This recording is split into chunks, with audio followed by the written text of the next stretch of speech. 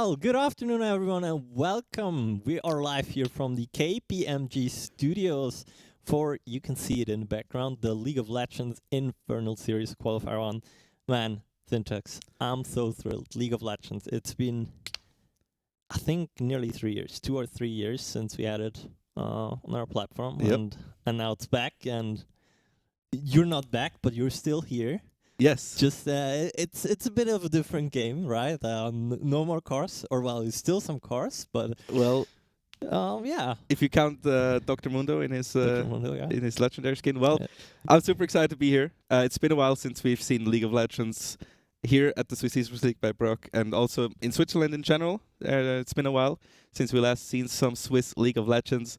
A lot has changed in League of Legends as well. We Yeah, had a new definitely. season, a lot of changes, new Drakes. Drake's gone already. Don't even get to Yes. see him anymore. Well, I think we're happy about that, but I'm super thrilled to be here. Yeah, definitely. And as just mentioned before, we're live here from the KPMG studios. Lovely little venue we have here. Also some foreshadowing here right behind me. And in the next 4 weeks, you're not only get to see some amazing League of Legends, but you also get to learn a bit more about KPMG. They're lovely different teams. We had a chance to chat beforehand with some of their team members, and you're going to see that over the course of the next 4 weeks. But first, I'd say let's talk a bit more about League of Legends and the Infernal series, and, well, what exactly is the Infernal series? How does it work? Yeah, I think we also have a graphic for that.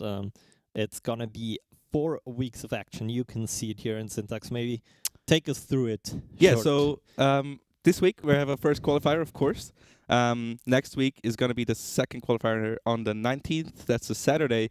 And in both of these qualifiers, the top 4 teams of the Swiss rounds will go further into the playoffs, which you can see right here. First part of the playoffs will be on the 26th. And then we have the remaining teams fighting for the championship on the 5th of March to end it all. So it's going to be a 4-week series. And yeah, for the next 4 weeks, we are going to have hopefully some exciting League of Legends here. Yeah, and I've already peeked into the participant list. Importantly enough, like the participants yesterday, there were like 14 teams or so, and now we're like so. suddenly at 26 or something. So very nice to see how teams suddenly decide, oh, you know I what, know. we're going to participate. And I've seen some old names in there and some new names that I don't know, but I know, for example, that Luggly's taking part. A big name. Big name. Still and here. Still here. I mean, he used to be my teammate like, I don't know, 5, 6, 7, I don't know how many years ago, but very long ago. Yeah, we're old now. We're old now. And he's old too, though, to be Yeah. fair, but he has the bro buff maybe from Pride, who knows. I'm wondering how he and his teammates will fare against the other teams, and I'm also wondering, for example, what kind of playstyle he has. But yeah, there's also newer teams, obviously. And it's always nice to see new talent, right? Yeah, I mean, I'm wondering, as you said, we've seen some old names. I mean, Lagly's, his team should be pretty scary. He has Golden God, 7, Joshi on his team, for example. So a lot of big names in the Swiss scene. And maybe a lot of newer teams, maybe some teams who are participating in a tournament like this for the first time. So we're going to see all sorts of plays. And what I'm wondering is, like, how much are these teams going to go for meta picks? How much is just going to be comfort for them? Some teams are just going to be playing for fun. So here in these qualifiers, we're going to see a lot of variety, I think. Yeah. And before we get to see that variety, we want to talk about the variety of KPMG a bit. Today, we're going to talk about their advisory team. You had the chance to talk to 2 of the team members, which we'll see later today. Maybe you can give a little bit foreshadowing. I think you talked with Jacobo and Jessica. Exactly, actually. and I think one of them was like in the cybersecurity team, and Jacobo was a management consultant. Yeah, exactly. So I was able to have a quick talk with both of them, talk a little bit about what they're doing in their work, and also kind of their gaming history or kind of their experiences in gaming as well and in League of Legends. So later we're going to see those 2 interviews with Jessica and Jacobo, which should be very interesting. As you said, they're from the advisory team, and which is a lot about consulting in different areas, for example. Yeah, and I think we want to let them talk a bit about it first. All of their teams have some sort of team video So I want to kind of give it a shot, and we foreshadowed it with it behind us, but how about we just roll the clip and let the advisory team present itself? Let's go. I have a very serious, high responsibility job, but a lot of funny moments.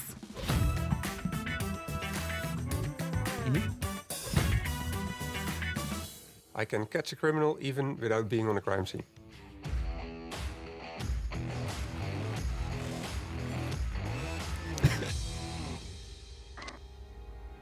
In cybersecurity, it's all about ones and zeros. If you're not a one, you're a zero.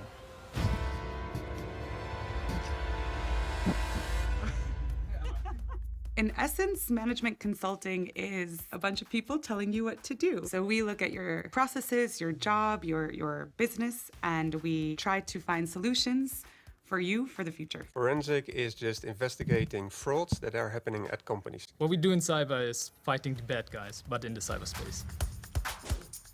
I like to compare it sometimes as helping people or companies playing chess, just that they cannot see their opponents, and we help them to protect them. To win over clients, we typically try to stay precise, honest, straightforward. If we've done something wrong, we own up to it. If we have a better solution, we present it. And that we get ahead of problems that might arise in the future. I step in when the fraud has happened. I just have to look what the puzzle pieces are to get them together, understand with hindsight how did it happen and who did it. They start out small. They see that nothing is happening and they're not being caught, and then they start escalating it and making it higher. Working in cybersecurity is helping companies protecting themselves against these attackers, these fraudsters, malwares, viruses, phishing emails. It's surprising how often it works that people do as you command. Yes, we do hack, but we also do classic penetration tests, vulnerability scanning, where you try to get into the company and get their valuable data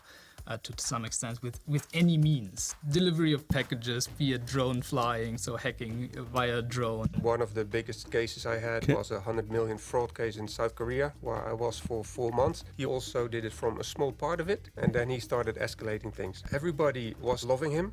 He was a very trusted person, but because of that trust, he used that, and that's why the fraud got bigger. Generally, cybersecurity is about hacking and Nerf guns, of course. Why Nerf guns is a good question. Our team is a bit crazy. We have Nerf guns in the office with which we sometimes shoot each other just for attention. I would rather call myself a Nerf gun assassin. Very precise and sneaky.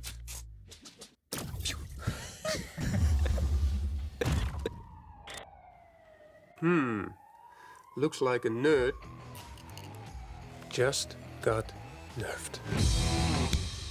There are a few challenges with working digitally. The biggest one, I think, is lack of human interaction during the day. I'm very happy that I met the team just before we went into lockdown, and Forensic can work still virtually. The upsides to working digitally is I can sit on my balcony at lunch. I can cook my own food. We do a lot of team activities, also invite clients playing board games online, drinking evenings, some workout sessions that I led, even though it was one workout session. Afterwards, no one wanted to work out with me again. So I think I trained them too hard. A very interesting realization about the pandemic is we can live a bit more remotely. I live in Zurich, and there is actually a lot of nature around me that you can explore. We have a great team spirit, and with that we overcome any challenge. Everything can be done virtually. I have hired in the last 4 months about 4 or 5 people, which I've never met before.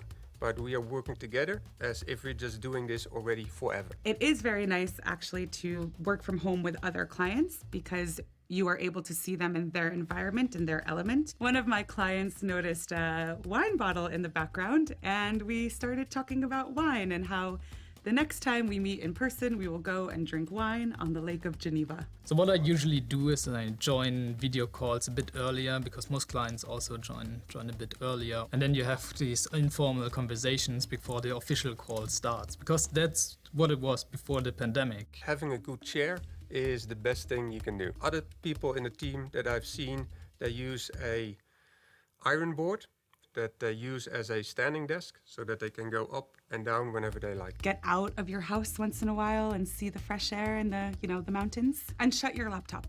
Shut your laptop in the evening. Just close it. I'm looking forward to traveling again as soon as the pandemic is over. I also miss going out with clients and friends, to be honest. I'm looking forward to meeting colleagues in the office. If you talk to people, you get creativity. And that creativity is not entirely there when you do it in Microsoft Teams. I'm really looking forward to the end of the pandemic, yes. National lockdown extended until 2029. Cool. Cool, cool, cool. Cool, cool, cool. When I was younger, I always thought that big companies, global companies, have all these magic tools. Then joining a big company, I actually realized most of the stuff is running on Excel. With all the advancements in the future, I think in 30 years, Excel will still run our economy. Step 1. Identify the target and its flaws. There are always flaws. Step 2. Design infiltrating malware accordingly. Step 3. Write the script. Step 4. Execute the script. I'm in. Excel again? We will have, I believe, a more flexible lifestyle. I think we can continue on our sustainability track. I think KPMG is also focused on trying to improve its sustainability. There were frauds 12 years ago when I started in forensics. I think that there will still be frauds in the future, and I will catch them then as well. It takes one to catch one. Yeah, I always have wine with me. A nice bottle of Sicilian red.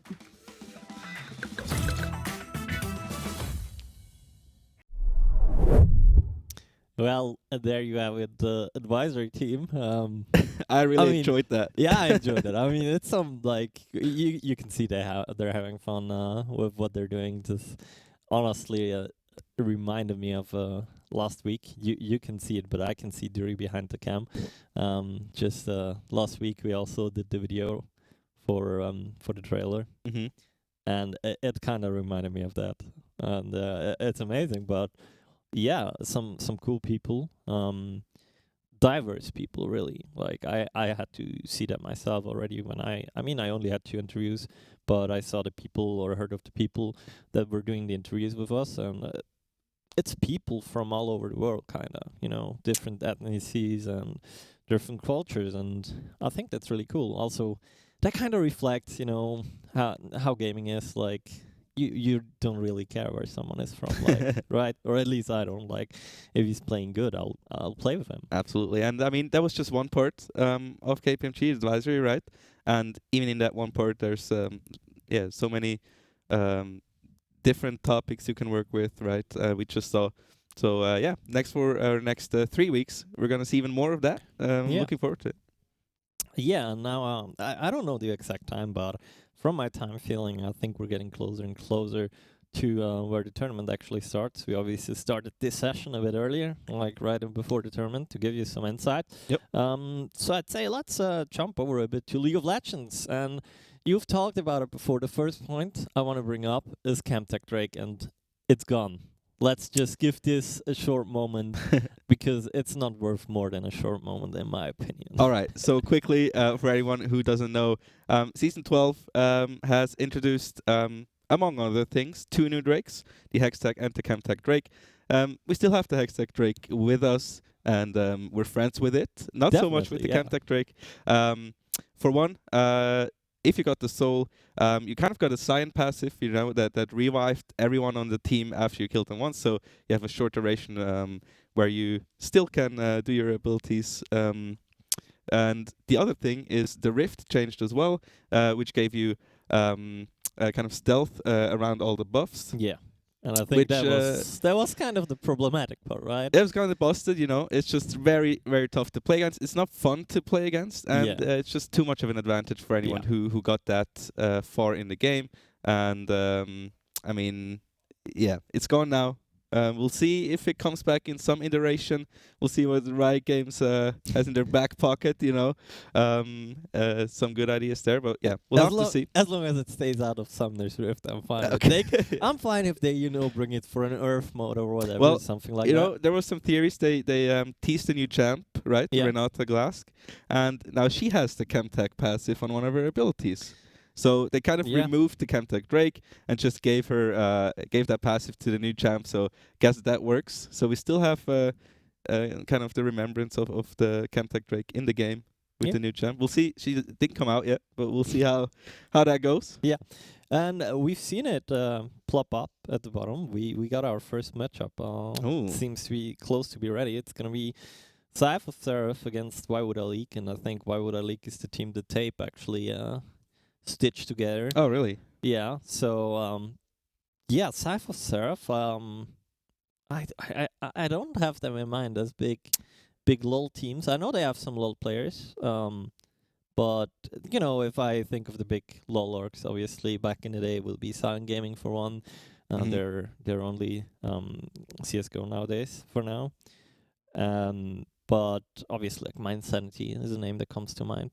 Yeah, absolutely. But Cypher Seraph as an organization has kind of risen in the last year. Like Oh yeah, definitely. they've done a great job. I would somewhat compare them to Lustig, Ooh. to your org, like in terms of, you know, in terms of how they have evolved. So I'm actually looking forward to see how they will manage against team Why Would I Leak. And one part we've talked about was the new Drakes, Hextech Drake. I kind of like it. The portals aren't.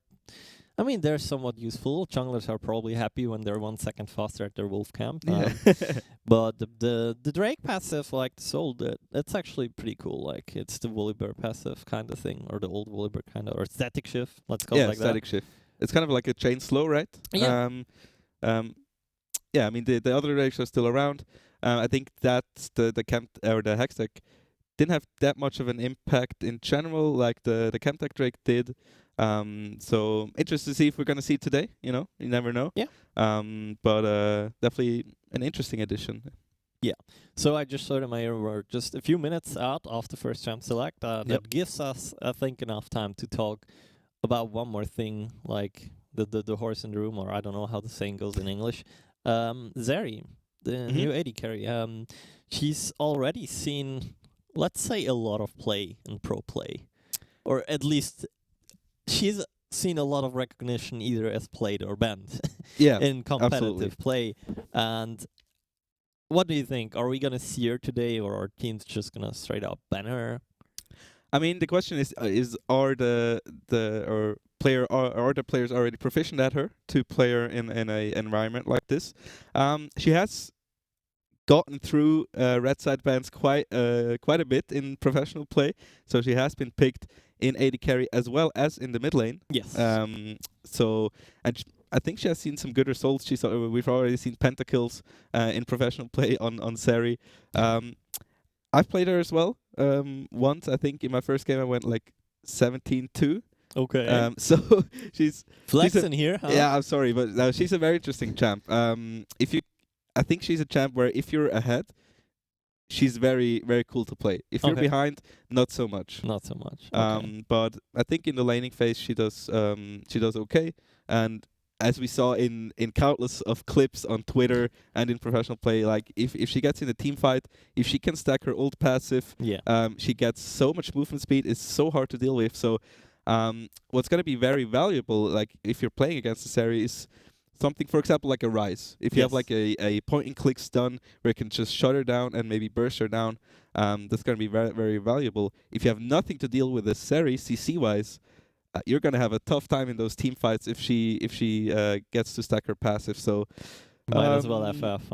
yeah, we'll see if the teams are prepared or if they're Yeah. just going to use a ban for her, because there's quite a few champs to ban, you know, at the moment. Yeah, there certainly is, and I think there's like most of the pro teams kind of go two routes if you exclude C9, which just goes their own route kind of thing, you know. I love And it. Yeah. it's either kind of like, okay, we're going for an early mid game pressure kind of team, and there we see a lot of Twisted Fate as well, like, for example. Mhm. So you either see like Twisted Fate, Zeri bands, or you see them both open. Or then, well, you go more for carry-oriented team comp, like Aphelios and Jinx have become Oh yeah. quite picked again. And obviously there was also the third thing, which has seen some play, but that is especially in solo queue, which has been kind of supports on top lane, Janna Smite and stuff. Oh, you want to go there? I mean, You I'm all up for crazy stuff. I love to play crazy stuff back in the day, you know. Throw a curveball. Especially, yeah, I mean, you know, especially now today. So the format today, we're playing a Swiss system, best Yeah. of one. So you just play one game against another team. mhm. This means if you throw them a curveball and they're not ready for it, it's your game, right? You True. get the point. So no best of 3 thingies or anything. So maybe we'll see some of that too, but there have been some small adjustments to that already as well, right? Yeah, I So- mean they did nerf the support item a bit regarding that enchanter top play style, which is tough to deal with, and it only works because of the the goal of that is that you use the objective bounties, right? You fall behind. You say you Yeah. fall behind because you're not ever farming with China top, so you get the you're kind of you get your team ahead and then you get the bounties as well.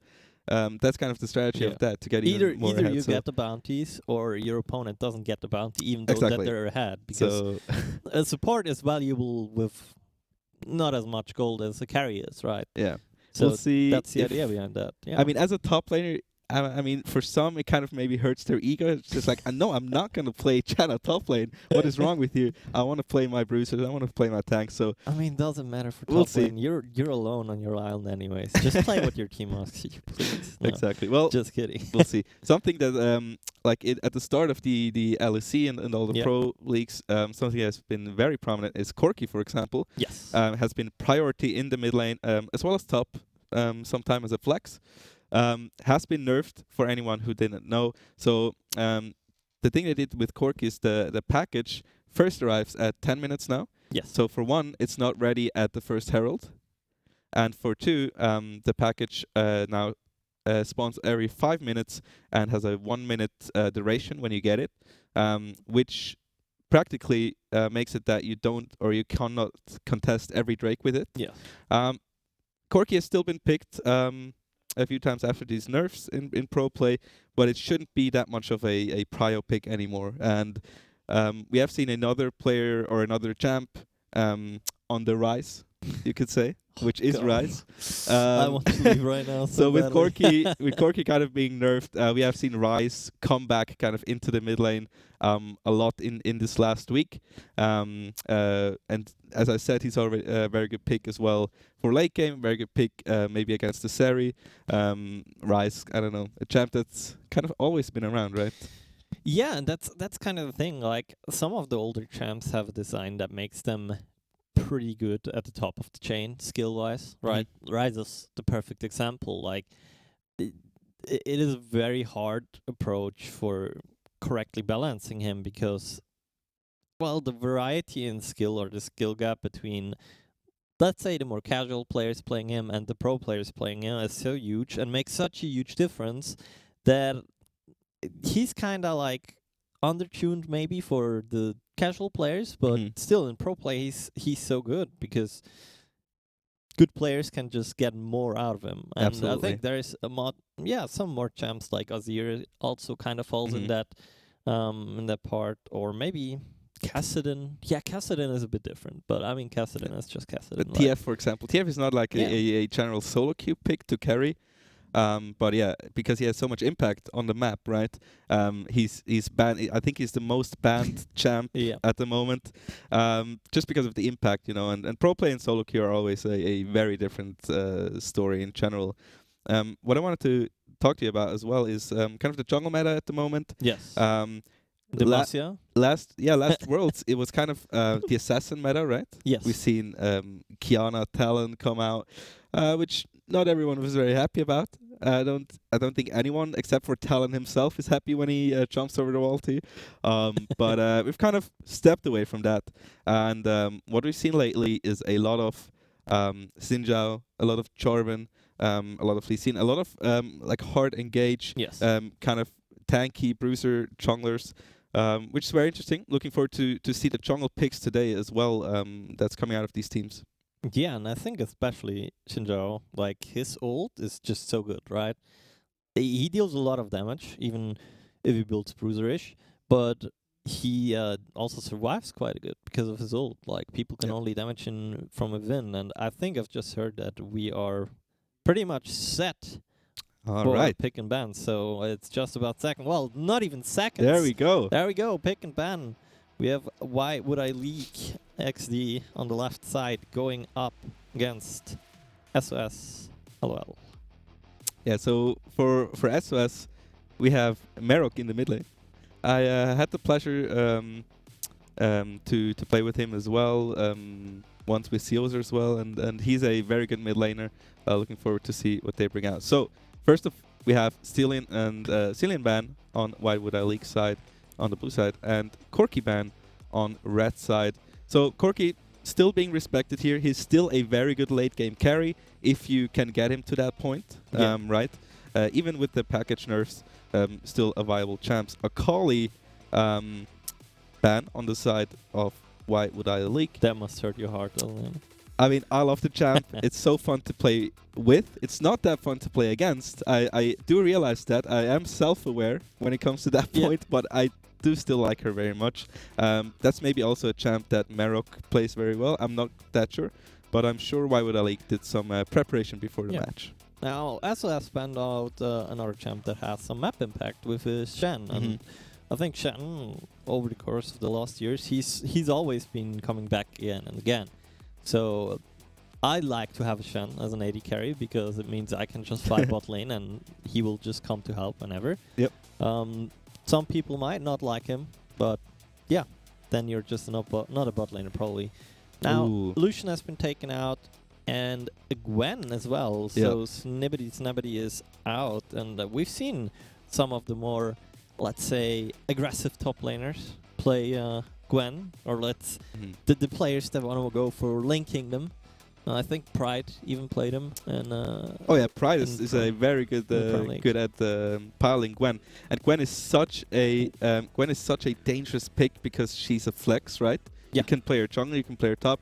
She's such a dangerous pick in the draft.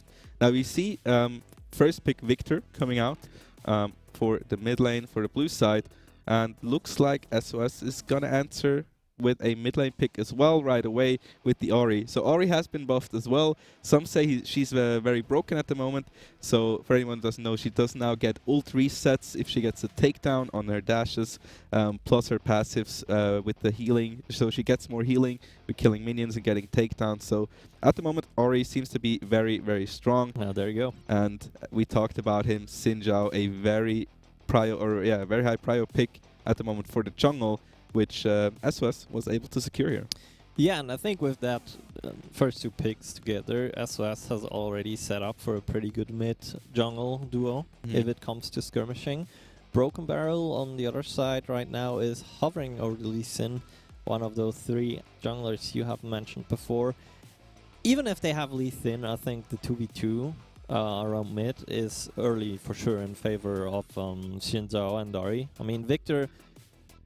Yeah, without his stacks and laser upgrade, it's not like he does a whole lot. So Lee Sin has to be careful. Now at the same time, we've talked about it before, hyper carries is a topic, and it seems like Jinx will be the go-to pick for Why Would I Leak. Yeah, so Why Would I Leak looks like they're trying to go for late game. Oh, well, never mind. Switching to the Chin actually, but picks like Victor, like the Jinx, Chin as well, very good for late game. Just trying to go for that scaling. On the other hand, Lee Sin is kind of an early mid-game skirmisher, right? He kind of falls off a bit in the late, so we'll see how that goes off. And, SOS, they were like, no, they're picking Jinx, but they're lucky, actually. Looks like they're gonna pick it themselves. So, of course, now they have ban priority on the red side. Now what they can do is they can use some bans maybe for the support position for the bot lane matchup. They can also maybe prioritize the top lane a bit. We'll see what they do here in the first ban on the red side. It's going to be the Rakan picked away. In support, there was Rakan as well as Thresh, or like two of the supports that we've seen a lot of times in pro play. Kind of the engage meta. We're kind of in a difficult phase where we're kind of switching towards the more of an enchanter meta. Yeah. But not every team is ready yet to go that route. So still seeing a lot of engage there in the support position.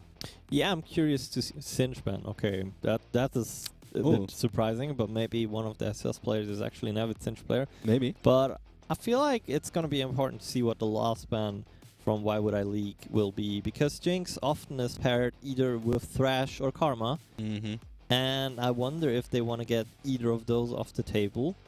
Right now, SS LoL seems to have taken out two of the big supports. Lulu, also one of the hypercarry supports that you normally pick, is taken out of the equation. And now I think we're going to be looking at either a Thrash or a Karma pick here from SS. That will make the most sense for me, because then they have a super safe bot lane, they have a Lantern for the Jinx, plus, obviously, they have lost pick top, right? Yep. So the thing is about Enchanters, you know, if you go the Enchanter route, you need some engage on the other roles, right? Yes. That's where maybe a Charvin comes in well in the jungle position. But if you're missing that engage on the support position, you're gonna have to kind of put that somewhere else in your comp. But yeah, it looks like it's gonna be the Hook brothers, Nautilus and Thresh on support position. Now it's gonna be blind top for Why Would I Leak here, looking for a carry here. It seems like, or hovering the Fiora at least. Haven't seen Fiora that much, but if you're proficient at a champ, she can be she can be very scary on the sides as well. If she gets ahead, you know, and is pushing your side lane, you're gonna have to maybe get two guys there to answer her, right? So we'll see how that works out, and it's gonna be the Sinner champ. The Sinner champ. Why the Sinner champ? Not part of the church here. Interior crocodile alligator. He drives the Chevrolet movie theater. Yeah. If you don't know that video, you will after now. Oh, but so instead of crocodile, it seemed like he wants to go for the monkey man.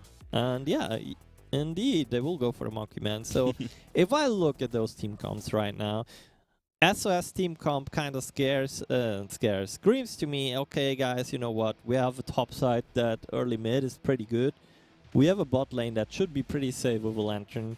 So let's make some plays around the top side early on. Maybe we can get a Drake priority at some point with a good gank. But they're kind of solid in every stage of the game, it feels to me. Yeah, they also have a lot of catch potential with that Ahri, with that Thresh coming in. We'll see how that works out for them. For the side of Why Would I Leak, it looks more like I mean, they have the Victor who wants to go for scaling, so he probably won't have mid prio too much. We'll see how he plays the matchup, of course. It's different every time, but with Victor in general, early game, you want to get like 1 or 2 items before you get all your upgrades, and before you really have that one-shot potential and have that damage potential on your laser and your Q as well. So we see if he can get to that stage, if his jungler can get to that stage, because as you said, Xin Zhao will probably have or win the early skirmishes with Ahri together in that mid jungle duo. So Lee Sin and Victor might be tough. So we'll see how that early game goes for them. Yeah, and obviously, in case you guys don't know, we're playing on live servers, which means we also have a 3-minute spectator delay, which is what we're waiting on now. So you will have to hear some more speculations of us about who's going to win and who's going to not win. I want to play a little game with you. I want you, before every game, I hope I don't forget it, I want you to guess which Dragon Rift it's going to be. So which soul it's going to be. And if you get out, let's say, if you get 4 out of 5 today, I will buy you a skin. Oh, okay. All right. So 4 out of 5 Hextech Rifts, or Dragon Rifts. Well, I said Hextech already. I guess that's the one that's in my head. That's the one that's in your head? I guess I'm going for Hextech. Hextech in the first game, okay. Please don't disappoint me, League of Legends. Yeah, maybe Riot employees watching now. Oh, okay, I'm gonna make it a Hextech. Yeah, I really probably want not. a skin.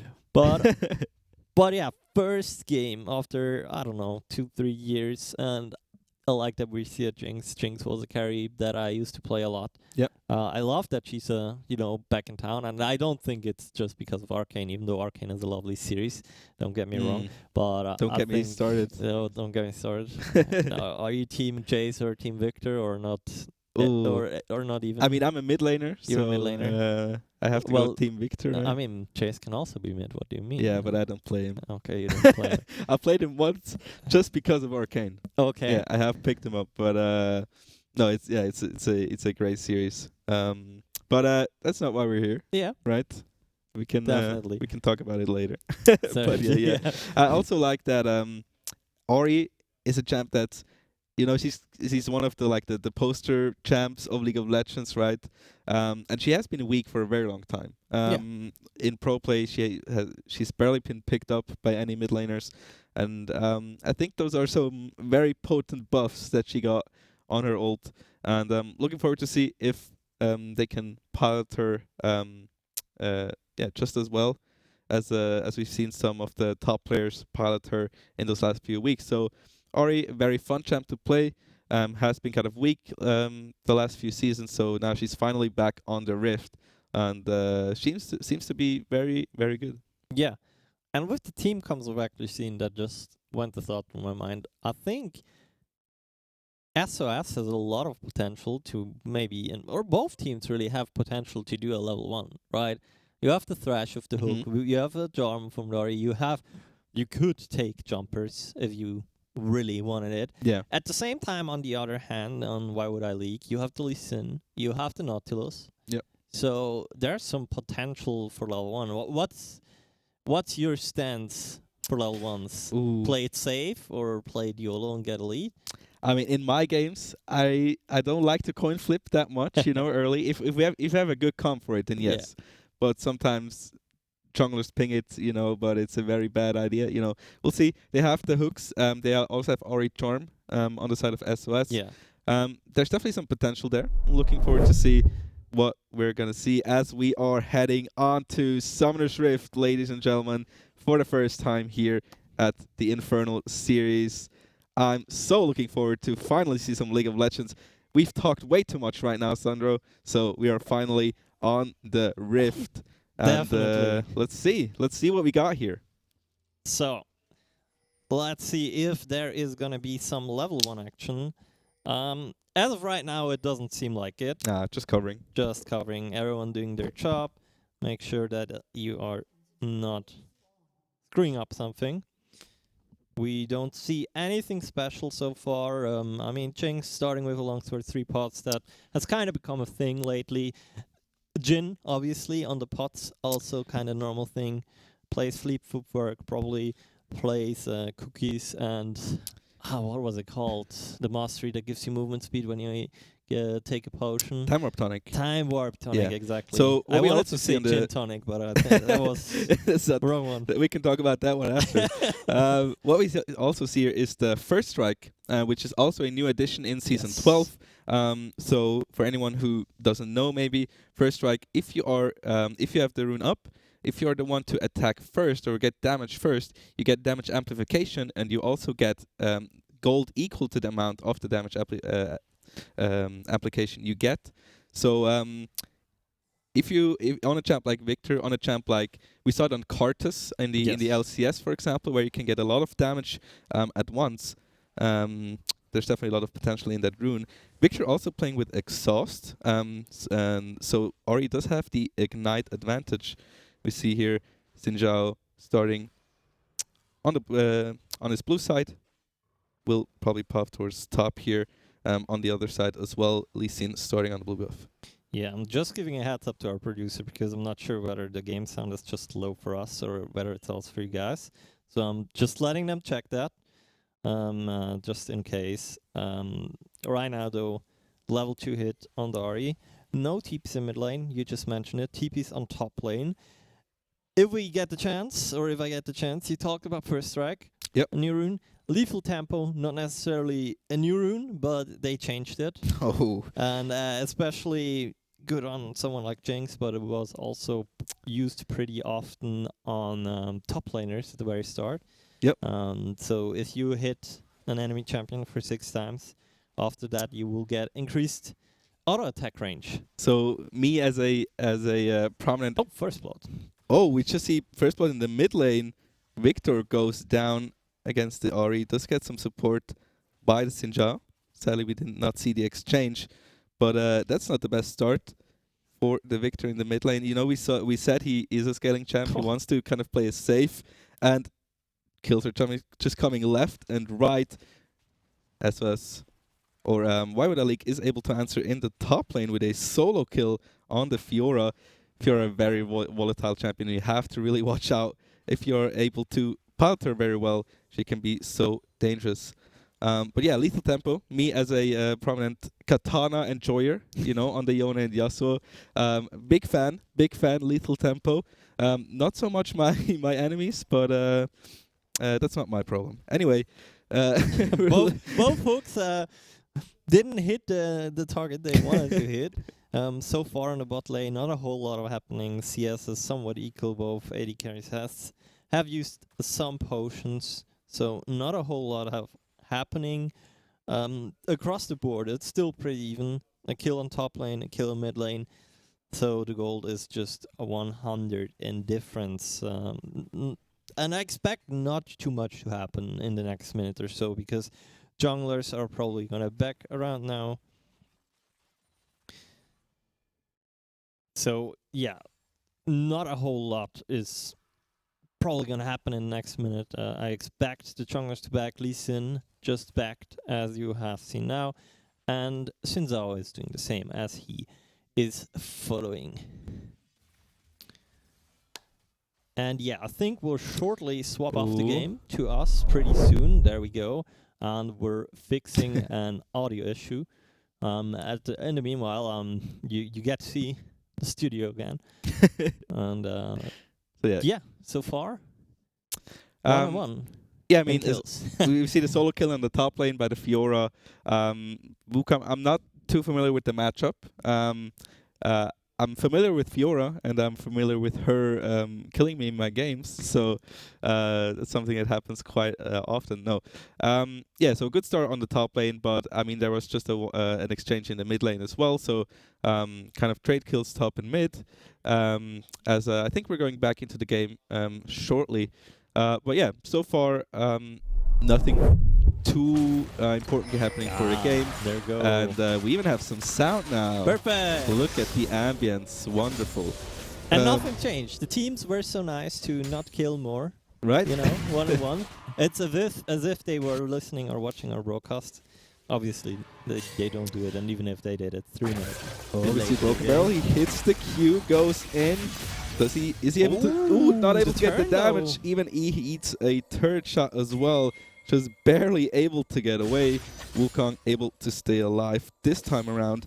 And even with the solo kill in the top lane, he's not in too bad of a spot CS-wise. And it still looks even like across the board for both teams. First break is up, and we see Scythe of Seraph get the priority here for that one. And why would Ali not able to contest in the slightest? We're gonna see the Hextech Drake first, which is not a good sign. Yeah, I think. for you at least. Well, I got some more chances as well. Yeah, well, you gotta be 4-4 after that. Ooh. But yeah, Hextech Drake obviously now first Drake. We see Cloud Drake coming up next, which is considered one of the more weaker souls, so that means we're not gonna get that weak soul. Instead, it's gonna be Ocean, Mountain, or Infernal, which are all pretty good souls. And Fiora here, look level at that 6. Fiora!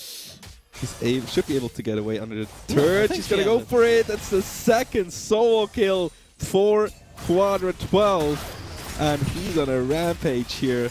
Look at that. Wukong not looking like the greatest matchup, at least this time around. On the bot lane, that we see right here. Mid lane right now. Mid lane is going in. I can see that on the map. Oh, yeah. There is the jar. Oh, he just get the good stun on the Victor. Nice W. Ignites ticking, but not down. Or he should be able to evade the ult. And both mid laners able to get away with 1 HP. That was a very good W. We saw from the Victor, good stun to kind of stop that engage. Broken Barrel just checking. But yeah, just got away on both sides. Very close engage, but no more happening in the mid lane. And yeah, bot lane so far quite uneventful. You know, since the TP changes, we're not seeing any 5-man TP plays on the bot lane. Or at least not that early in the game. Later well, in yeah. the game, if the laning phase is still up, but yeah, definitely not. If we look at the summoners right now, bot lane, there have been some summoners doing. Let's call it the secondary summoners as top lane. Ooh, Fight is Fiora going coming out. in. Is the Fiora gonna do that? No, the knock-up coming in as well, but look at Broken Barrel. He wants to fish with the Q on the monkey. Oh, he hits hits him. it. And that's that monkey Shinzao at the same time is going very deep, and I'm not sure if it's gonna get her. No. Oh, Millar is He gonna does die not. as well here. Oh, it's Double a dub. kill. What a disaster. What a disaster. So, we've talked about it in the start. We expected SOS to play around the top side, which they are doing, but it's kind of backfiring. So, they need to maybe slow down a bit. They have one Drake in their backs. So maybe, you know, they will go for the Drakes instead now. The bot lane, just a little interrupt. As I mentioned before, I will call them secondary summoners, the heals and ignites, they are out. Flashes are still up, but I think Jinx will just clear the wave, and then they are looking at a reset here, because Drake is in about 2 minutes. Yeah, so bot lane quite uneventful so far. The rest of the map, mayhem. You don't want to see a Fedley seen so early. That was a very important double kill coming out of Broken Barrel. A very good reaction by him to get that counter gank in as well. Quarter 12 just barely getting away with the help of him. And definitely not what Scythe of Seraph were looking for in the top lane, as they didn't even get a trade kill on that. So 4 kills to 1, about a little bit less than a 2k gold lead on Why Would I Leak at the moment. But Interestingly enough, the Lee Sin is only up 300 gold over Melox Shinzao. Yeah. Even though there are 2 kills. So the big lead, obviously, here is pretty much just on the Fiora. She has 1.3k gold more. And that's a big one. I think if I was SOS at this point, I would just abandon my top laner, leave him on his island, hope the Fiora stays on his island too, and play for the rest of the map. I mean, it's pretty unplayable at this point for the Wukong in the top lane. So to play the lane, he would definitely need some support, but I don't think it's worth putting all those resources towards the Wukong. When you have a Jinx in the bot lane, you know, she's still farming well. She's doing quite good. Just picked up the Noon Quiver and the Pickaxe. A very good buy to start off in the bot lane. So if I was SOS, I'd definitely give some resources to the bot lane, trying to get the Jinx ahead, trying to help out the Ahri. But she's doing quite fine herself. She has quite equal at that point. But yeah, Wukong not going to have a fun time for now. Still a bit compact. We saw this week, for example, Broken Blade from G2 played Yone top lane. Yeah. He couldn't play the lane, but in the late game he got back. So we'll see if Sugegel has the mental to kind of stay in the game and go for late here. Yeah, But and look that's a at trade I think he shouldn't be taking. Like, he's losing that any day. But Yeah. if we look at the bottom side, thank you very much, the observer, there is already very good vision for SOS low here in the break. And I think they're also gonna get that without any problem, as mid lane Cryo has been taken, bot lane Cryo has been taken. Cloud Drake is down, and there we go, an Ocean Rift. What do you think about that one? Right, so Ocean Rift, very good for these bruisers, for champs like Xin in those long extended team fights. They're definitely gonna definitely gonna use that very well. If they can keep stacking the Drakes, it's gonna be very, very dangerous. You know, Why Would I Leak in front in kills at the moment and in gold a little bit, but yeah, stacking those Drakes is gonna be very good for SOS. We'll see if they can get there. But yeah, that's what we talked about. You know, in the Victor, it doesn't get priority in the mid lane. He just wants to farm, and the bot lane and mid lane was able, to get in the situation to get that Drake, that second one. So we'll see if they can get the third one as well. Now, Millar is lurking around mid here. Very good ping port. immediately takes out Vision. At the same time, Ooh. Herald, I didn't even notice, Herald has been taken and placed by Broken Blade. And well, Sugagel, I think you're just that here. The tower is going to be gone.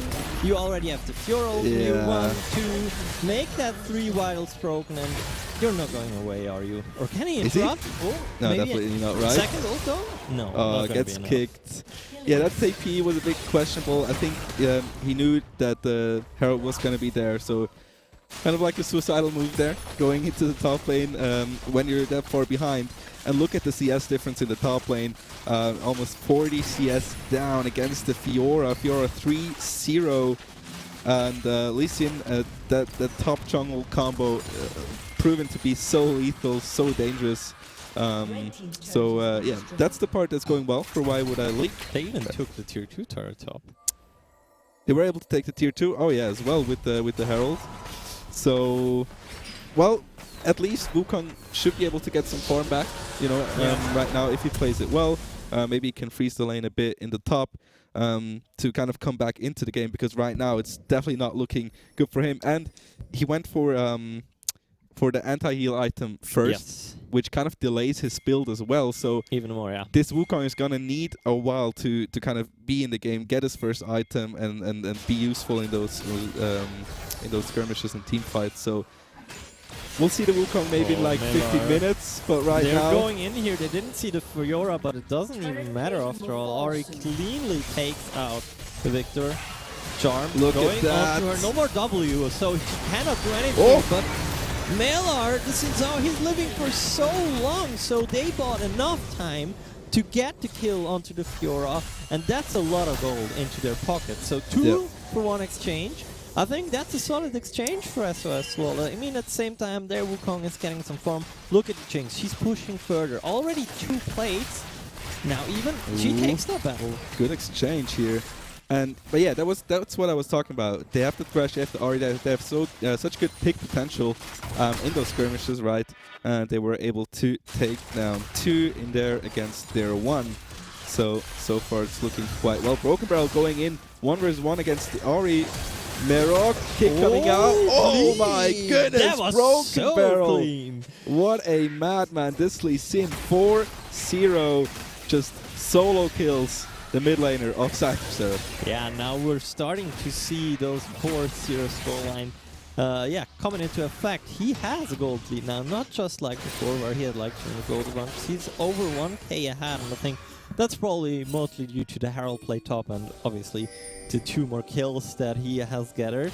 Miller now has to be careful. That laser kind of has given away the position of Why Would I Leak here, and keep in mind Broken Barrel, he doesn't have any flash anymore, but he's still going in. Ooh, Malar, so dangerous. Look at the timer. Drake's going to be up in 50 seconds. Vision at the moment around Drake. Kind of set up for SOS a little bit, but... Oh, good hook. There are the jumpers. Drags through them though. Easy peasy, lemon squeezy.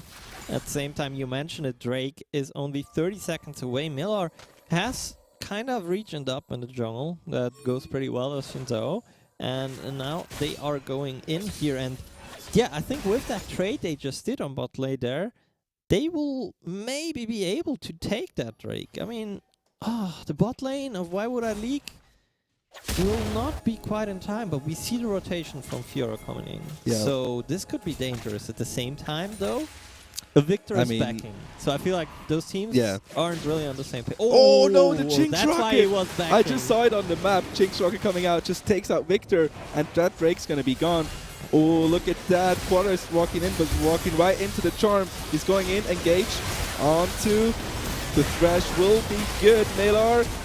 Oh, they can not get the Fiora, but she will take down of the Ignite. Malar now in the skirmish. Merrick a bit back as the Chin will come in from the back. The W will take out 1. And suddenly, Why Would I Leak able to take back control of that Drake, which is a very important one for them. So good on them. Even with the Victor being down, getting that skirmish win and getting that Drake, such an important play. And they're still ahead in gold as well. Yeah, but I'm not sure if I agree with the play from Jinx there. Simon, he wanted to get the Fiora so badly. He Gale Force forward into the Lee Sin. And I think if he just played it fine, you know, the Fiora was out of fight anyways, right? You're the hyper carry. Just play it fine. Hit the target you can hit. And maybe they would have had a chance to win the fight that way. And then they would have been at third break at the same time. Here we see Thresh kind of an adventure here. Takes another hook, but I don't think he's going to follow that through. And Fiora is doing so much work here in this game. A third turret taken down by her, obviously, with the help of Lee Sin before. We don't want to give her all the credits.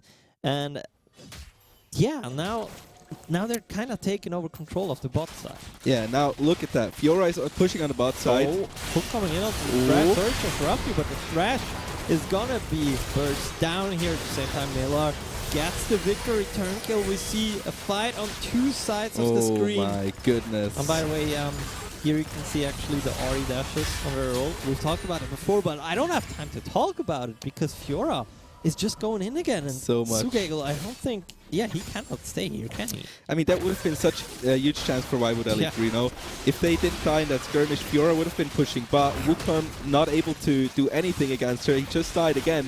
And if they just played with Fiora on the bot side, Waiwood Elite maybe was able to get the Herald if they just waited a bit, because SOS with the Fiora, or SOS, they have to kind of put some resources into that Fiora on the side lane, because Wukong can't handle her by himself. So she's going to be such a dangerous one on the side lane. And yeah, but they lost the skirmish and lost the Herald as well. Fiora has nearly doubled the goal. Yep. Of the Wukong. That's crazy. And I mean, other than that, the game is somewhat even. Yes, obviously the Shinzao is behind the Lee Sin.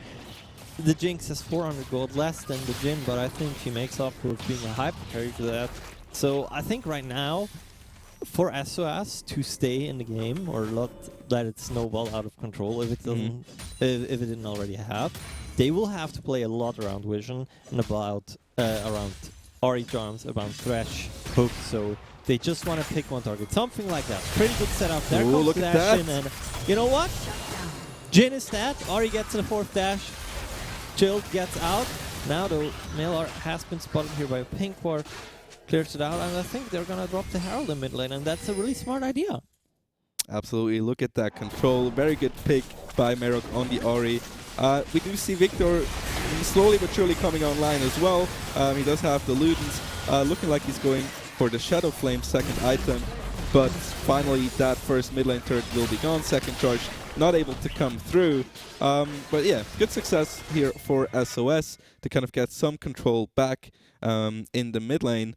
To get that Herald as well was very important, because if Waiwood Elite was able to get that Herald as well with Fiora on the side lane, it could have been disaster for the game. So good on SOS. So still nothing lost there. One Drake ahead.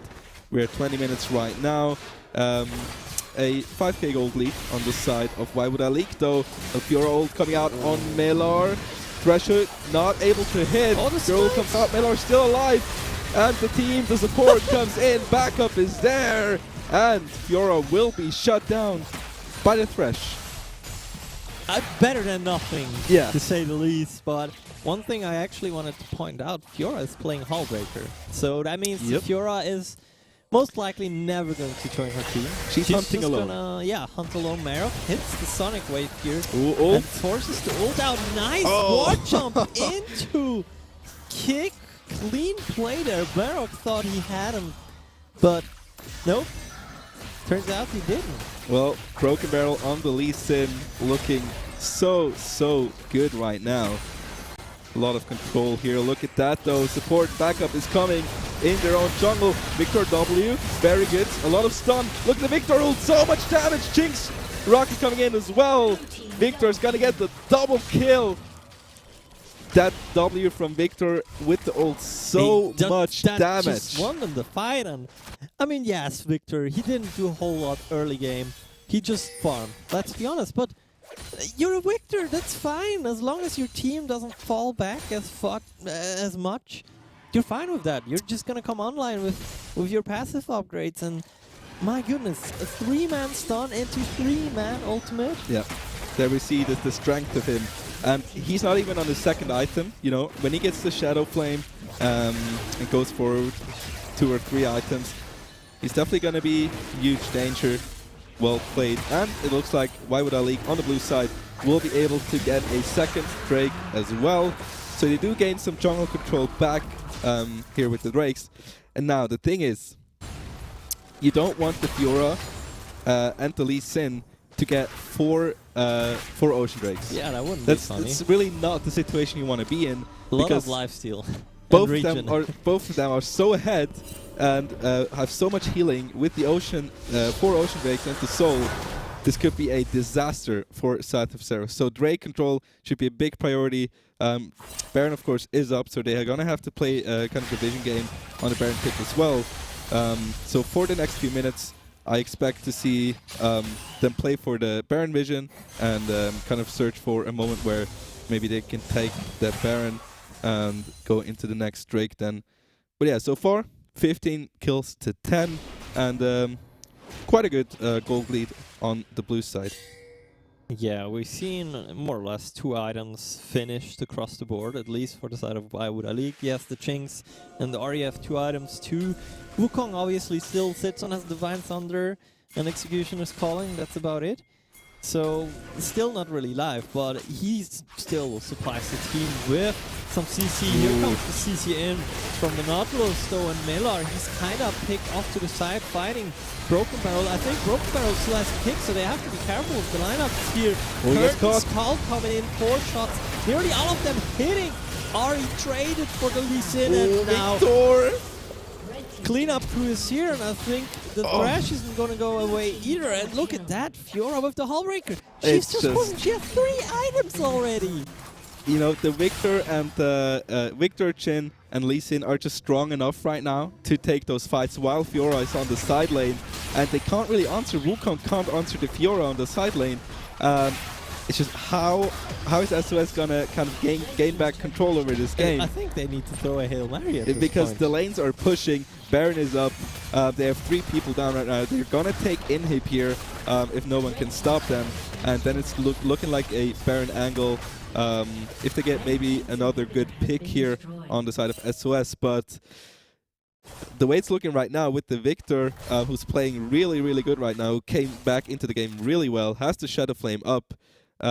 It's looking like a very, very tough game. Yeah, and could we shortly see the gold? I'm curious how much gold the Victor actually has to spend, because he's not been back in base for quite a while, right? He's going back now. I guess we'll see what he will get himself. It seems like he's opting for the Lich Bane, right? Yeah, there we go. Yep. Lich Bane buys a pink ward, so we see a nice pink ward row on the side of Why Would I League. And now my question to you, Syntax, is where are they going to place their pink wards? Are they just going to place them around Baron, be like, you know what, we don't need 4 Drakes, we just go Baron and end it like that? Because they have 2 inhibitors down on bot side. I don't think there's a chance for SOS to contest that. Yeah, but thing is, do you want to... I mean, you're that far ahead. You could play... If you play cleanly, you just go for these Drakes. You don't give SOS any chance at that win condition of these Drakes or of the Drake Soul. I don't think they're ever going to get to Well, that Soul, yeah. to be fair. Look at that. The Fiora is just...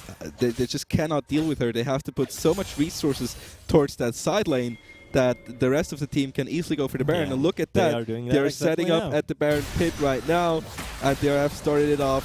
And I think SOS is aware. Marok and his company will go in. They have vision of it. Can they do anything about it, though? Because the Fiora is pushing on the top lane, but can they shut her down? And they are able to do so. Wukong gets the Fiora down. Keep in mind, Jinx has... No, okay, she doesn't have the rocket anymore. Maybe it's already flying, or maybe she used it for the Fiora, but they stalled the Baron. The Baron is on 9k, so Lantern out. I don't know if TP was really needed, but better be safe than sorry in that case. Jinx chilling in the base, clearing the super minions, and with Drake in 30 seconds, this could maybe be a little mini comeback. I think with... Oh, look at that, though. Second. Broken Barrel gets caught. And that could be the Baron play. And they have started it off. Broken Barrel. Doing that. They have no Fiora. They have no Lee Sin. Victor, dude. We've seen what the Victor can do. And they're all trapped in that Baron pit right now. The Victor Cloud is chasing down the Thrash. But Victor, one hit away from being dead, but the hit is not gonna get through. Ari and Wukong both are dead. And look at the minimap. It's Fiora is ready for the third turret here. All right. She's ready to get the third inhibitor. The fight at Baron is still ongoing. Mill are taken out, and this is the third inhib.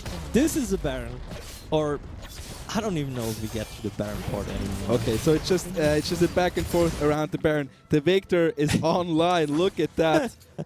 He's just playing with it. I think it's over for you, buddy. The Chin.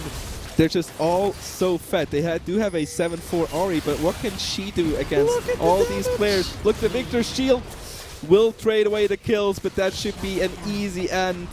So much skirmish power, so much team fight power on the side of Why Would I League.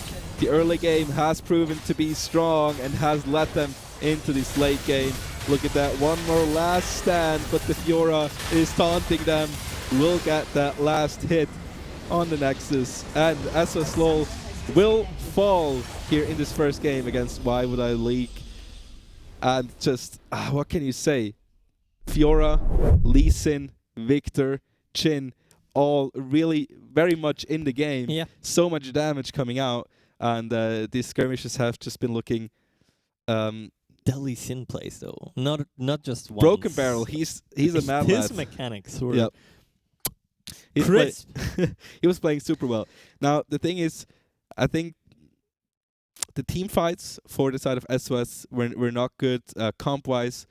We saw it. They had a lot of catch potential, but they could not really exceed in those team fights. We saw with the Victor W, they got trapped by it so much. They had so much damage. If you get a good Victor stun with put the ult down, put a laser over it, goodbye. You know, and it's just after that early game, which was very good with the Fiora and the Lee Sin, it looked very tough for SOS. Definitely, but they somewhat played to the win condition still, right? I mean, they wanted to go early at top side, as we said. It just kind of backfired. Kind of got caught off guard, maybe made the wrong decision once or twice. The one dive there from the sense of, I think that was kind of the breaking point in sense of, after that point, they couldn't handle the Fiora anymore. Well, they tried to go for a proactive play to kind of shut down the Fiora.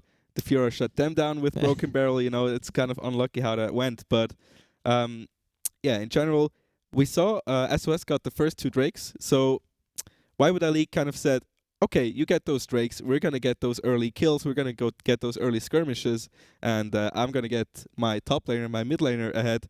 Well, Victor was not really ahead in the early, but he... You don't need to be ahead, that's the thing. Yeah, right? exactly. You're ahead by stacking, kind of. Yeah, Victor's always ahead because you're Victor. If you can get to late game, we saw it. He did so much damage in those team fights, and it was kind of a draft if when you look at the team fights, because yeah, the catch potential is there, but they didn't really use it that much.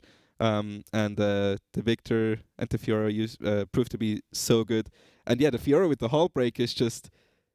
The Wukong can't handle it. He was able to kill her at the end there under turret at the Nexus, right? But not before that. So they have to decide, okay, how much resources do we want to put into the side lane to stop that Fiora? But they didn't. She just went through to the Nexus, right? So, yeah. Yeah, and you're bringing up some nice keywords. I'm going to make a cheeky little bridge here. You brought up I can't talk anymore. You brought up the draft if maybe they should have had some consulting, you know. And that's gonna be the keyword. I hope we have the time for that. If not, please production let me know. But you had the chance to talk with Jacobo, if I have his name right in my mind. Jacobo. I knew I would screw it up. I'm It's sorry, Jacobo. First round to me. So maybe give us a short intro about him, and then we can, after that, jump right into the interview. Yeah, so he's a very fun guy. I have had a lot of fun talking to him. He plays League of Legends himself. He's a mid laner. He plays Akali. So we're kind of the best of friends now. I even added him on my League of Legends friends list. Nice. No, he's a very fun guy. Works at KPMG as well in the advisory. Yeah, had a lot of fun talking to him. But I think we're just going to show you the video, let him talk himself, and see what he has to say. Hey everyone, I'm here with Jacobo from Digital Transformation here at KPMG. And we're here to talk a little bit about yourself, about your job, and also the gamer in you. So maybe to start off, Jacobo, take a few words to introduce yourself. Yes. So I'm a senior consultant in the digital transformation team here at KPMG, but I'm also a mid laner in the evening on the Summoner's Rift. All right, very good. So what exactly is it that your colleagues, you and your colleagues do here at KPMG and in your team? Yes, with our team we work at the connection between business and technology, and we help our customers guided through the path of digital transformation by providing the strategy, but also the solutions to implement them. So for example, we help them improving their processes with new tools, new digital tools, as well as we provide them with the business models that will make this path as easy as possible. All right, very interesting. So you obviously work with different people. What kind of different backgrounds and skills are there in your team? Yeah. So digital transformation covers a variety of topics in business. And that's why in our team there are people with different backgrounds. There are engineers like me, as well as people with masters in management. Okay, so a variety of people. All right. So at the Swiss Esports League, we're obviously all about gaming and esports. Tell us a little bit about the gamer in you and your experiences in that. I game since I was very young, but it all started to be a hobby about 2 years ago with the beginning of pandemic. Yeah. I play different type of games, like from FPS, so first-person shooting, to driving simulators, but my favorite remains League of Legends. All right. Like I said before, I'm a mid laner, not good, but there is room for improvement. So when did you start playing? Now it's about one and a half years ago. Okay, so you're a mid laner. Is there a specific champ you like to play? Or what's your favorite? Yes, so my favorite remains Akali. And then I play also Ari, Kiana, many. Okay, so either you're making a lot of fans right now or a lot of haters, I'm not sure, depending on the champ. Yes, exactly. I'm trying to make everyone happy. Exactly. Yeah, but I like to play Akali as well, so she's very fun. Yes. Wonderful. So maybe go to a different topic. At KPMG or in your job, do you see any similarities between maybe your job and playing or competing online? Is there anything you can compare there? Yeah, so funny enough, I think there is a lot in common, especially in League of Legends. Mm-hmm. After all, it's really like teamwork that you need to bring. Mm-hmm. And also taking fast decisions under pressure.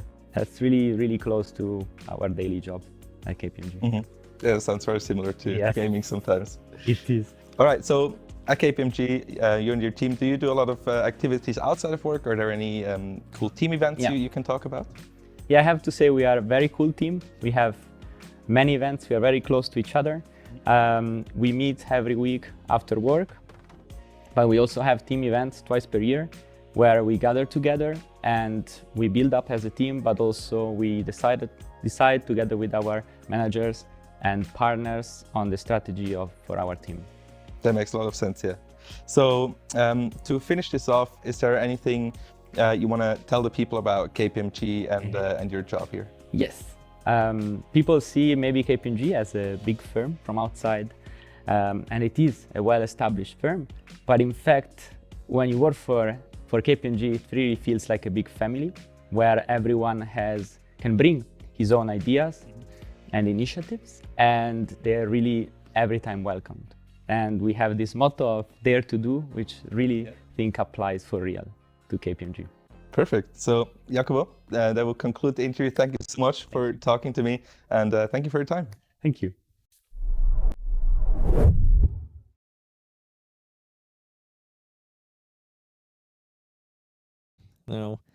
Dare to invade the enemy jungle, or dare to flip the game on level 1, something like that. But yeah, Jacobo, cool guy. Not so cool guy because he plays Akali, if you ask me as an AD carry main. But you would probably disagree with me there. 1v1 me. 1v1. I'll 1v1 you, but not on Akali. Okay. we gotta make it a new job. All right. But yeah, that was the first interview of today. We will have another interview later today, with With Jessica. Jessica, exactly. Yep. She's from the cybersecurity team. So that's honestly kind of more of an interesting topic for me. I mean, consulting is cool, but cybersecurity sounds hackerman, and that sounds cool. Yeah, she can definitely tell you a bit more about that later. It was very fun to talk to her as well. So yeah, we're gonna see that in a bit.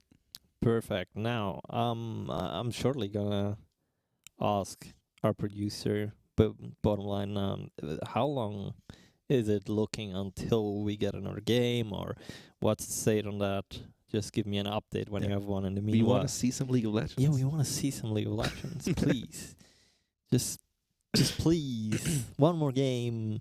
In the meanwhile, yeah, we've seen some League of Legends already. We've seen one game, strong performance. Obviously, SOS isn't out of competition yet. The Swiss system, that's the great thing about the Swiss system. They just need to reach top 4 today, which is still within the grasp. So maybe for anyone who doesn't know, maybe you can quickly explain how the Swiss system works, because I think most people are used to kind of like a tournament bracket where you go, okay, I win, I get one match further, I lose, I'm out of the tournament. So what exactly is the Swiss system? Yes, so Swiss system, how do you explain that? So at the start of the Swiss system, you will get matched randomly against another participant. Can be anyone, right? And following that, Swiss system will always match you to an opponent that's as strong as you. So after the first round, half of the teams have a scoreline of 1-0 and the other one of 0-1. So now teams with a 1-0 score will be matched against one another, and teams with the 0-1 score will match against one another. And that keeps on going. So after the third round, you will have maybe, I don't do the math now, but you have like 4 or 8 teams that have maybe a 3-0 scoreline, and then they will be matched against one another. So the longer a Swiss system goes on, the more accurate it actually becomes. Yep. So that's the whole gist of it, and it's a really good system to try and filter out the best teams, which is essentially what we're doing here in the qualifier, right?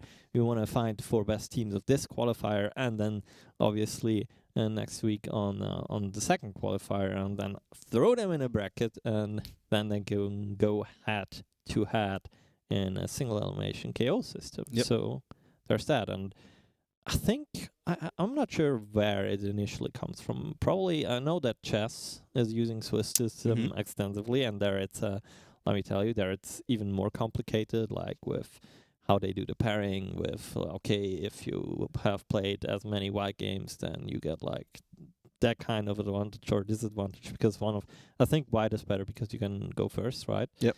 So there's a lot of factors that actually go into that. Okay. But yeah, just as a side note, I don't think we had an update yet, or maybe I missed it.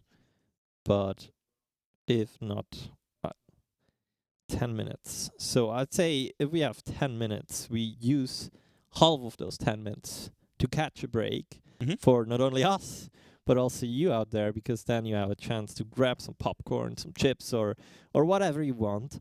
So if our producer is ready to throw us into a break in a few minutes, then we'll go into a break in a few minutes. Until then, we have seen one game. Yep. We have set a baseline. Okay. What do you expect coming? Okay, so far with the first draft of the first game, I kind of like that it's kind of meta. It's kind of a meta draft. We have the Lee Sin, we have the Xin Zhao. The Fiora is kind of like a solo carry, which not everyone is ready to play. In such an environment, but he did play very well and got ahead early. Not sure about the Wukong. Maybe that's kind of like a comfort pick. We've seen it work on Mad Lions, for example, with Armut, who's a very good Wukong player. But for this qualifier, it's always kind of like meta versus comfort.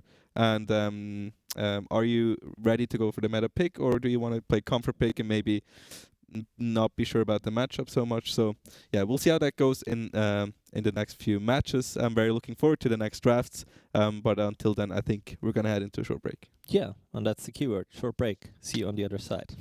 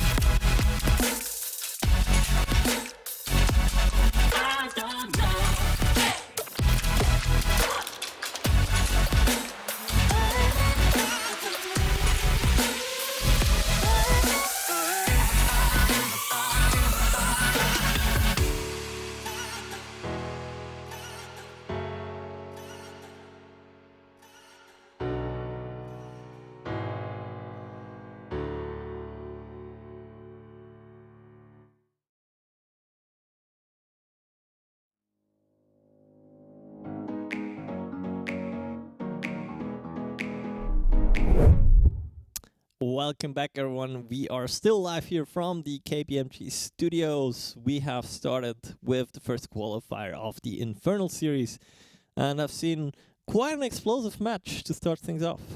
Well, for one team it was. For one team, For the it was, Fiora yeah. and the Lee Sin it was. For the Fiora and the Lee Sin it was, the yeah. Victor as well. But very nice first game to see. But we talked about it a bit before. Kind of the team comp of Why Would I Leak was very, very strong. And the Victor just came online. Lee Sin was a good early game as well as the Fiora, so they kind of had the advantage across the whole game. And towards the end, the team fights were just too strong for side of Seraph, which gave the win to Why Would I Leak.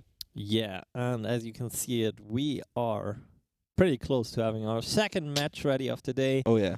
And we have talked about one of the players at the start a bit, which is Luckily, who is probably, I would call him the team captain, or I think he's the team captain, or the guy who...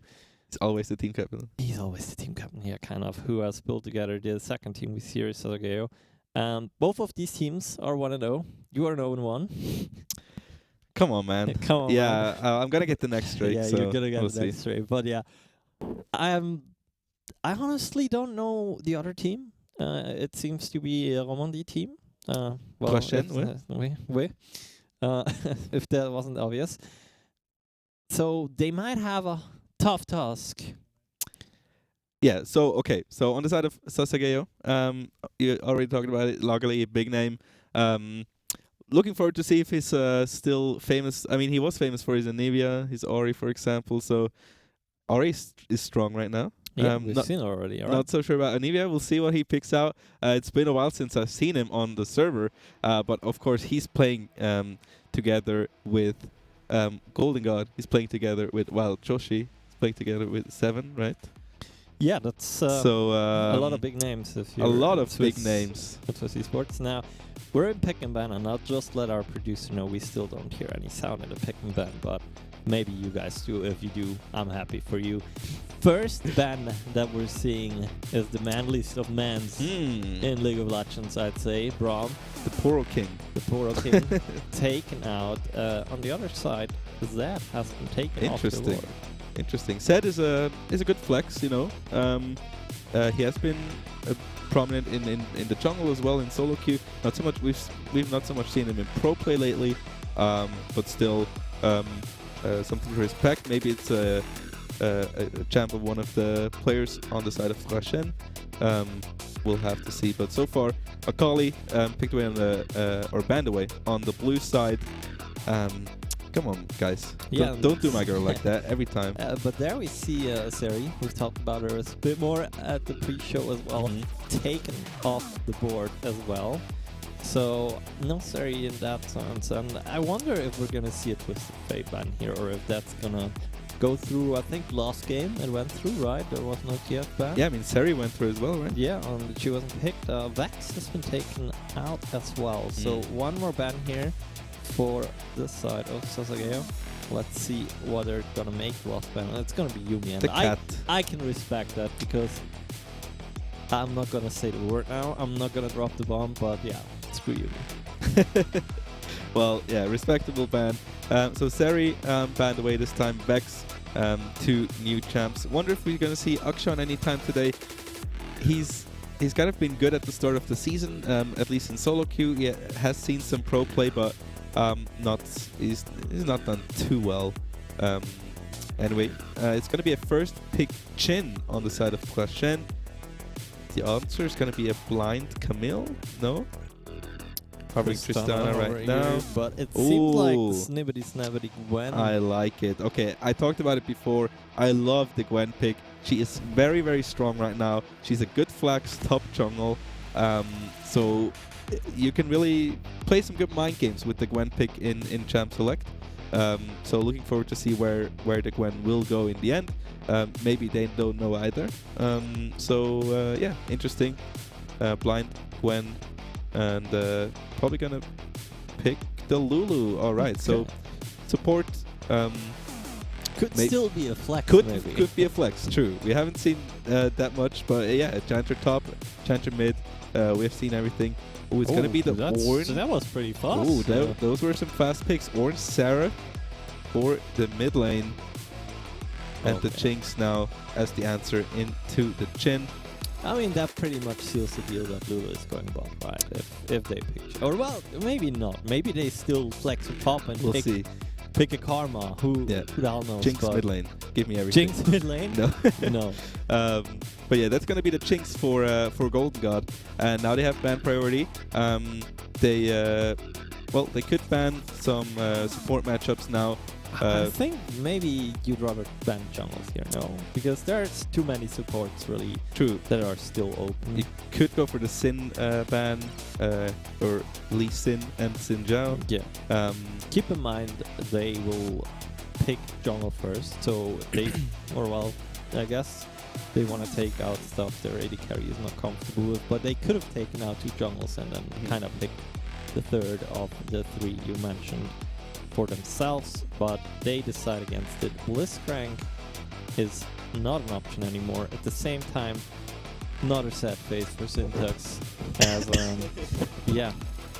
Well, Yasuo is also out, and I think they think I'm on their team. Yeah. Guys, I'm not playing today. Yeah, You don't no, have to. man. You don't have to ban Yasuo and Akali. It's not me.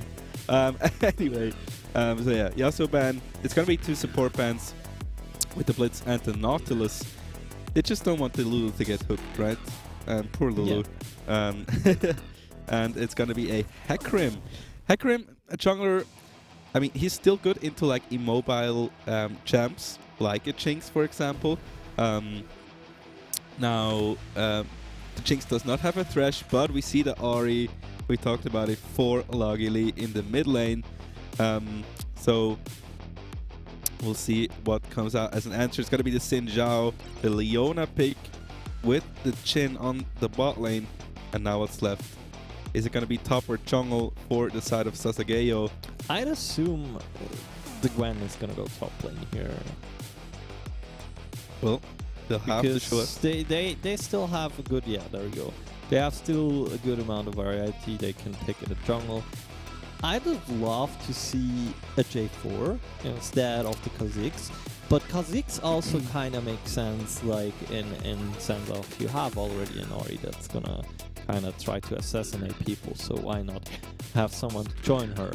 But with the Kha'Zix, they will have to play much more around vision, and Yeah. he cannot just come up front, right? He needs to kind of find a flank. They are not really running a front line here. They're running a, hey, we're gonna win our duels comp. Like I assume they play heavily for lanes as well. I mean, they have very solid lane matchups, I'd say.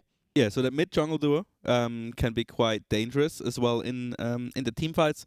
If kind of like Ori and Kha'Zix find a good flank, they hit a good charm on maybe on the Seraph or the Jhin. They're going to be bursted down instantly, right? Yeah. So we'll see if they can make that work. They don't have too much of a front line really. They have Gwen who can tank a lot because she's immune a lot of the time. You know, Gwen is immune. The favorite, my favorite meme, but yeah, we'll see how that works. Not so sure if they can make it work because I mean the plan is clear with the Ahri and the Kha'Zix. Yeah, we'll see if they can position correctly as well in those team fights to make those 2 champs work. Yeah. I don't expect any level 1 action really from those 2 teams. Like the Lulu is surely not gonna invade, right? So Yeah, they are probably either gonna stack or just normally cover.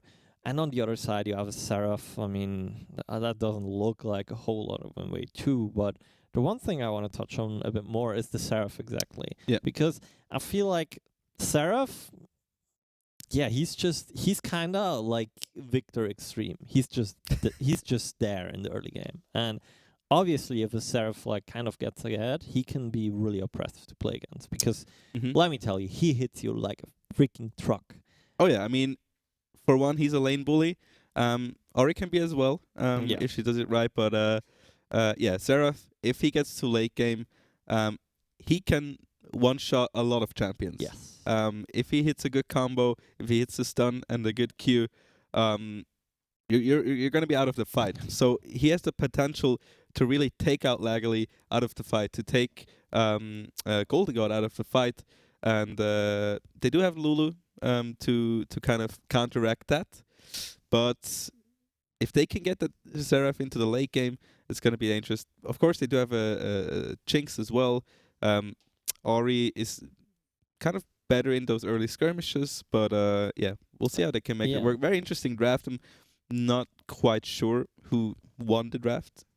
I think I would give the favor to Sasageo just because I feel like Trochens Esport is a little bit of too passive. Like their most active player in that draft is going to be the Sinzao, right? Yeah. But where can he really play into? He can play into bot lane. That's pretty much it. I don't think he's going to find too much openings in mid lane because I don't see that they win the 2v2. If the Kha'Zix is around, they're going to get smacked. And in the top lane, the Ornn, I mean, Ornn he's kind of like the picture perfect tank you imagine. Oh yeah. Like if you if you want the tank number one, he's your guy because he can also upgrade your stuff, right? He can upgrade your stuff, and I mean he's got some good setup for the team fights. He of course has the Call of the Forge God, which is a good ultimate in the team fights as well. So he can get those knockups. He can get some setups for the Seraph, for example, and the Sinjao to go in. So they do have some tankiness and some frontline, which Sasageo is kind of missing a bit, because they do have the Gwen. Gwen without the W can die very quickly if you focus her, and yeah, we'll see how that works out. I think that the thing though is they're probably not going to group at some point. I think at some point they're just going to play 1-3-1. Send Gwen and the Ahri on the side lane, have the Lulu with the Jinx in the mid lane, and the Kha'Zix is kind of the connector to those packs, Get some good jungle vision, but obviously they have to get to this point first. Yep. If they are getting behind early on, I could see them struggling because they kind of rely so much on that, let's call it playmaking, or that on those skirmishes. Their team fighting is okay, but certainly not as good as the one of Trochens Esport. And there we go. We have both teams in the fountain ready to go, sprinting out onto Summoner Swift for our second game here. That's the first qualifier of the Infernal series, and I am hyped. Yeah, well, we have talked a lot about the draft. Let's talk a bit about the players, because on the side, I don't know too much about the Trochens roster. I do know some stuff about Sasageo, and their roster is very scary, let me tell you. Golden God on the ADC position, top challenger player on EU West. Luckily, I'm not sure. There is no tier for Luckily. He's just Luckily, maybe playing out of retirement home, still active. No, not sure. No, I'm super happy that he's still going. Yeah, I think he's happy. Ori is in the meta, right? Yeah, I'd assume so. Maybe we'll see some Anivia at some point, but no. Of course, he has more variation than that. So, level 1, not too much happening. We nearly forgot about a thing, but you get a heads up now. It's not a Cloud Soul. Oh, okay, nice. It's not a Cloud Soul. So. Okay, so last time we had the Ocean Soul. This time, I think I'm gonna stay with my Hextech Drake. All right. I have faith. I love that.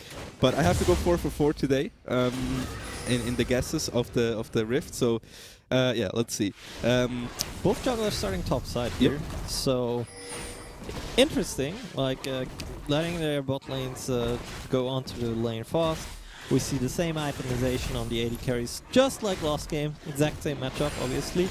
We see Jinx has cookies. I'm not sure if I agree with that choice, but can work, obviously. And now the interesting part is, where will the junglers decide to go, right? Will they go into bottom lane, or will they clear their bot jungle and then head into the mid lane? But right now, there's prio on every lane for Sasageo. They are pushing in the opposing team as much as they can.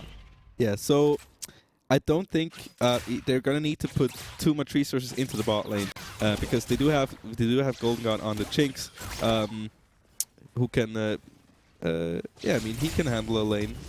So we'll see how much Twashen, how much resources they will put into the bot lane to kind of counteract that matchup there. Yeah, so far definitely pushed in the bot lane. Mid lane seems to be equal. Ori does have the ignite advantage, so if if she's able, maybe on level 6, to get a good charm, she does definitely have kill threat there in the mid lane against the TP on Dexera. So Zinzao is in a brush, and the ward that Sasageo had just timed out, so they don't know about this. Now, Golden God is, well, he wanted to go ward. Doesn't get to do that now. And early smite on the crab. He could be losing that crab because that smite steal. And look at that. Suddenly surrounded by 4 people. Oh my goodness. That flash is not going to get you anywhere. I don't know what the thought process was there, but First Blood goes over to Jinx, the hyper carry. They couldn't ask for more there on the side of Sasageo. Get the crab, get the kill, and probably Kha'Zix will be able to even go to the top side crab as well now. Oh, absolutely. The last thing you want is kind of die on the first scuttle, right? Yes. But good on Sasageo because they had 4 people there instantly. Yes. They said, okay, he's on the crab. We have prio everywhere. So the Sinjar doesn't even have any business contesting the crab, I think. Did the Ahri flash to get to the Sinzao, or did she have to flash in mid lane? No, she flashed the charm. Okay, she flashed him. Okay, I wasn't sure. Yeah. That was what I was assuming. Now we see they are still heavily pushing here in the bot lane, and I expect them to get the first plate and then probably back off. Like, Golden God has 35 CS plus a kill plus a plate that would be probably Noonquiver plus boots back, so I'd expect them to do that, but it seems like look at that. They actually want to stay for longer. The double buff here has to be careful though. Send a plate into the stun. Yeah, but so much damage. Oh, and he's dancing with the tower range so nicely. Now, the Zinzao is back here again. Don't forget, he doesn't have flash, but his bot lane can bait with the heal here. Ooh. Joshi is taking 2 tower shots. Heal is coming out. The mark is onto him. The root lands, and that should be the kill. And even another force on the flash. Will they get the kill onto Jinx? Onto the Jhin? No, they don't. The Leona will end up getting the kill. So suboptimal, but a kill is a kill. Jungler comes to push out the lane. You love to see it, and that's a good reset for them. Yeah, well handled by Twashen. A little bit cocky there on the side of Sasageo to stand up there. 4 summoner spells down on the bot lane for Sasageo as well. All 4 still up for the side of Twashen. So even though they kind of got pushed in and they gave him a hard time, Jhin is not doing too badly. We see Jinx with the pickaxe, 2 long swords, and the dagger. So a lot of AD already on that Jinx. They have to watch out for that. She's still gonna win those trades, but yeah, if they have to watch out with the vision. That's looking like a premium dive here. Should be easy going. Does get the knock up on the Ornn, but nicely one more tower shot would have done it. But both very low. But that's a nice little dive there onto the Ornn, and Gwen is in a pretty good spot right now. Yeah, and I think that Xingzhou can be really happy that he soaked up some XP top, because whilst he was in the bot lane helping to get some kills there, his whole topside jungle got stolen by the Kha'Zix. So you can see it in the CS. Kha'Zix nearly doubles the Xingzhou at this point and probably will hit 6 very soon.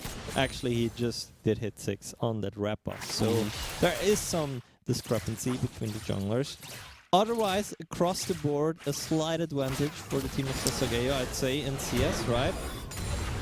Yeah. So they're already 2k gold ahead. pretty early to call anything, but it's a good start from Sasageo. Now, first Drake, Cloud Drake is up. The Herald is going to be up in half a minute as well, so maybe there's going to be a trade happening for that. I think Sasageo has so much prio on both mid lane and the bot lane that this first Herald pick should be pretty easy. We already see the Ahri moving, Kha'Zix is there, bot lane is pushing in, and that should be an easy first Drake for Sasageo. We'll see if they are putting on resources on the side of Bashen to contest this. Maybe going for a steal, but it's not going to be it. Ahri ults in, instantly dashes in. It's the Charm Ignite, will take down, but not able to get the kill. And now Loggerly is kind of in a dangerous position. They do finish off the Seraph though, and now it's a disaster for the Xin Zhao. Very proactive by Loggerly. Yeah, definitely. It looked like he was kind of stuck there, but luckily his Kha'Zix came to the right. Not luckily. Okay, I'm sorry. Not the second time already today. Now, Dive is coming in again this time around. It's gonna be on the bot lane. Clean execution, nice tower aggro juggling, and my goodness, that's 3 plates down already. 3 plates on the bot lane for Chinks, plus first blood. Oh, I'm scared of Golden God here. We already see. I'm honestly more scared of the Kha'Zix. Like, yeah, yes, that too. Sure, the Jinx has a lot of gold as well, but the Kha'Zix has 4 kills. It's just not what you want to see at all. Like, he's gonna finish his item here, right? Yeah, there we go. Prowlers. Oh my goodness. Yeah, I mean, yeah. Good luck, have fun in this game if you have not a lot of HP, and to me, 3 people on the team of Bashen don't really have a lot of HP. Now imagine this: you're a Seraph. Yes. Going in the mid lane, and suddenly you have a purple bug jumping on you, and a human fox dashing to you and charming you, and they're trying to make sweet love to you. It's just not a great feeling if you're Seraph here. Yeah. You're trying to scale into the late game, but there's a 4-0 Kha'Zix and the Ahri in your lane, so gonna be a hard time for him. And the Kha'Zix is just so fed right now. Look at the farm difference. Yeah, talk about hard times. Seraph just died in the mid lane to the Ahri, so he's down. And now the Xin Zhao is at tier 2, tier 1 turret. Maybe they're looking at a potential dive here. Okay, it doesn't look like it. They are backing off, but they know that he's on the race. Whilst we're looking at the bot lane, keep on pushing. They want to get that last plate as well, because why not? And look at that, Kha'Zix has found someone in the enemy jungle. Oh, Xin Zhao ult is gone, and that's just the danger, right? Yeah, even the pink one. Like, they are making this their territory.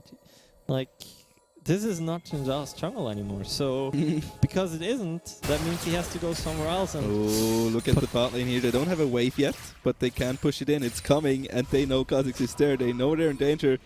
Can they get away in time? Wave is coming in. The Kha'Zix will drop down. Seraph no problem, Squad though. 1, 2. It's gonna hit the third one, but it's not enough. And maybe, the Exhausto nearly perfectly played there by the Leona, but it doesn't matter. Oh, the Seraph missed the stun. They're gonna give the kill to Chinks. That's 3 kills and the turret, so we're 11 minutes into the game, and we have a gold lead of already, what, 8k? They have a 4-0 Kha'Zix. They have a 4-0 Chinks with the first turret already down. It's looking like a complete disaster for Crushen. But you know who's having the most fun this game? Who? The top laners. Yeah, I know, what's the top lane doing? Yeah, there's the Ornithorn. Luckily, he's gonna get knocked up in Reminder. He doesn't have any dashes, so I think he's not gonna escape these 3 people. Question is, can he take the Xin Zhao with him? Ignite is still ticking, but it's barely not enough. And that's the 2nd kill on the board for Twashan Esport, and it's gonna be the Ornn who takes him home. So this guy, like this god, is gonna have to get really tanky to somewhat carry these fights, but I think he won't be able to get that tanky. Yeah, I mean, he has the bot lane in his lane now. Leona's there to kind of back him up, but what is he gonna do? Because the Gwen is already kind of a lane bully, he's behind in farm. Now he has a fed Jinx with a Lulu support on his lane, trying to make his life miserable. and it's just how can you play the game here? Just trying to get farm, but look at that damage. Golden God not even taking any damage himself, but just or in Half-Life. Yeah, the worst part about this, so what they're doing right now is smart, because the Jhin would never be able to contest the Gwen in a 1v1 lane. So Jhin back is coming top lane. They are kind of trying to secure the top lane themselves with some backup from the Sinzo, because, well, they are expecting a bug, but they didn't expect him that soon. Leona is pretty low, a Jinx Flashed in. not ready anymore, but he's just going in deep. Gets the kill, is unstoppable. He's a pretty big bug right now. But there comes the clap, is down. But they're not done yet, they keep on going. Or he still has a dash? Forward. There's the dash, will it be enough? Another yes, dash. It will. Curtain's call, but I don't think you can stay here, Jhin. Ari got yet another dash, my hits the charm. goodness. And yeah, that's where all the people are going to end up from Cushion in the fountain next to the Leona. Luckily, even flashing his mastery, man. They got the shutdown on the Kazakhs for the Jhin. So Jhin got the shutdown at least, but I mean, now Lagley is fed as well. They still have a Gwen, who's doing okay farm-wise. But I mean, look at their team members. Kazakhs, Jinx and Ori all fed. And we just saw the buffed Ori in full effect. All those dashes, just so dangerous and so difficult to play around in those team fights. If you're such an immobile comp, you're a Seraph, you're a Jhin. I mean, what are you gonna do? Yeah, you're just gonna watch and hope you don't get dizzy. Now, second turret has fallen. There is the second Drake, and to your disappointment, it's a Hextech Drake, so that free skin is gone for you today. Oh my goodness. You got another chance. Well, so next week. Yeah. Next week. Next week. Gonna talk to the Riot guys. Maybe they can do maybe, something for me. Twitch some settings. But yeah, 14 minutes in, we have nearly a 10k gold lead for the side of Sasageo. Jinx just went back base, bought herself a rapid fire cannon so she can shoot you from even further range with the passive.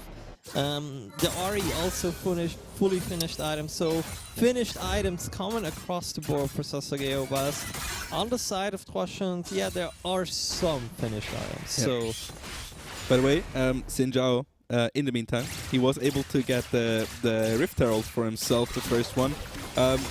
Did not use it yet. yeah, how are they even going to use it, right? All the lanes are pushed in. They have Cryo on the side of Sasageo everywhere. Gonna get another turret here. How are you gonna get that Rift Herald to a turret? Goodness, the damage coming in here. Rocket is gonna get that snipe, and like that, he's unstoppable. Look at the dashes. Yeah, he's struggling with the wall, but he's hitting his shots, otherwise has to flash out. Even then, he is flashing his mastering mode. There comes the snipes, though. Is he gonna hit? No, it's fine. And yeah, I don't think they can hold this tower here. Like, okay, maybe with the Orn.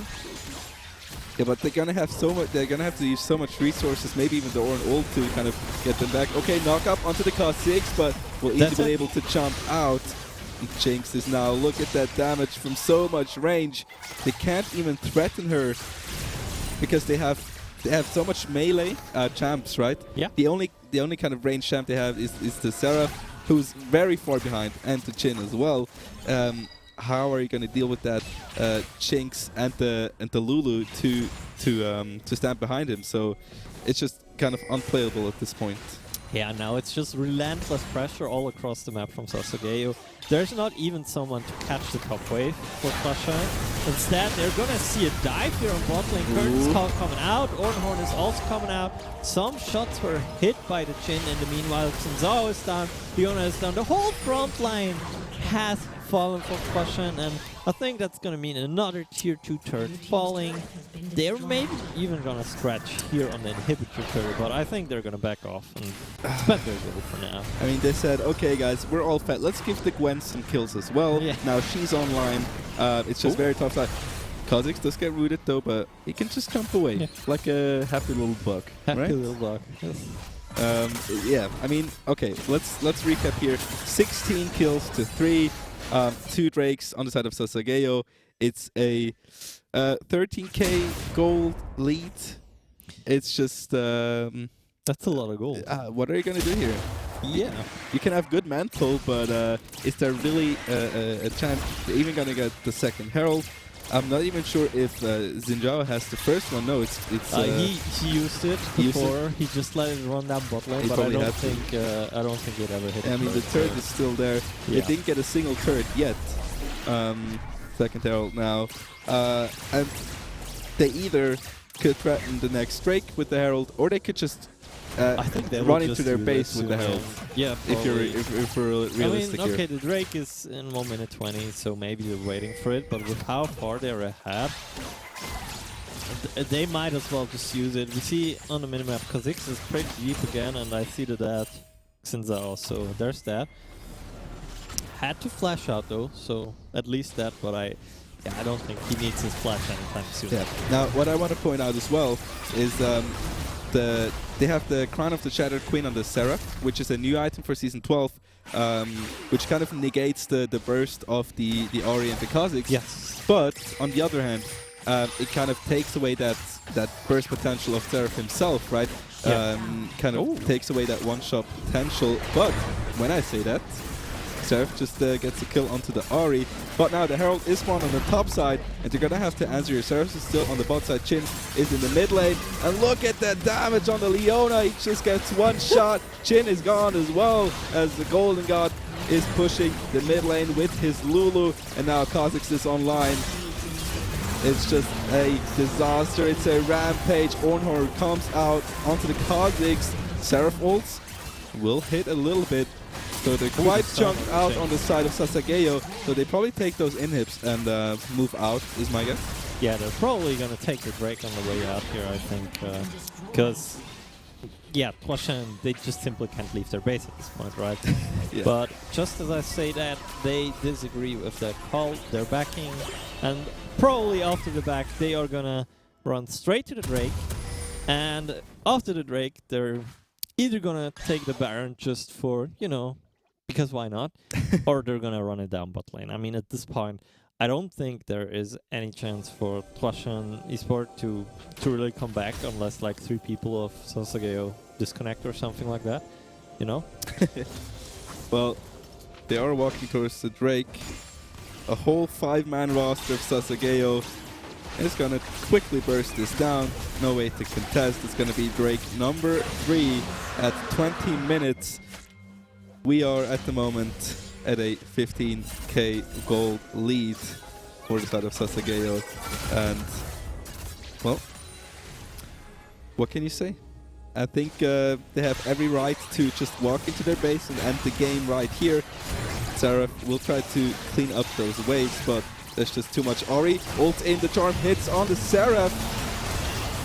Oh, almost didn't Come finish. out though, triple knockup, but even with a triple knockup, it doesn't matter. They're just too far behind now. 2 kills now. The Chinks and the Ori have fallen, so Kha'Zix is somewhat the only carry, but it's enough carry in the team of Sasageo. 8-1 Kha'Zix here will probably also take out the Ornn here. It's the Gwen versus the Ornn. Ornn gets on the fountain, so he's gonna reach on some HP, but third inhibitor falls shortly, and they have super minions here, so Yeah. looking grim here. What's for the Ornn Twashan. gonna do? Yeah, he's gonna watch. That's what he's gonna do. The Xerath is spawning right now, so maybe one last attempt. Obviously the Chinks here, that's the wrong side of the action. But there we go. Snipes are coming Okay, out. Gwen. The Nexus is 1 hit away from being taken out, and that's it. Sasageo. What a dominant fashion in this game. So they certainly knew what to do. Yeah, and let's be real here. It's kind of what we expected. Yeah, definitely. Coming out of the roster we've seen right here. But just once again, just so dominant. That early game, the Kha'Zix got so fed. The Kha'Zix helped the Chinks get fed, helped the Ori get fed. In the end, Gwen was online as well. So yeah, I guess they played around their team comp very well. The Kha'Zix super good, and yeah, it's just the experience maybe in the end as well of the players. Yeah. I mean, bottom line is they were probably the better team and probably the better players. Yeah. That can happen though, but it was pretty brutal. They took the advantages and they capitalized so much on them. You give them like a little inch, they will take the inch and they will make the best out of it. I mean, Jinx got 5 platings bottom, and then they rotate her into top. They take the tier 2 to her top. By this point, the game was kind of lost already. Like, how do you get back? Like, that's kind of the problem. Yeah, in theory, Twashans, they somewhat had tools to come back. They have some CC, they have some engage, but they just lacked the damage in the end of the day because their carries weren't really live yet to go. And like that, Sasugeo ran away with the game. Clear win. And they are 2-0 now, so 3 more games to go for them. And let's see if they can reach top 4. Yeah, absolutely. I mean, Twashen, they put a lot of trust into the Seraph and the Jhin to carry in the late game, but in the bot lane it was very tough because the Lulu had a lot of poke. Joshi played very well, poked them out heavily. I mean, what are you gonna do? You have Golden God just standing by your turret and auto attacking you with the rocket range, right? So there's so much poke, so much damage, and kind of with that Jhin Leona comp, Leona kind of has to go in, right? Yes. She can't do anything otherwise. What is she gonna do? Yeah, it's a one direction trip. She has to go in, and they just kind of didn't allow that on the side because Kha'Zix also gave a lot of attention to bot lane and mid lane. So just overall, very tough to play against a team like Sasageo. Yeah. So that leaves us with 3 more rounds for today.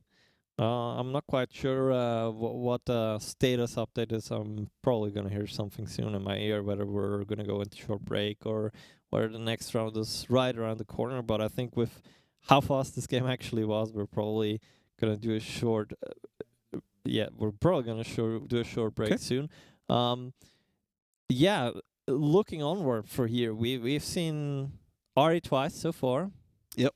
Do you think we're gonna keep on seeing her, or is she gonna take off the board? Is she not gonna get picked anymore? Is she the go-to pick for the Infernal series today? Okay, I mean, I've played the new Ori and the old Ori. The thing is, before Ori, she had ult, she had 3 dashes, and that's it, right? She had kind of one window where she could be useful in a team fight. Otherwise, she's so immobile. She's just very exposed a lot of the times. With these new changes, if she gets a takedown or a kill or an assist, she gets more dashes, and it just makes her very much more dynamic. Yes. Her laning phase is stronger because of the healing and the new passive. So she's a very strong pick. It depends on the matchup as well, of course, but in general, she can be a lane bully, and in team fights, she's much more stronger now. And I mean, I don't mind her. She's a good pick. The question is, how do you counter that? But she's a good pick. Yeah, I mean, it didn't look too grim, and they got even a kill in her, someone around the early mid game. But yeah, obviously, I'm not sure how representative this one game was, but the game before, the Ari did some good stuff too, but it just wasn't enough in the end, right? The Victor outshined her.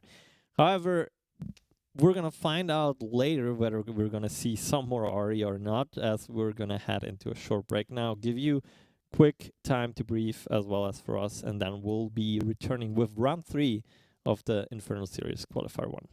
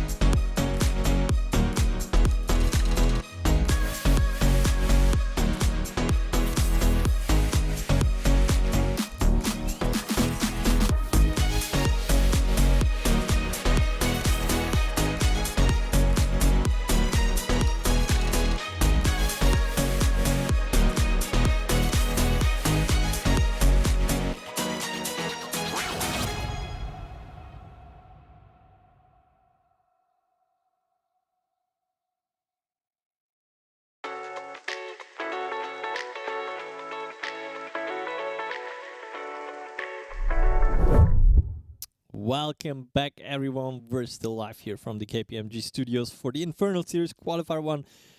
We have seen two rounds so far, but if you follow us on Twitter, you might know what's happening next. We have the games of the games, and we're not even waiting around. You can see it on the left side. You have the team of players that now play League of Legends. Linux, he has been announced for My Insanity CSGO. No, that's written off. That's the new superstar roster in League of Legends with Linux, with Blazer, and obviously, how could we leave him out? He didn't make it in R6, but he's gonna make it in League of Legends. Neox. The legend. The legend. The himself. legend, Neox. All right, so a roster of just famous Twitter users, I guess, nowadays. All right. The thing is, the only thing I know about the roster of Aram Samsam is Neox has been playing for a bit, a few months maybe. A few months maybe. Then they have Linux, who's good at FPS.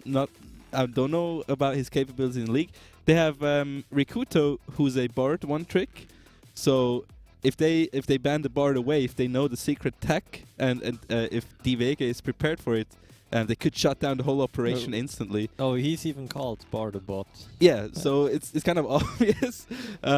Anyway, looking at the bans right now, on the side of Aram Samsam, we have the Yumi and the Viego banned away, and on the side of DVG, it's gonna be a Morgana and a Lissandra ban. So Lissandra ban always kind of points out that they might go for the LeBlanc, because Lissandra is a famous pick into the LeBlanc, not because she wins the matchup, but because she survives it. Yeah. Right.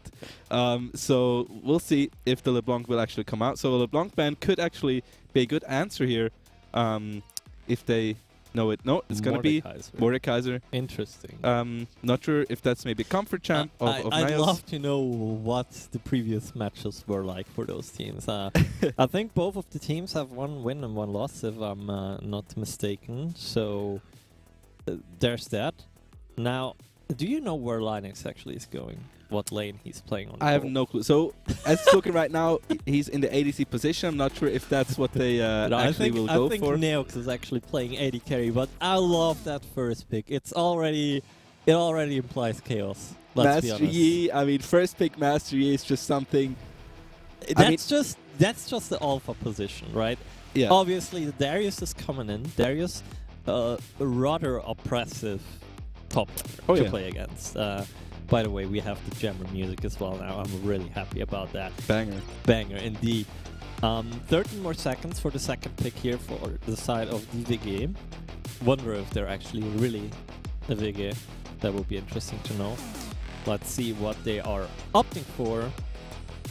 Timer is running out, and it's gonna be Braum. So Braum was banned last game. This time it's gonna be a pick. Okay, so we have top and support blind.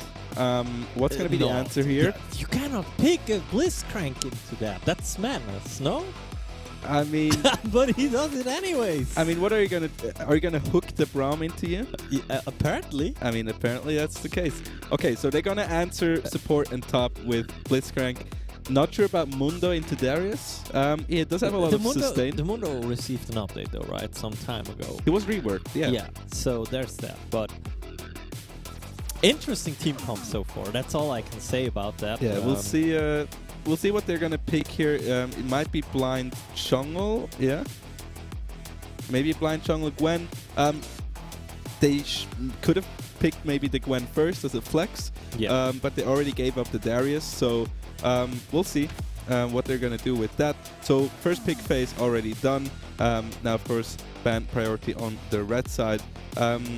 Could ban away some ADCs here to kind of support their ADC in that bot lane matchup. We'll see what they go for right here. Yeah, it's going to be the Ashe. That's literally what I just wanted to say. Neox has been playing a lot of Ashe and Misfortune. That's all I know about the guy. He doesn't know the difference between a stealth ward and pink ward, or he didn't know. He got that on Twitter now. Okay. No worries. But he used to play MF and Ashe. I played with him a game or two as well. So with the Ashe gone for him, I wonder if the next ban of DVG is actually going to be an MF. Ooh. And if that's the case, what is he going to pick? At the same time, Seri has been taken down by Aram Samsam. And a Victor ban. Respectable, to be honest. Yeah, that's not bad. maybe they saw they didn't want to be too harsh on Neox and give him the MF.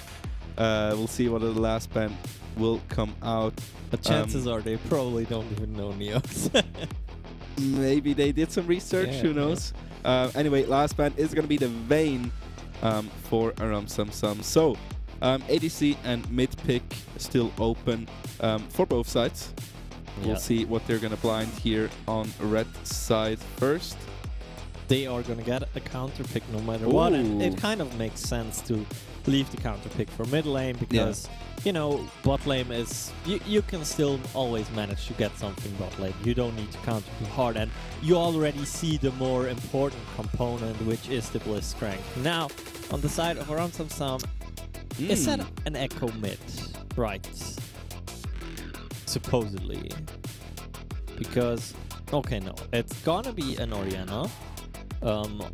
No real delivery system here, and Neox is going for his misfortune bot. The Yasuo, like, you first, and I think that's actually a really good pick. Like, the MF is not gonna have a fun time here. She's gonna have her ult blocked by the Yasuo wall. She's gonna have her ult blocked by the Braum shield. Yeah. So if I just look at the draft, for me, it kind of looks like a draft in favor of DVG.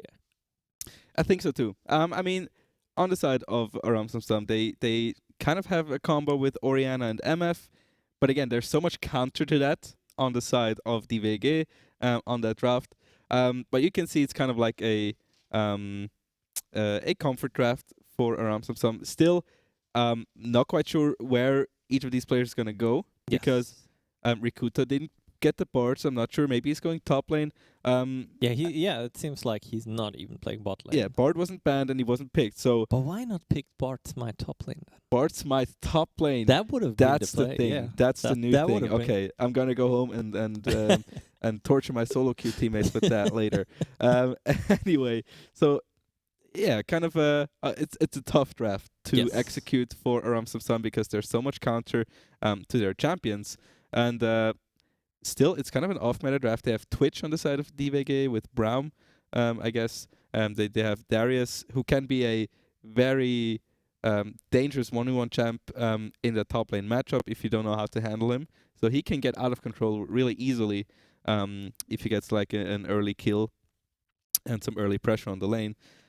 I see just a lot of situations where it could go wrong for Aram Sam Sam. Yeah. And I think with the Braum, we also have a potential for a level 1 invader here. Because the passive for Braum is really strong, plus the Q obviously itself gets slow.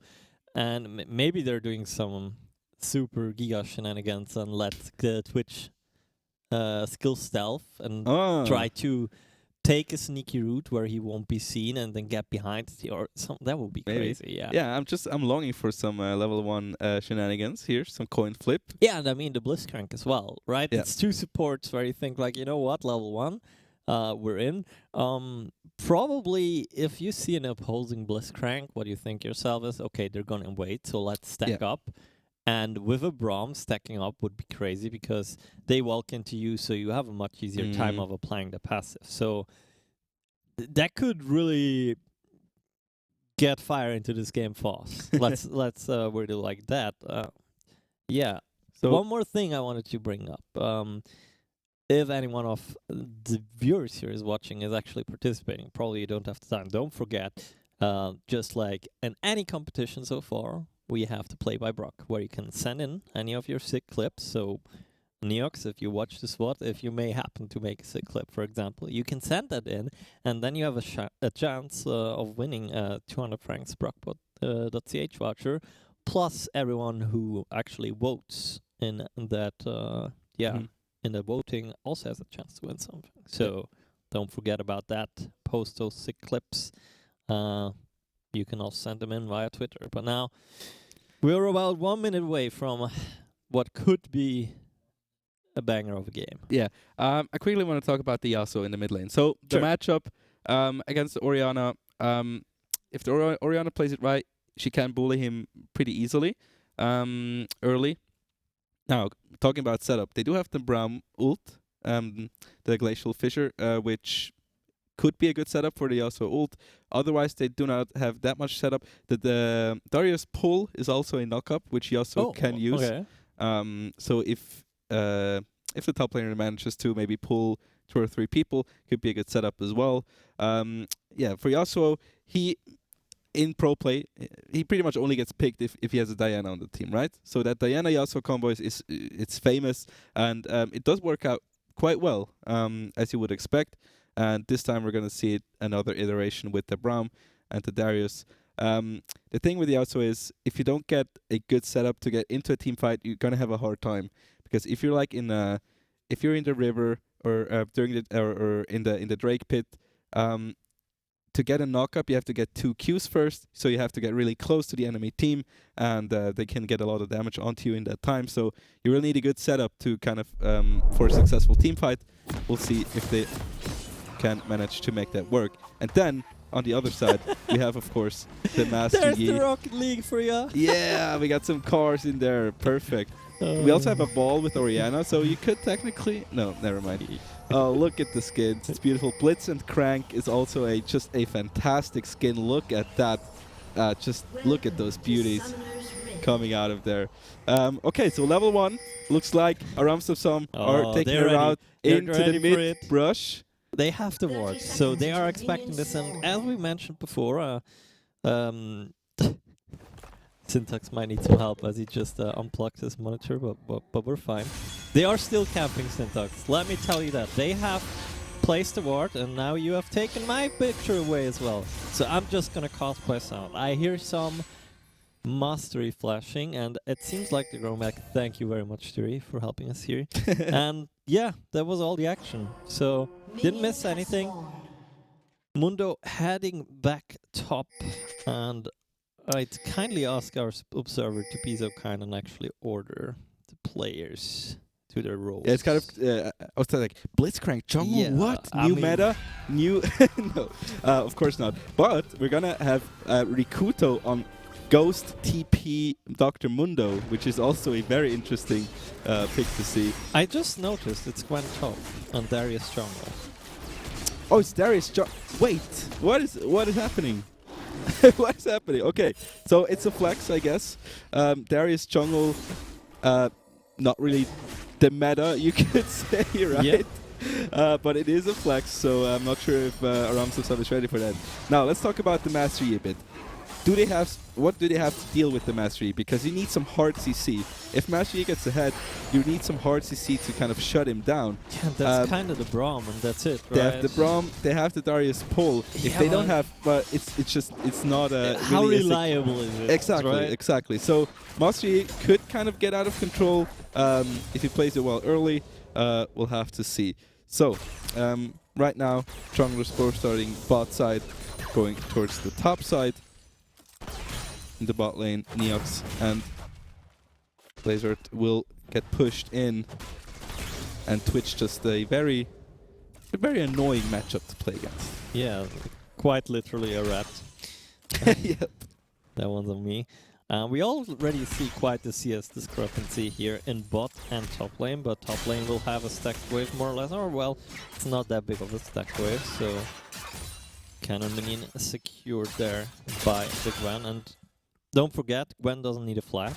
She can go with Ignite TP, Oh yeah. especially against the Mundo. Not too shabby, right? And an early back by the Gwen. What is she gonna get off of that? Boots? Could maybe get M-tome. a call. Okay, it's gonna be the M-tome. In general, not so sure about the Ghost pickup by Rikuto on the Dr. Mundo, because do you really want to run a Gwen down with Ignite? I'm not sure if that's gonna work. Maybe he's gonna use it as an escape. Yeah. It's just like, okay, I want to run away from that chap. That's why I picked Ghost. Let's see here. So far in the mid lane, CS pretty even. Top lane as well, but not looking so good. A lot of pressure coming out of that Twitch with the Braum. And here's what we kind of talked about, right? The Yasuo can't really do too much in the mid lane early on, and Linux is actually doing a good job. He's holding the wave on his side, so he's making it even harder for the Yasuo to actually get some CS. In the meanwhile, the Darius is here getting his second crap. I don't think there's anything to be done about that. And there's an engage. Okay. And I've seen Neox running around, but I don't think he will be in time. The Mastery will He's just gone. be taken out. Flash. I don't think that Flash was worth it. Burst Blood to the Yasuo. And there as well, a blue buff. But Linux is actually there to trade him back. Can he? How much can he get here? Ooh, has to watch out. Oh, Flashes that's- actually. That's an Ignite. Is that enough? The last tick maybe? No, Oh, barely. Insanely close. Oh, levels up, get some health back, but He one cannot Q, stay that for... one QW by the Oriana could do it, right? The Oriana's kinda though, so... But So Darius he is can coming help, into yeah. the mid lane. Maybe she's a bit Yeah. greedy there. Gank is It getting puts on pain. the ghost, but I don't think Yasuo ever wants to go close to that. Linux has to just run away from that, but can he? Does have a speed up himself with the W on the Gwen, but the Gwen is coming, I mean. Yeah, Will go in there Linux as well. is here, keep up with that. So he can, all he can do is actually auto attack at the Mundo now. Has to run away, pop that flash. The suitcase is not quite hitting, and there is the kill onto him. Darius pockets that in. And, oh, what a shame. Linux kind of has to stay top, but he can't he? He doesn't have any mana, so even if he wanted to, they could have even gone for a dive, technically on the top Flash lane, there, but wait him out. they didn't want to. Unfortunate. They are going to contest this. Let's see how fast or not fast they can take this. Blazer is already Yux pretty in melee low. range. Auto attacks coming through the exhaust onto the Mastery. Completely shutting him down there. Double kill for the Twitch. And that's another one in the back. And in addition to that, it's gonna be the Drake for DVG. So a pretty rough start here for Aram Samsam. Yeah, that's the second time today we've seen like a fight around the first scuttle go very badly. Because the thing is, you don't have prio on the lanes, so how are you going to contest the scuttle? We saw it with the Sasageo game as well. If you're going to have like... Is he just going to give up the Raptors? No, right? There's no way you can do that, right? No, with Linux moving in, not going to be a good idea. But he also is 6. Ult is up. So potential with the Darius. There is no ghost though. So Darius without the He ghost. has Predator though, so it's kind of his complementary ghost, right? That's true, yeah.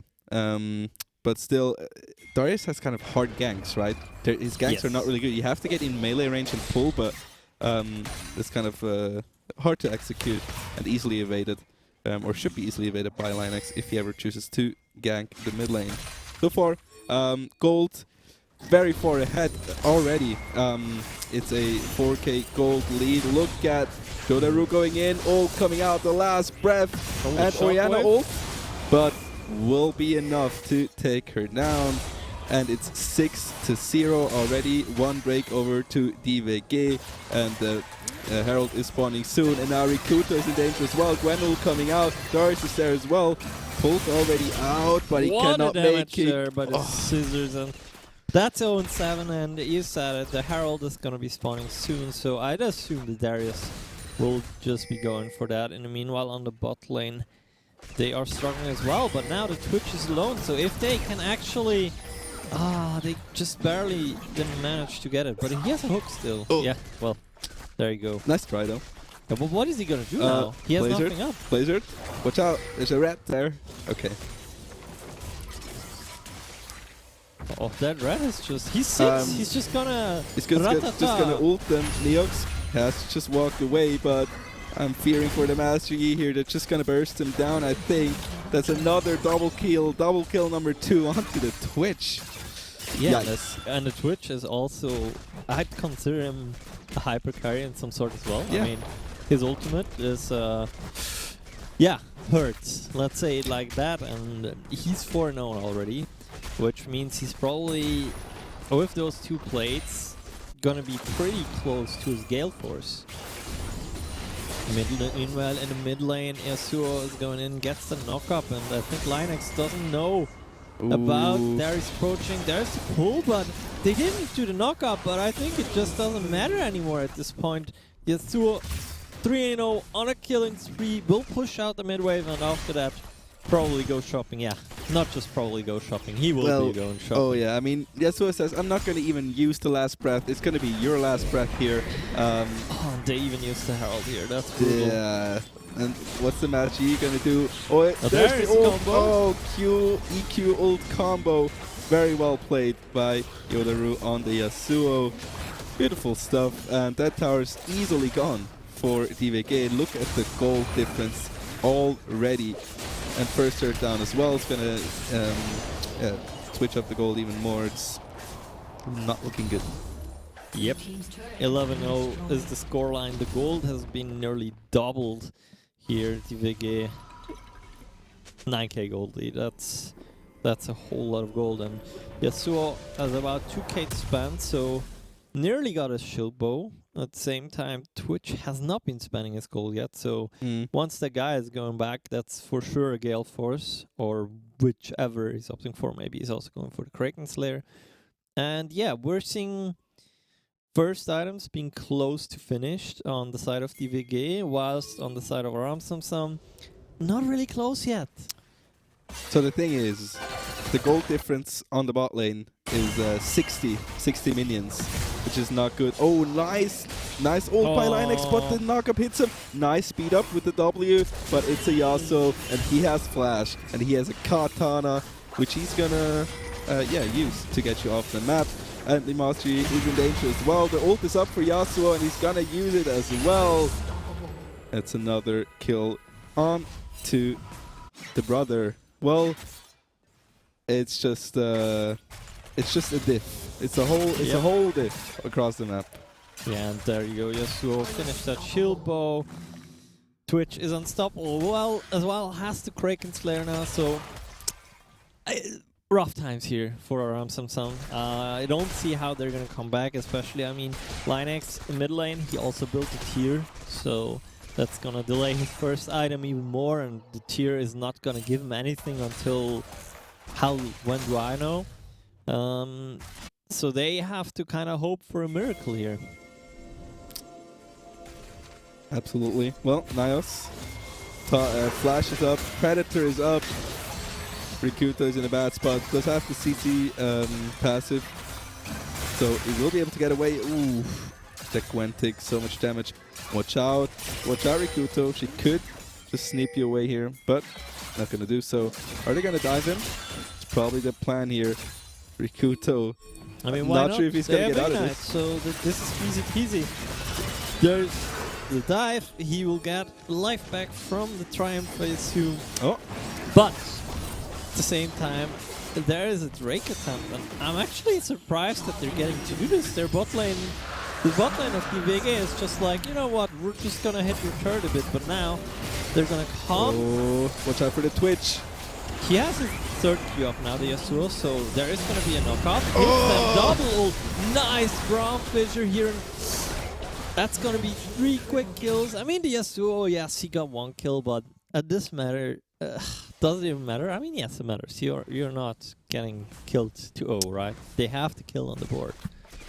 I mean, yeah, I'm surprised they got the break, because, I mean, their bot lane was like right there, up at the turret with so much prio. They did get a break, but to quote someone of the Marvel Universe, what did it cost? You know, everything. It just really cost the whole team right there with that Yasuo ult and the Twitch from the backline. So there's no way they can handle this. Neox is on 35 farm, which is you're just not gonna do any damage. At this point, you know, how are you going to come back into the game with more importantly, the bot lane of Aram Samsung is level 6, so that's 3 levels down on the Twitch. Yeah, the levels make up a whole lot of the gold, even more. Yeah, so it's not just that he doesn't have the items, but he doesn't have the stats from levels to actually do something, and they want to defend this blue buff by all costs. There is the hook onto the Darius, but I'm honestly not sure if you want to hook the Darius. No, Yasuo comes in, second dash, uses the last breath, and I think Neox is part of history as he's taken out, and Linex, he can only try to run for his life, but probably doesn't matter either. There we go, taken out, double kill for Nios on the Darius, and yeah, this looks like a relentless performance from DVG. Yeah, we're at 40 minutes. By the way, the Mastery was able to get the first kill for Samsung, so it's not a shutout. Definitely not. But they can pretty much do whatever they want on the map right now. Drake is going to be up in 50 seconds. They have the second Herald to spawn right now, which the Darius is probably going to go to after this blue buff. And if they wanted to, they can definitely use the Herald to get into the base and to get closer towards the Nexus here. But look at that, so much damage. Oriano misses, but they are able to shut down the Twitch. But again, what did it cost? It's a triple kill for the Twitch here, and he is 12-1. They were able to get the shutdown. There's still a shutdown on Darius. There's a 700 gold shutdown on the Yasuo. So much they could potentially pick up, but still, how are they going to match that? For every kill they can get, they're going to lose like 3 or 4 members themselves. Yep. So it's not even worth it. I mean, yeah, it's so tough. Yeah, the Twitch just literally went to base and bought himself a collector. So, yeah, there's that. And with the Darius having turbo Chemtech now, he's not going to be ran away from. The meanwhile, here on the top lane, Gwen is doing some 1v2 dueling and just staying. But now maybe as Linux is approaching, the Gwen has to run, but what they don't know is there's Darius and the Brahma in the corner. There comes the shield boy, goes in. Gwen is still immune and that's outside of the field. I mean, you have to go in there to fight her, and that's how fast the Mundo died. In a blink of an eye. Well, Mundo goes where he pleases, and apparently that's back to base. Yeah. So 26-2. It's a gold lead, not even worth saying. So they're gonna get the Herald, and they're gonna use this to push into the base pretty surely. I don't know how much longer they wanna kind of play this game out, but with the Herald they can definitely do a lot of damage. Not sure if Aramsam has anything to kind of stop the push and stop the siege here into the base. Yeah, the mid inhibitor turret already down to a third of life. Next wave might seal the deal as they just walk up with a wind wall of Yasuo. At the same time here, Twitch just pushing bot lane. Oh, they still have a Herald! Yeah.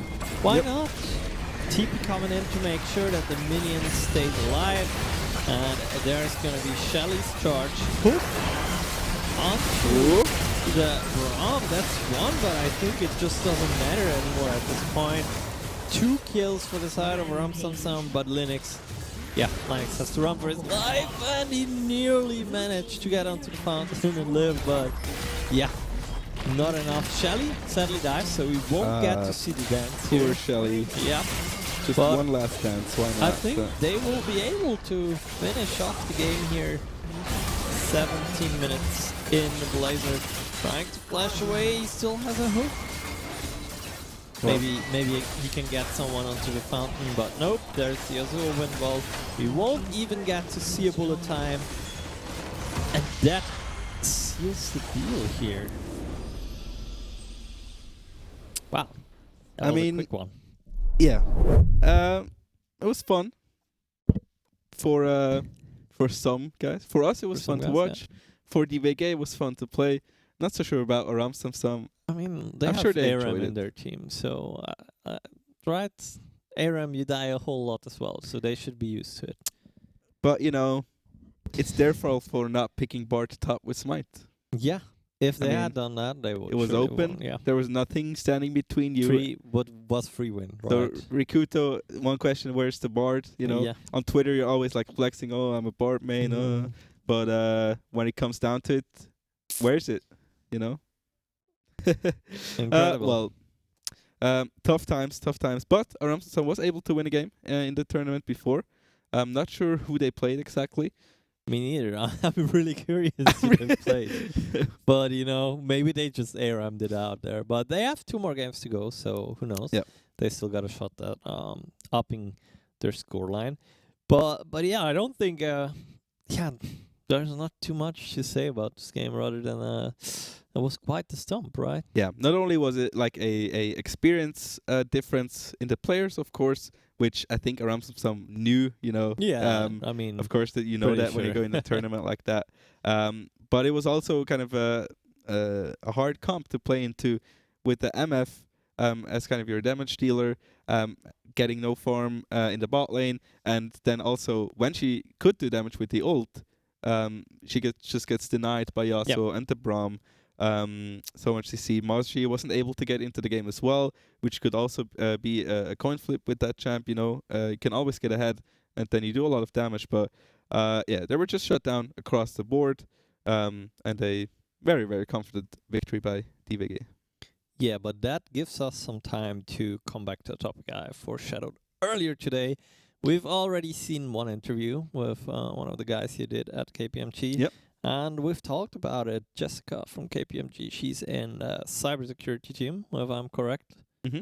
And you had a chat with her. And before we go into that interview, maybe tell us a bit about that. Yeah, it was very lovely to talk to Jessica as well. She does play games herself, and she will talk a bit about what she likes to play. It's not League of Legends, but it's not everyone's cup of tea, right? But yeah, it was lovely to talk to her and to get some insight on what she does in her team. And I guess let's let her talk herself and tell us a bit about herself and her job and her history in gaming. Hey everyone, I'm here with Jessica from KPMG. We are here to talk a little bit about yourself, about your work, and your colleagues as well. So to start off, maybe take a few words to introduce yourself and what you do here. Okay, hi, thank you. Thank you for the introduction. My name is Jessica. I actually started my career in cybersecurity back in 2017 with KPMG Australia. Okay. I moved from KPMG Australia in 2018 to Germany. I've stayed in cybersecurity most of the time. However, I did a little career jump and moved to Microsoft to try a more technical role for a while. I was working in their secure infrastructure team. We're working with cloud technology. But I missed KPMG and I came back 2019. Mm-hmm. And so I've been with them ever since, and I've been working a lot now in cloud technology, bringing my experience from Microsoft and also cybersecurity strategy and governance. Mm-hmm. And Wonderful. So what exactly is it that you and your colleagues do in your team, or what exactly is your job here? So we actually have quite a diverse team. People with very different backgrounds, some people with more business backgrounds, some people with more technical backgrounds. And you've got some people, I actually studied a Bachelor of Science at university, so as you can see, it's quite a mix of people. And the actual jobs we're doing are also quite diverse. So we have some people that are doing more technical work, like pen testing, for instance. Then we have other people that are doing more audits, so security audit or security assessments. Essentially, that's just to kind of find the client's cybersecurity posture and trying to find any gaps or things that they can remediate and do better. And then there's also people doing more cyber strategy and governance type work. Very interesting. So at the Swiss Esports League, we're obviously all about gaming. So maybe tell us a bit about the gamer in yourself. Yeah, so ever since I can remember, I've always played games. So I started gaming back when I was in primary school. Mm-hmm. And I remember we used to have these computers that are set up in the back, and I'd try to finish my work as soon as possible, because if you finished early, you could play games. And we didn't have a computer at home, so that'd be the only time I could play games. And then when I hit high school, I got more into some more serious style games like Counter-Strike and World of Warcraft and Halo and Doom and a whole range of other games. All right. And to still this day, I'm still playing a lot of games. Predominantly, I'm playing Counter-Strike and World of Warcraft. And recently, Halo Infinite just got released, so I've been playing through a bit of that. Are you enjoying it? Of course, yeah. When I have the time around work. Okay, so would you say you're a PC gamer dominantly? Somewhere between Xbox and PC. Okay. So. Coming from Halo, Xbox, of course. Yeah, you just have to pick your console, it seemed. Yeah, that's kind of the case, yeah. So maybe a little bit back to KPMG. Are there any cool team events you guys do with your team or with your colleagues, maybe outside of work or during the work? Yeah, actually, we have a very social, special team, I'd say. We do a lot of things together. Often there's team drinks and events when we actually are allowed to, with it's COVID at the moment, but usually we're quite active in that way. Sometimes we've gone skiing together, and also we have a channel on Steam where we play some games together. We played a bit of Counter-Strike in the past. So yeah, we're a pretty active team. Awesome, it sounds amazing. It's important to have like people you can also enjoy other things. I mean, even in the office when you come in, like there's Nerf guns everywhere around. When we have a break, we have a bit of fun. So yeah. Sounds awesome. So talking about gaming, are there any maybe similarities between your job and maybe playing or competing online? Is there anything you could compare there? Yes, I believe so. So with a lot of games, you're given like a quest or some kind of mission. There's always some kind of thing you need to solve. So for example, like you need to solve some kind of problem. And then it's the same thing with consulting, actually. You're basically a problem solver, essentially. And you really need to have that creative ability, sort of think outside the box and find a way to solve the problem. And I mean, this is kind of what brought me into consulting and why I love it so much, because I mean, I've worked for other types of work in the past and it's a lot more confined and you have to follow the rules and regulations, but with consulting, you're given the freedom to sort of solve problems in the way that you want to solve them or it's best for you, and that's the same with games, actually. Yeah, sounds very similar to some of the games I know, yeah. So maybe to finish off, is there anything you'd like to tell the people about KPMG, about the firm, about your job? Anything you want to say? Yes, so I mean, for the cyber team, I can definitely speak. So we have a really great team and a really great team spirit and culture. And we're all friends as well, like outside of work. And you really have the choice to sort of drive the career how you want to drive it, which is really, really great. So if you come with a certain passion or a strong skill set, you can kind of drive this through your career and you're given a lot of freedom. So that's what I can say. Awesome. That will conclude the interview. Thank you so much for talking to me, Jessica. And yeah, thanks so much for your time. Thank you very much. There you have it. Even the cybersecurity team has Nerf guns. Now I'm jelly. Like, Why don't we have any Nerf guns here? I don't think so. I think we have one in the office, but I never get to use it. I always am the one that gets shot at. Sad times. But yeah. Man. Enough about that. KPMG, as mentioned before, thanks to them, you can love. Thanks to them, this is why we can do it. Yep. The studio space here is awesome, by the way. I love it. And they're giving us a whole lot of support that makes this even possible. So leave them a like, let them know that you like that they're doing this. And obviously, we're trying to give you a little insight into what work is like at KPMG. They're always looking for new talents.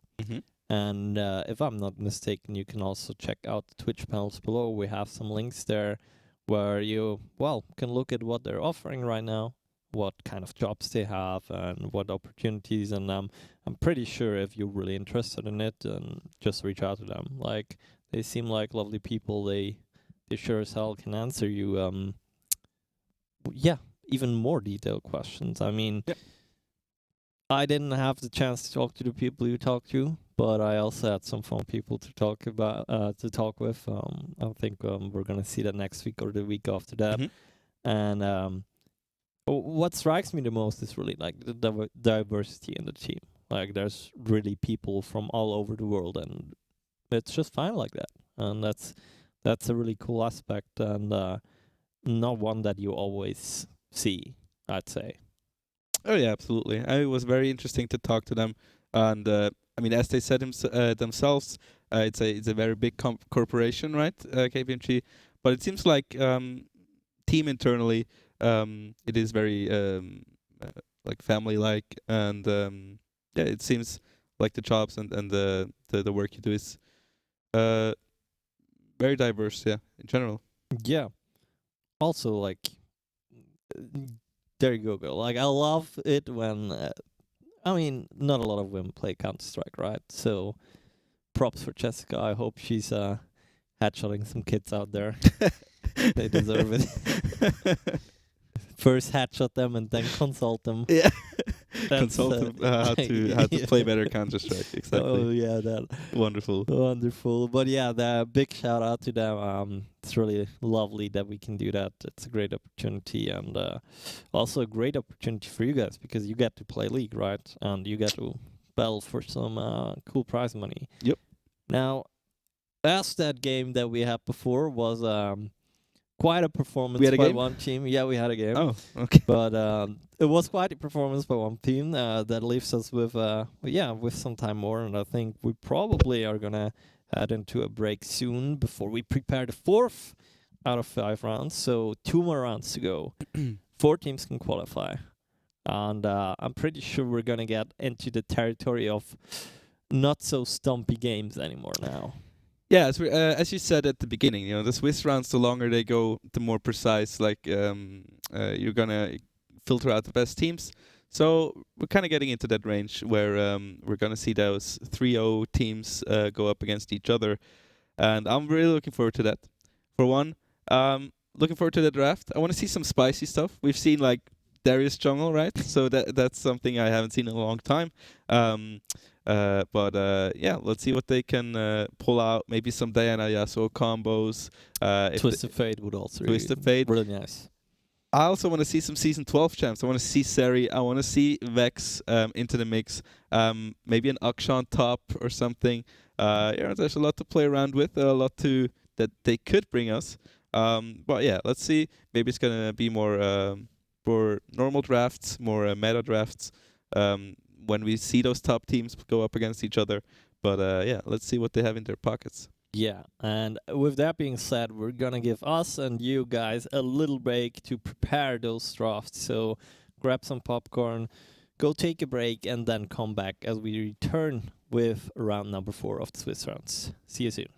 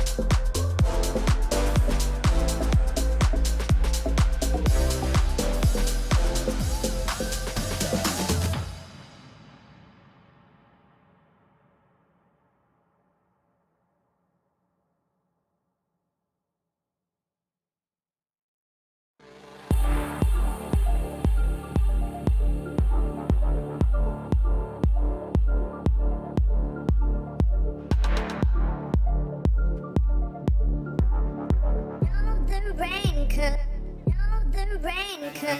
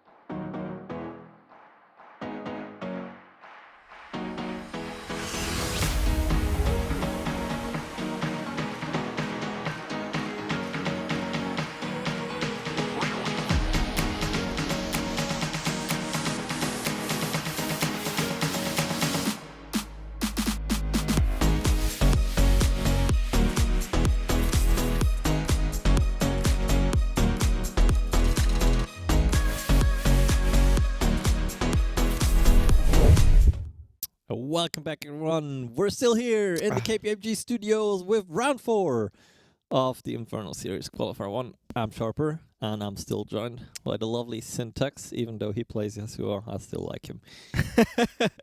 Oh man, I was feeling the jam. I was into it, but we're back in the game. I think we should just do catch up, catch up stream. Yeah, round 4. We already have the matchup ready, and like in 3 seconds, our producer is gonna like this. Oh, so good. So good. Damn. We have Arctic Gaming going up against Sanchen Esports. So we're packing out the big guns here. Or at least I hope so. Yeah, so I don't know all of the players on these rosters. What I know is the mid lane matchup. So on Arctic, we're going to have Giga, and on Sanchen, it's going to be Zero. Two of the most prominent Swiss mid laners, among others, of course. But still, that mid lane matchup is going to be very interesting. That's what I'm looking forward to. Otherwise, I mean, these teams are both won 3 games already so far. Yes. Right. So one of these teams is gonna get their first loss in this game. By the way, we have 2 games left. So this one, then we're gonna have another one. After that, we are gonna have our top 4 teams of these Swiss rounds who are gonna go on to the playoffs. So 2 more games. Yeah, and it's kind of important for the teams. I mean, if you win right now, your chances are high that you're going to be in the top 4, right? Yeah. I mean, if you're going 5-0, you're top 4. But if you lose here and win next round, then maybe you are in the top 4, maybe you're not. Going to depend on how good your tiebreakers are. But even I know some players. I mean, Moxie Sander is on Sanchen Esports, for example. That's a name that I even know. And obviously Arctic Gaming. I mean, Arctic Gaming again with like 3 teams or something. So they're like half of the league scene in Switzerland. Kappa. It's like the chance is so big that one of these teams is going to make top 4, right? So obviously, just joking. A very big shout out to Arctic. It's always lovely when we see a lot of teams. And so I wonder how good that team is going to be. Like, and also, now I'm really curious if we're gonna see a more once we're going into a pick and ban, if we're gonna see a more let's call it high level draft. So far the drafts have been really tailored to the opposing teams and not really to meta, I'd say, right? So, and I'm curious now whether we're gonna see some TF bans, whether maybe we're gonna see a Seri pick. That would be really cool. Absolutely. Or what's gonna be going on? Some explosive fights, like some fully flashed team fights. I think we didn't really have that either yet. It's been a lot of skirmishing left, right, and center, but we didn't really see a full-on 5v5 fight yet. Yeah. So I mean, these last 2 games were kind of like stomps, right? So. These games were like kind of designed by some skirmishes around the scuttle, around the Drake, which one of the teams obviously lost quite heavily, and that's kind of like the thing when you're a team that's kind of behind in experience, right? You're not playing that long as the opposing team. You really have to watch out. You can't really go for these risks. But now we're getting into the territory of very experienced teams. Both of these teams 3-0 already on the day. So I'm expecting to see some meta picks, some meta bans, and maybe some spicy stuff. We'll see. Seri I think will most likely be banned away by Red Side. But we'll see if she gets through here or there. And maybe we see some Yone or Akali. Never mind. Probably not. Not like this. No. Personally, I'm actually hoping to see some Aphelios. That would be really cool. Pretty high skill ceiling champion, I'd say. But I like the interaction with the different weapons, like that you're good in different circumstances with those weapons, and then another circumstance again with these weapons. Leaves open possibility for fast measures, for example. If you have a crescendo mental lifesteal weapon, then you're just gonna melt it Baron away. It's not as much 200 years of Philios anymore as it used to be, but maybe it's like 100 years nowadays. I mean, he has been nerfed quite a bit, Yeah. right? But he's still a very prominent pick in pro play. So he is picked very heavily together with the Thresh, and it just needs something to peel for him a bit, right? Because depending on the weapon he has, it doesn't have a lot of self peel. It doesn't have a lot of mobility. So, but he's still a very high utility champion, which can be very useful in the right comps. So we'll see if the ADCs are gonna pick him up. The thing is, you need to invest time into the champ, Yes. right? I'm not sure if everyone has done that to a point where they are confident in picking it in a situation like this, because for these high level teams, now these last 2 matches in the Swiss rounds are kind of right. Okay, guys, now we have to watch out. We could lose this, right? Because we're heading into the better teams now. So you really have to watch out, and not sure if they're down to experiment here. Definitely, I wouldn't recommend experimenting here. Don't pick Thora Commit if you never played it. Don't think that's gonna I happen. mean, Fudge never played it before, yeah. right? Or he hasn't played it in 2 years, but he picked it up. Then again, he has a very specific coach, not to be named here now, the Church of C9. Yeah, but we're getting pretty close to champ select, and yeah, what I actually would also like to see is the Crocodile on top lane. That would be a really cool pick, because when there's a Crocodile on top lane, it often tends to be some action-heavy gameplay, you know? Well, you're a sinner then, right? I mean, I don't know. Not with the church. Okay. No. Yeah, you said it already. That's fine. No. Yeah, we're gonna head Okay, into pick and ban in just a sec. But yeah, I mean, the red active ban, go. jokes aside, it can be very high utility. It can be very good in those team fights. Pretty and, fast bans here. Rek'Sai and Seri Rek'Sai taken off ban. the board. So, no, Seri. Rek'Sai obviously is known to be a pretty damn good Lee Sin counter, if not the best. Yeah. What about the Aurelion Soul? I think you have something to say about Okay, that. so I mean, Giga is just famous for being the Aurelion Soul main, right? So I like that they're giving him the respect. So like, okay, we're gonna take that away from you, because the thing is, you don't face a lot of Aurelion Soul players, and you don't. Through that, you don't get a lot of experience with the matchup. So yeah, they're gonna respect him on that. Then the Caitlyn ban comes out, which is yeah, also high ban rate on that ADC. So nothing too curious. The Xin Zhao. Timer nearly ticked out. Victor is also not up for grabs anymore. Sanchen also took out the Xin Zhao, so we won't see that now. First pick chance for Sanchen Esports, and they are gonna secure the Chinks. So now, if you're Arctic Gaming, you kind of have the option to decide, okay, what do we want? Do we kind of want to match that hyper carry late game style?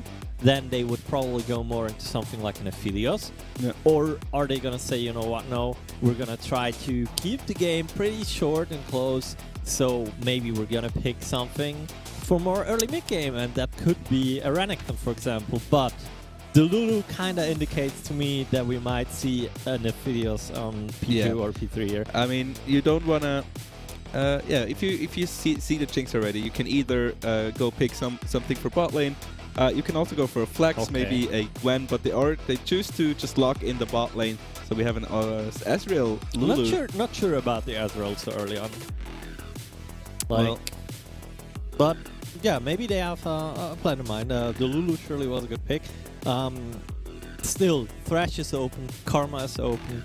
Both two really good options, and Viego, obviously. He's been a jungle that we've seen on the big stage, the LCS, pretty good. Or yesterday, Santorin, I think it was Santorin on the LCS, also, so pretty good pick. And Corki, you've talked a bit about him in the beginning. Package got nerfed, but still nonetheless, like, Corki with 3 or 4 items late game, like, he can make you disappear. Oh yeah, so Corki, yeah, they do have the nerfs, but still a very good late game champ, even if you can't contest all the breaks with the package. Now Nocturne coming in here to turn off the lights, very interesting pick. So I'm wondering if they're gonna kind of combo the Nocturne with something else to just kind of turn the lights off and get some picks.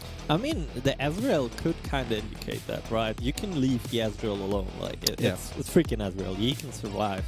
and maybe they are going for a full-on aggressive team, and against the Jinx and the Corki, that might as well work. Yeah, Corki has a wild carry, but let's be honest, what is a wild carry? Right, that's about it. Like, he cannot dash away twice or something. Yeah, so, yeah. What I find interesting is that they banned Malphite themselves, because Malphite, for example, would have been something that would have suited pretty well into a Nocturne as dive body. On the other hand, we have Seraph taken off the board. Now the Ornn is banned, so no late game tank, aka Ornn or Malphite for Senshin Esports. Question is, what is going to be their last ban? Do you think the TF is an option for Arctic Gaming, for example? Well, I'm not sure if how proficient Giga is on the TF, but it would be an option. But like, if TF isn't picked up by now, it's not going to be picked up later, I think. But it could be an option with the Nocturne together, of course. We'll see here. But I mean, what Arctic about Chen Nocturne? That could be a good combo. that here. could be, yeah. Arctic Game investing a lot into the top lane. It's going to be a Veigar in the mid lane, a champ that has been coming like out of hibernation a bit in the last few weeks and last few patches, and is known to be very, very strong in solo queue at the moment. Yes. And Veigar, just the itemization going for the late game can be very, very nice, especially into like Aviego, into Corki, can shut down There's them Karma. very well, and the Karma support for the Jinx. So Enchanter bot lanes. Now, my question is, who's got the engage? We got Nocturne on the side of Arctic Gaming, who can go in, Veigar to kind of cage them in. What does Senshin Esports have? They of course have the Corki package. I don't think they want to play engage. Maybe a Trundle could be a pick here, but kind of probably peel back. Yeah, but I don't think it's gonna be Trundle. But they need some frontline, and that's an okay thing here. So they are never gonna engage. They're just gonna run away, like they're chickens, more or less. They're gonna try to poke and whatnot, but like they need to work with vision, and they need to work on objectives. That's how they get to go in the game. At the same time, Arctic Gaming, they have engage if they want to, but at the same time, they don't necessarily need to go. The Nocturne is kind of alone if he engages. So, okay, never mind. Change of thought. Nocturne isn't alone anymore. And the Hextech ultimatum, actually, that's going to be a pretty good thing, right? Because not only are you going to capture someone, but the Hextech ultimatum also pushes the other guys away. So you can use it to jump behind someone and push people further into the team, so that's going to be interesting, right? Plus you have the Veigar cage as well. Yeah. So I think that work together quite well. Again, I think Senshin just wants the Jinx and Corki to poke them out, to do a lot of damage here, and kind of the Mundo, they just need to peel back a bit. The thing is, they need the Viego to get like a first reset. Yes. After that, after the reset, they can go in and they can push themselves. Before that, they need to just poke them out and get them low, and then maybe get the Mundo and Viego to kind of make something happen there. But yeah, seems like an interesting comp on the side of Arctic though, with Nocturne, Camille, Veigar. Could be interesting combo if they are able to pull it off actually. Yeah. Two very different team comps, and I don't think, for my opinion, I don't think any of those is really favored right now. It's two very different play styles. I think it's very dependent on the first few Drakes, like first and second Drake, because I think I feel like, I mean, yes, Corki is an 80 champ, but the first few levels, he doesn't necessarily have that much of a pressure, right? Veigar is pretty fine. Veigar is just chilling, spamming his Q, getting some stacks. Yeah, they both just kind of want to scale, right? And with that being said, I'm not sure who will get prio on the Drakes, because I feel like it's probably the Nocturne. Or is it like the bot lane? It's a really tough call on the bot lane. Karma is such a strong early support. Lulu is kind of just Lulu, What can I say? but yeah.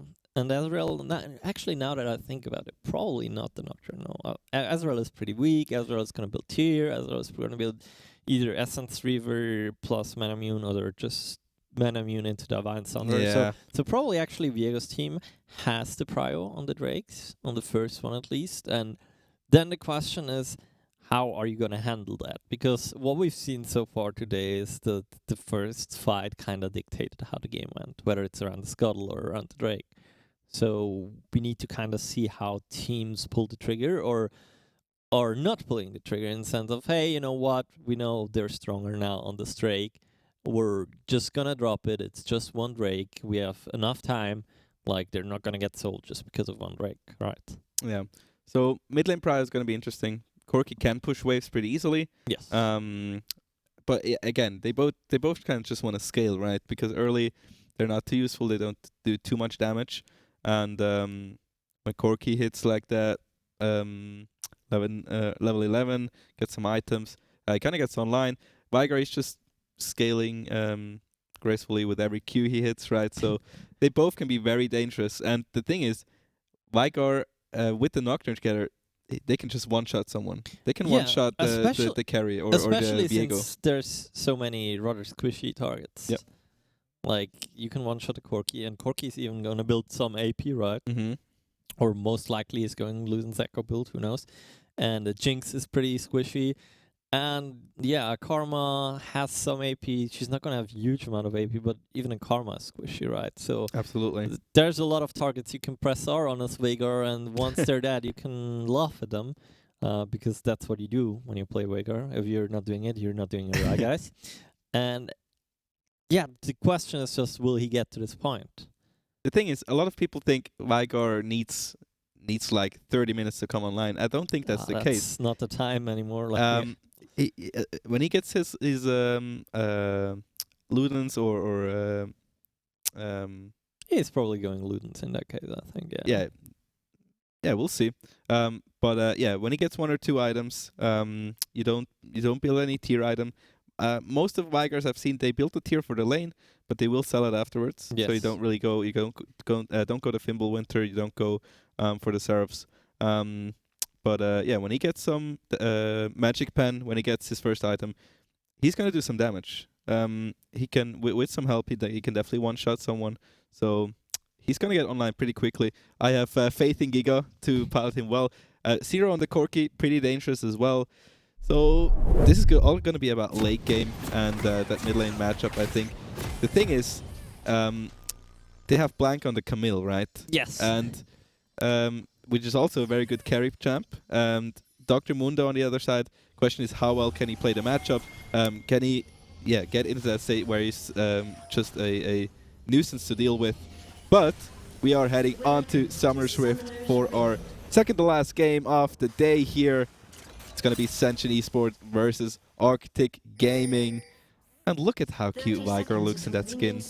Look at the cosplay. Yeah, just a few things to mention. K-Con on the Ezreal plays with Exhaust. Okay. Whilst Cheve, actually I used to play with Cheve for a bit of time. Mhm. Didn't know he's an Arctic. Cool for him. He plays healed, so they aren't looking to fight on bot lane. They're looking to chill on bot lane. Yeah. And Veigar in mid lane, I mean, it's kind of common nowadays, but he has Predator, so the Yordle can waddle around and Predator on your lane, cage you, and then you're done. Arctoza going Conqueror, not Lethal Tempo. Lethal Tempo has kind of fallen out of favor nowadays for a lot of melees, except for the dirty melees, like, Yasuo or Yone. Yeah. Well, the thing is, on the mid lane, Corki also has his W to kind of evade the cage. Yes. And that could pose it quite hard to gank him for the Nocturne. But still, I think for those teamfight comps, Arctic Game is looking to have a very nice comp. If the package is not up, that could be like a huge deal breaker. So they're gonna have to play around the package as well for the team fights, because the carries, they have Corki and they have Jinx, and Viego is very dependent on if he gets those resets. So that's just what we're gonna have to see in the late game. Yeah, and it seems like we have some sort of gentleman's agreement. Corki starting with Call and the Veigar, as you mentioned, starting with the tier. So both guys just want to farm a bit. Bot lane, not too much happening. I think top lane is probably the most fun lane to look at. As weird as that sounds. Little trade here on level 2. Camille, again, TP with an Ignite, as we've seen before on the Gwen. doesn't really need movement when you have so much movement in your kit already. But she's getting pushed in now, so not a whole lot of aggression is going to happen. From her side for now. Oh, we have a pause coming in. Yes. Well, the thing is with the Camille, Ignite is very good into the Mundo because Ignite obviously puts on the Grievous wounds yes. onto the Mundo. So the sustain he has is kind of negated by that.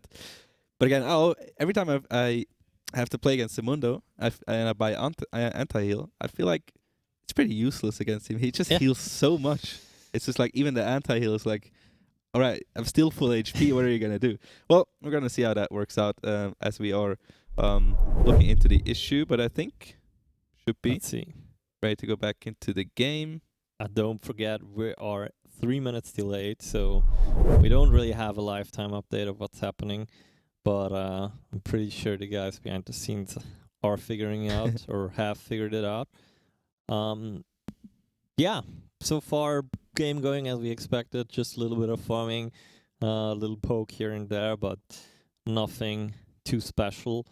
I didn't see what the first rake was. Didn't see either. Guess we'll see soon. But yeah, the thing is, top lane is interesting to look at to see who can get ahead. Mid lane is kind of like, I just want to farm, leave me alone, right? But if you can get the Viger behind or the Corki behind, can give your team a huge advantage. Bot lane matchup. There we go, we're back in game. Nice. The thing is, Astral has troubles pushing waves, right? Yeah. That's kind of one of his weakness. So he is going to get pushed in quite heavily, I would presume, although the Lulu can help him out a bit in the lane. But we'll have to see how that bot lane matchup works out in the end. Mundo, kind of in the river. He goes where he pleases, we all know that. He's actually doing the scuttle, so that's a pretty smart movement. Interesting. Pushed in the Camille, she cannot contest. So he gets the scuttle. At the same time, his bot lane is getting prio, moving in, and they will be getting the bot scuttle together with their jungle, even deep warding. Nocturne is backing, he knows he cannot get that. So they're kind of fine with dropping double scuttle, it seems. And I don't think Sentient should be able to get something here. And so does Viego as he vex. Well, Ezreal is level 3, so he does have the jump. So should be pretty safe here. But again, they're gonna lose prio every time here in this matchup with the Jinx or against the Jinx and the Karma. But yeah, so far pretty good. Nocturne walking towards that top crab, looking maybe for an invade or a top gank. Yeah, just checked whether the scuttle is still there. It's not. He has already been pinged out a lot. Did we just lose game sound or is that just me? Oh no, there we go. It was just really quiet. Sometimes it's just nice and quiet on Summoner's Rift. Yes. Sometimes it's not, like right now, as Blank is in a lot of trouble. First gank for the Viego gets the first blood. And Blank on the Camille. Not able to evade there, no flash, just the E, not able to work it out. Yeah, and Viego is kind of known as a jungler that can get out of control quite easily. Like, you could compare him a little bit out of Lee Sin, snowballing wise. Yeah. I've seen it in the LCS yesterday. One kill can suddenly lead to 2 to 3 to 4 or even more. And at that point you're not having fun anymore. And you mentioned it. If he can get a reset, he can keep on going. So we have to keep an eye out for that. It's over 1k gold lead already, and that accumulates a little bit across all lanes, like a few CS lead everywhere. Yeah, both scuttles. Plus the both scuttles. But yeah, nothing too big yet to worry about for Arctic Gaming, they're fine. And it is, by the way, an Infernal Drake first. Alright. That's a Drake you kind of want, I'd say. Still waiting for my Hextech Rift. It's I don't know, man. Well, I think it's gonna come down to like that first Herald, that first Drake. Although I don't think these teams prioritize Herald as much as like in pro play, where like 5-man move up for the Herald fight, right? I don't think that's gonna happen here. But you can use the Herald priority to maybe push the bot lane in and get some plates. They're baiting. They're baiting. Oh, Maxi Thunder's in a very dangerous spot. Ooh. Nocturne gets ignited. But that's pretty smart disengage there. But it was a nice little bait from Moxie Thunder. Maybe made it a bit too obvious after all, but Yeah. in the end, I think that's a win for Arctic Gaming, because that's 2 summoners out on the side of Senshin, and now Arctoza is going deeper. This time around, he will get rooted. In the mid lane, we got a little fight between the Veigar and the Corki, but yeah, that's about it. They will get the Scuttle, and maybe they will decide to go Drake. No, I don't think so, right? Just the Scuttle. Yeah, definitely a little bit of a skirmish here around the break. The Viego will reset, so he could just sneak it here. He does have Herald Vision here. Choose to go back to the bot lane. We'll see if they can get an engage there. Will be spotted out on the ward, of course. But I don't think they have vision because of the pink ward, of course. Yes, exactly. And he's purposely not hitting the ward so they don't get the vision like that. But they're staying very safe. Yeah. Oh. Just a little poke, but obviously Shevik can show that. And Arctoza, he cancelled this back another time. So the wave, obviously, right now in a good state for Arctic, but it seems to me that it will push out, especially with that wave coming in. And Arctoza is agreeing, is going back, gets the first little thing of the gold drink. I don't know how it's called anymore. But the one that you can do the Iron swipe. Spike Whip. Thank you very much. That's the one you mean? Yes. At the same time here, on top lane, we have the Viego. He has already hit level 6. And maybe they are trying to bait the engage, and so they do. Blank still has an Ignite, but Blank doesn't have his movement speed anymore, or movement itself anymore. Gets the Hextech ultimatum onto Wombo, but just a little bit too late. And I get it, you're Camille, you want to fight, but you gotta be careful at the same time here. The Viego has to be careful to shot down already, and that seems like a double kill for Arctoza. Oh boy, and Nocturne, you know, Nocturne is also one of those champs who, if he gets a kill or two, he can get out of control pretty fast. Now, Predator Veigar in mid lane forces the Valkyrie, but I think that's all that it's gonna be for now. Very nice answer from the Nocturne there. It was a nice try from Black with the Hextech ultimatum to kind of outplay the dive there, but in the end it's just too much damage, right? But nice answer. They took 2 turret shots on the side of Senshin Esports, so it's a very easy pickup for the Nocturne there. Good job. A little bit of an exchange here on the bot lane, but shouldn't be happening too hard. And first Herald should be going here to the side of Arctic Gaming as they have the priority. Mundo is moving down, though Smite has been used, but we'll be able to pick it up and get out of there. If I've seen it correctly, maybe our observer can confirm that. I think Veigar is already at like 130 AP. But maybe I'm mistaken. So we'll see if we go into mid lane again sometime soon. Right now we're looking at top as Blank is looking for yet another engage. This time around there is no Viego to put some more salt into his soup. So he's fine for now. Instead, though, look at Arctoza. He's pathing up. There is no darkness ready, but Blank can get the engage. Has to be a little bit careful, though. It seems like he might have been gone too early. And Wombo, he has to go now. So there's no point of return. But let's be honest, he already made it worth it. It's a 1-for-1 trade in a 2-for-1 scenario. The wave, though, Arctoza, if he stays here, he could have frozen that, but I guess he doesn't want to. Instead, he's probably going to push hard and then drop the Herald to counter that Drake.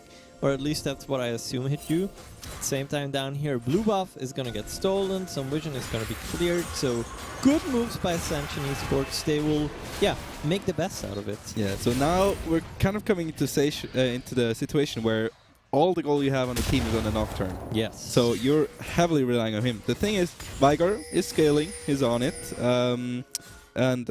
So Nocturne and Veigar should be like the main carries. I mean, so far bot lane has been quite uneventful, but the gold lead or the CS lead is kind of going forward. Now package coming in from the Corki, but the blast plant gets Gig out of there. Ooh, but ultimate coming in, and the Corki now suddenly has to run. There's a cage around the Viego, and no more Viego. And Corki should be a member of the past as well. Double kill here for the Veigar, and man, not only a double kill, but also a double buff And, you know, the Ooh. Herald is still up, which means Arctoza is going mid lane now. They're dropping that Herald, giving some more gold to himself and the Veigar. And potentially, if they even take the turret, they will open up the map.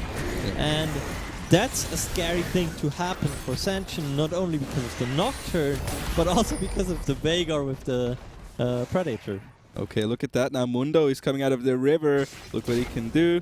Nice block. Spell shield, nicely done by the Nocturne. Yeah, now, very dangerous for the side of Senshin because Nocturne is getting more and more fed. The Veigar just got a double kill. So late game, these are gonna be two very, very big nuisances. So Blanky's just gonna have to play weak side, you know. I can't underestimate how huge it was that Nocturne is able to answer those top kills and kind of answer back. Because if Mundo and Veigar are just gonna be able to get out of there, it's looking very bad for Arctic. But they do have the gold on the Nocturne. They now have some gold on the Veigar, so not looking too bad. And I mean, gold is just very even right now. Yes. Interestingly enough, the Veigar didn't decide to finish his Ludens, or maybe he didn't have enough gold. Instead, he upgraded his boots, CDR boots, plus he got himself a large rod. So raw power here for the little Yordle. Interesting. At the same time, also Nocturne finished that Strike Breaker, so even more DPS coming out. And I mean, the bot lane for Arctic Gaming is not doing too bad. Obviously, they're down some CS, but that's kind of what I would expect against the Karma lane. But yeah, Ezreal has a tier stacking. He's getting closer to the Death Sense Reaver, so they're in a really good position right now. And there we go again, Darkness. Ooh. The turret is only a hit or two away from being dead, and he even leaves to kill for the Veigar. And that's where the strength comes in from this comp. The Nocturne just disables the Corki. W is used, but I mean, what does he have after that? Yes. No flash up, only the W. Nocturne can just follow him. Veigar can press one button and say thank you to Nocturne and pick up that kill. And also, turret already down. Yeah, first turret here for this side of Arctic Gaming, and now we have a little bit of a gold lead. It's 800 gold, nothing too big yet. Next Drake is gonna be a Cloud Drake, so I don't think Arctic Gaming will put too much priority on that. Like, if they see a possibility to get it, they will probably do so. But I'd assume they try to play for kills. So if they want to get the Drake, they will more use it as some sort of a bait. And, you know, get people into the cage, get people into the Nocturne ult. But other than that, it would be just nice to have. Oh, the Every Frost is now done on the Veigar. Obviously, that's also a choice. It's a very good lockdown tool because if you don't hit the cage or if you don't get a stun with the cage, you can slow them, and the possibility of hitting your W and your Q on the Veigar much bigger, right? So Everfrost with the Predator as well is just so much utility. I think that's why I also went to the route of the cooldown boots and not the has to be careful now, though. Like, he doesn't want to be chunked out as much as he did right now before engaged, because that means he cannot go in, and most likely Arctic Gaming will drop that Drake. But as I mentioned before, it's just a Cloud Drake, so you don't have to be too scared about it. Arctoza needs to find a better place to back. There goes the Jinx rocket wide. Jinx, though, is pretty low, so maybe Arctic Gaming, once they see how low the Jinx is, they will decide to go for it. But nope, Arctoza went back, and they are doing the Drake. Cage is coming down, nothing really happening here. Cloud Drake over to the side of Ascension Esports, and look at that. For once. There we go. A little bit too late. A little Sorry, bit too mate, late. but still, I appreciate it. But I think this is a really good break for Arctic Gaming if they manage to get the soul for it. Because, you know, slow for the Nocturne helps them to stick on the target. Yep. Obviously, it's 4 Drakes to go. That's like, in what, 20 minutes they would have it. I'm not sure how the game looks by 20 minutes. Well, right. they do want to go late game, right, with Corki and Veigar, but yeah, we'll have to see. So far, it still looks very equal. The gold is equal as well, and it's just the Nocturne and the Veigar you have to be really scared for, because Veigar already hurts hurts like a truck, Yeah. right?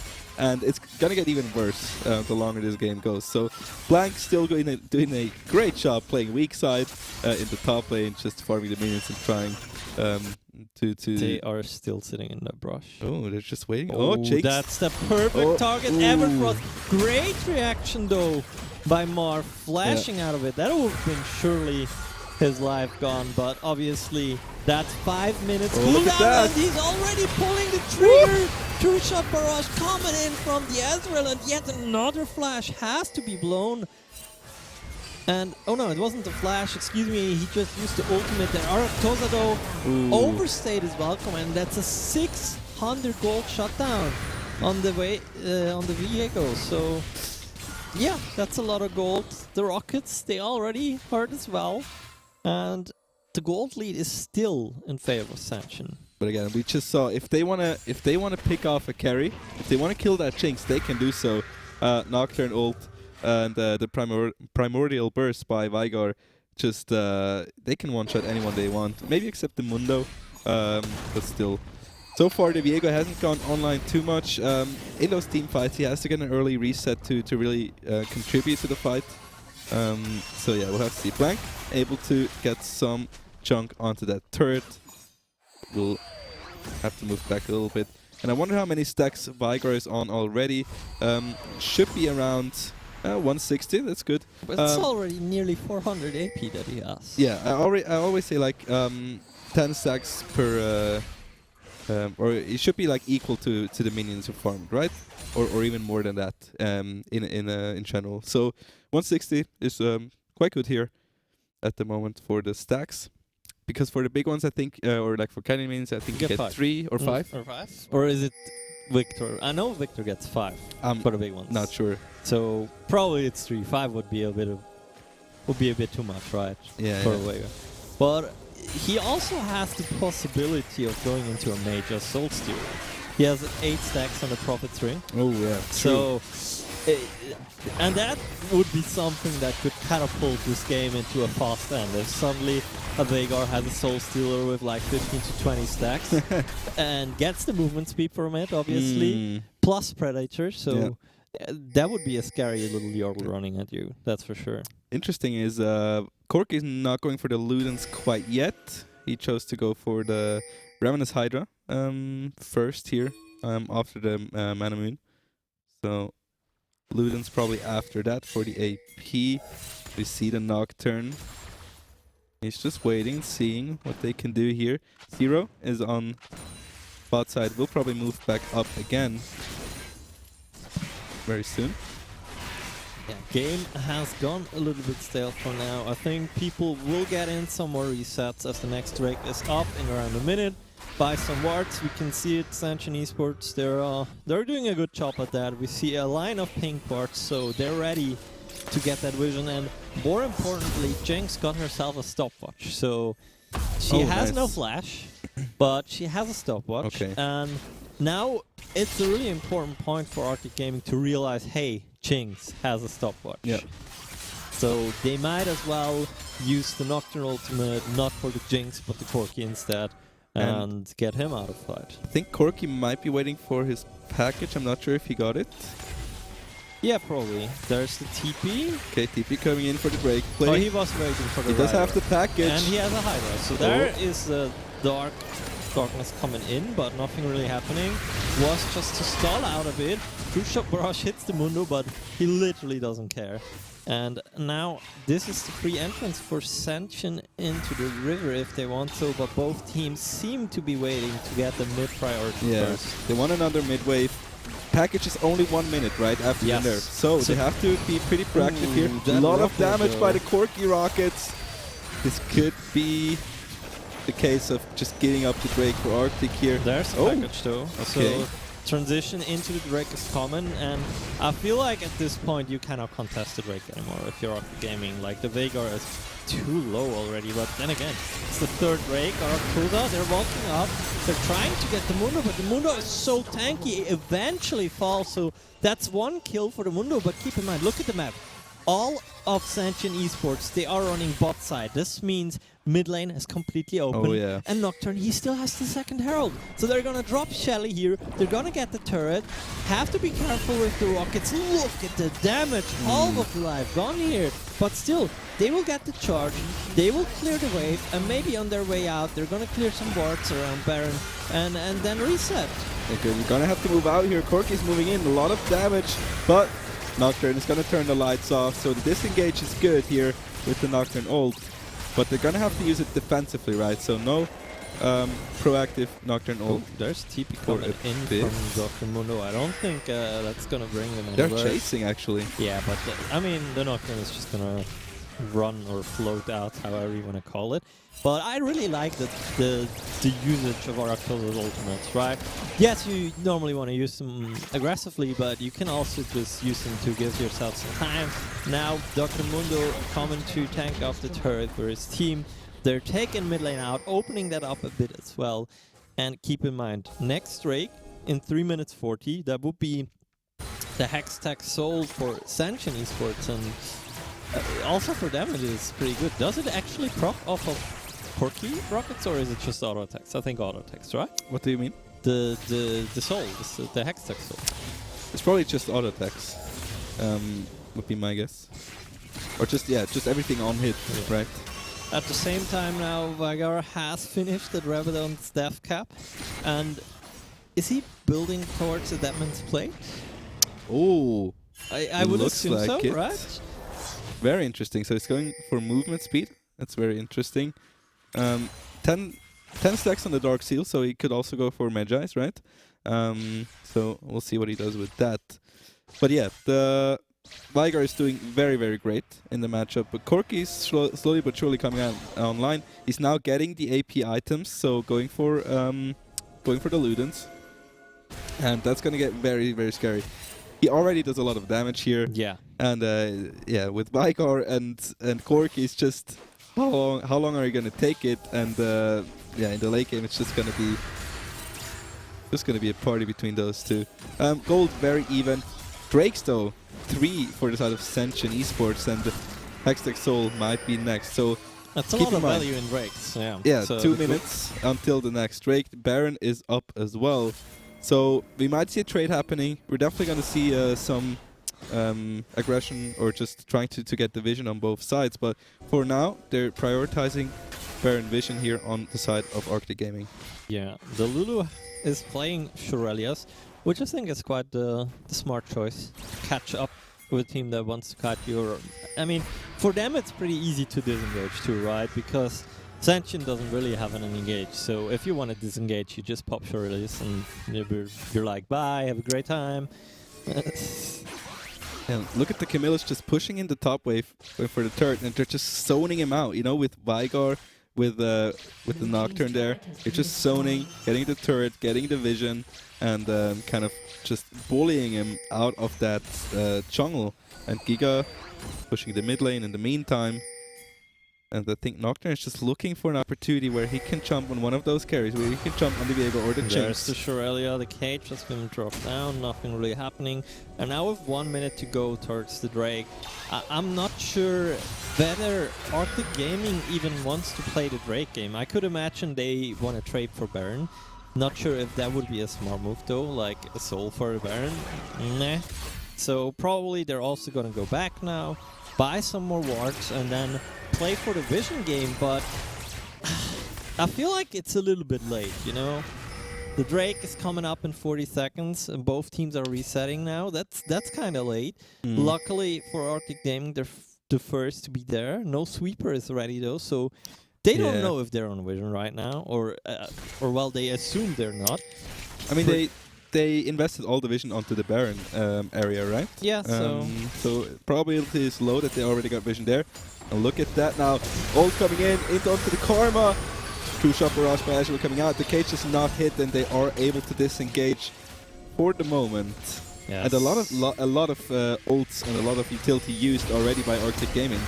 Trying to go in there. Camille Viego has been caught off No guard. smite. Taken down by the Primordial Rage, and there's another kill for the Veigar. What a damage there. The Mundo, though, pretty tanky. He's moving forward, going very pleases. Should be taken out Giga on that Veigar, and he keeps going Hextech Gates being used there by Blank. And if I'm honest with you, I think that Drake is gonna go in favor of Sanchen Esports, and that should be the soul. They are 3v3, yes, but Arctosa, he really doesn't have a way of getting into the pit. Definitely not. He's gonna die here.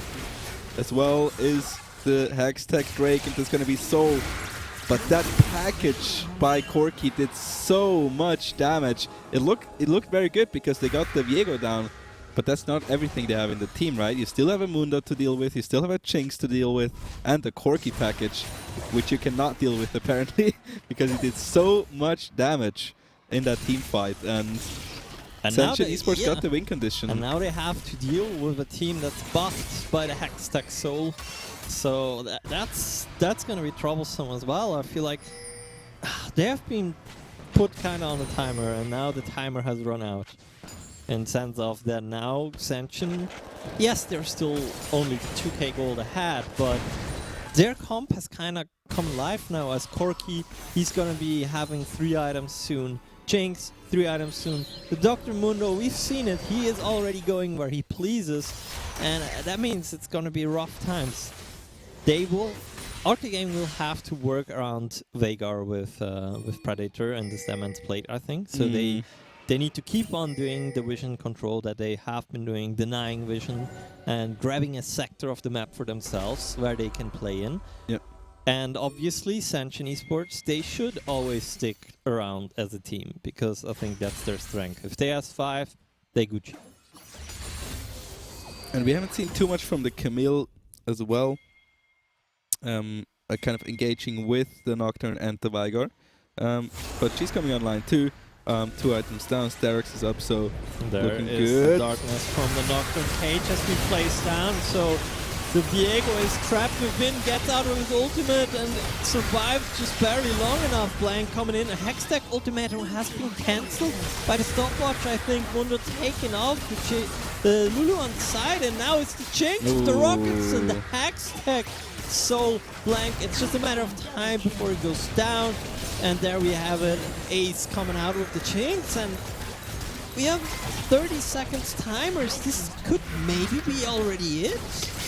We'll have to see, but that engage was not it. They used so much, but they weren't able to get the Viego down fast enough. Meanwhile, the Jinx was just banging away at them. And Jinx did so much damage. They are knocking at the Nexus turrets. One of them is going to be down.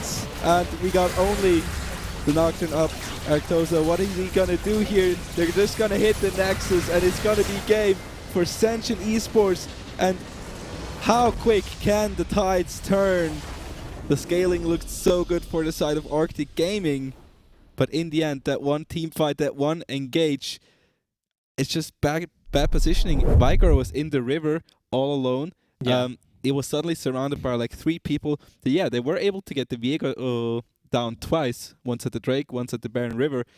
But after that, you have a Jinx just damaging you to death, especially right? with the Hextech Soul, right? Your first shot slows, and once Jinx gets excited, it's kind of like a double buff, right? Enemy slowed, you're speedy, so it's double the fun for her. And at this point, it was just straight up over, and they didn't need long. Like with Jinx, you're melting those turrets. Mundo could tank those easily, even if he didn't have to, because they are minions, and all they needed it was one chance. And I think they played the game well in sense of they knew if we survive without getting behind too far, we're gonna be fine. And the thing is, like, let's talk about target selection here, because they went for the Viego twice. Yes. Once at the Drake, which I can understand because you want to get the smite away, right? But if you go for the Jinx, okay, the carry is down, but you still have a Viego who could get a reset. And if you go for the Viego, you still have a Jinx who can just burst away at you. So it's kind of tough because you kind of pick out one target. Okay, that's who we're going to kill. But how are you going to deal with the rest, right? So they always invest so much into one target. And then guys, I think we still have a Mundo charging at us and a Yep. Jinx behind them. So kind of tough to play around that.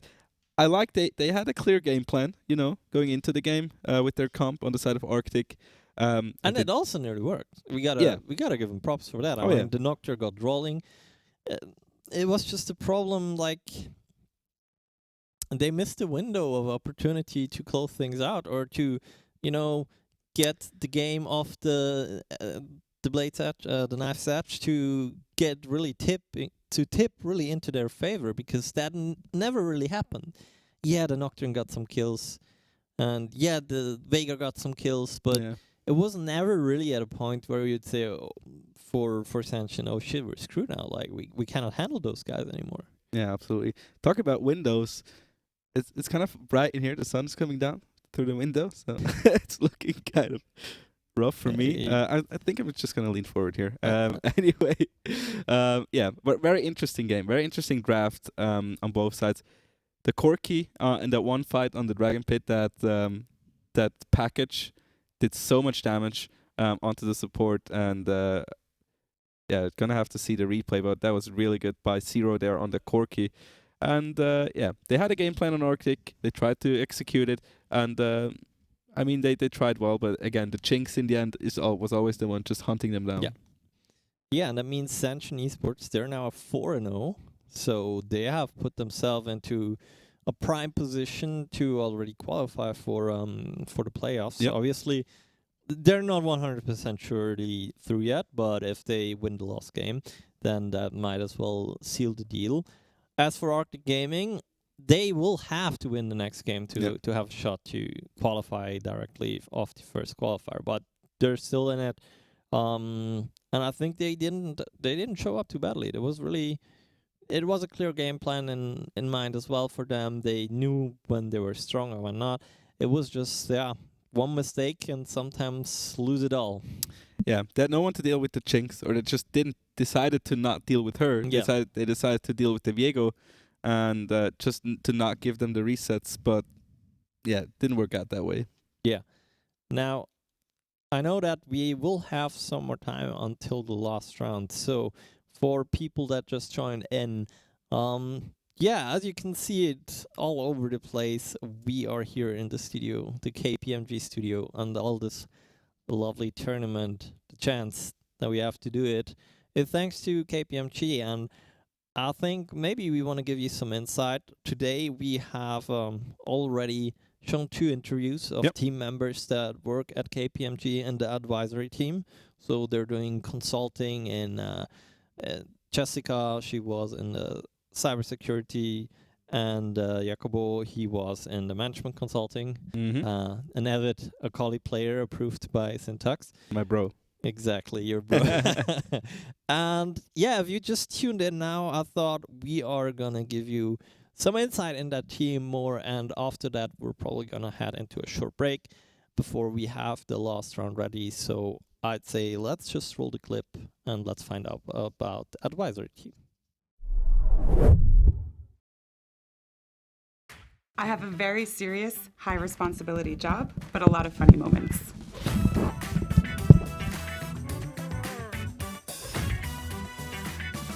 I can catch a criminal even without being on a crime scene.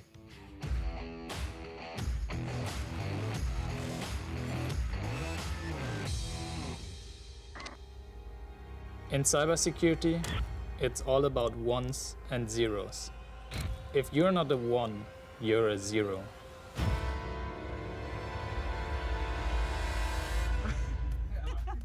In essence, management consulting is a bunch of people telling you what to do. So we look at your processes, your job, your business, and we try to find solutions for you for the future. Forensic is just investigating frauds that are happening at companies. What we do in cyber is fighting the bad guys, but in the cyberspace. I like to compare it sometimes as helping people or companies playing chess, just that they cannot see their opponents, and we help them to protect them. To win over clients, we typically try to stay precise honest, straightforward. If we've done something wrong, we own up to it. If we have a better solution, we present it. And that we get ahead of problems that might arise in the future. I step in when the fraud has happened. I just have to look what the puzzle pieces are to get them together, understand with hindsight how did it happen and who did it. They start out small. They see that nothing is happening and they're not being caught, and then they start escalating it and making it higher. Working in cybersecurity is helping companies protecting themselves against these attackers, these fraudsters, malwares, viruses, phishing emails. It's surprising how often it works that people do as you command. Yes, we do hack, but we also do classic penetration tests, vulnerability scanning, where you try to get into the company and get their valuable data to some extent with any means. Delivery of packages, be a drone flying, so hacking via drone. One of the biggest cases I had was a 100 million fraud case in South Korea, where I was for 4 months. He also did it from a small part of it, and then he started escalating things. Everybody was loving him. He was a very trusted person, but because of that trust, he used that, and that's why the fraud got bigger. Generally, cybersecurity is about hacking and Nerf guns, of course. Why Nerf guns is a good question. Our team is a bit crazy. We have Nerf guns in the office with which we sometimes shoot each other just for attention. I would rather call myself a Nerf gun assassin. Very precise and sneaky.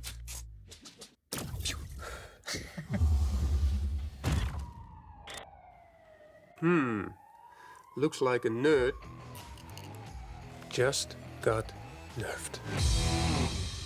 There are a few challenges with working digitally. The biggest one, I think, is lack of human interaction during the day. I'm very happy that I met the team just before we went into lockdown, and forensic can work still virtually. The upsides to working digitally is I can sit on my balcony at lunch. I can cook my own food. We do a lot of team activities, also invite clients playing board games online, drinking evenings, some workout sessions that I led, even though it was one workout session. Afterwards, no one wanted to work out with me again. So I think I trained them too hard. A very interesting realization about the pandemic is we can live a bit more remotely. I live in Zurich, and there is actually a lot of nature around me that you can explore. We have a great team spirit, and with that we overcome any challenge. Everything can be done virtually. I have hired in the last 4 months about 4 or 5 people, which I've never met before. But we are working together as if we're just doing this already forever. It is very nice actually to work from home with other clients because you are able to see them in their environment and their element. One of my clients noticed a wine bottle in the background, and we started talking about wine and how the next time we meet in person, we will go and drink wine on the Lake of Geneva. So what I usually do is I join video calls a bit earlier, because most clients also join a bit earlier. And then you have these informal conversations before the official call starts, because that's what it was before the pandemic. Having a good chair is the best thing you can do. Other people in the team that I've seen, they use a iron board that they use as a standing desk so that they can go up and down whenever they like. Get out of your house once in a while and see the fresh air and the mountains, and shut your laptop. Shut your laptop in the evening. Just close it. I'm looking forward to traveling again as soon as the pandemic is over. I also miss going out with clients and friends, to be honest. I'm looking forward to meeting colleagues in the office. If you talk to people, you get creativity. And that creativity is not entirely there when you do it in Microsoft Teams. I'm really looking forward to the end of the pandemic, yes. National lockdown extended until 2029. Cool. Cool. When I was younger, I always thought that big companies, global companies, have all these magic tools. Then joining a big company, I actually realized most of the stuff is running on Excel. With all the advancements in the future, I think in 30 years, Excel will still run our economy. Step 1. Identify the target and its flaws. There are always flaws. Step 2. Design infiltrating malware accordingly. Step 3. Write the script. Step 4. Execute the script. I'm in. Excel again? We will have, I believe, a more flexible lifestyle. I think we can continue on our sustainability track. I think KPMG is also focused on trying to improve its sustainability. There were frauds 12 years ago when I started in forensics. I think that there will still be frauds in the future, and I will catch them then as well. It takes one to catch one. Yeah, I always have wine with me. A nice bottle of Sicilian red.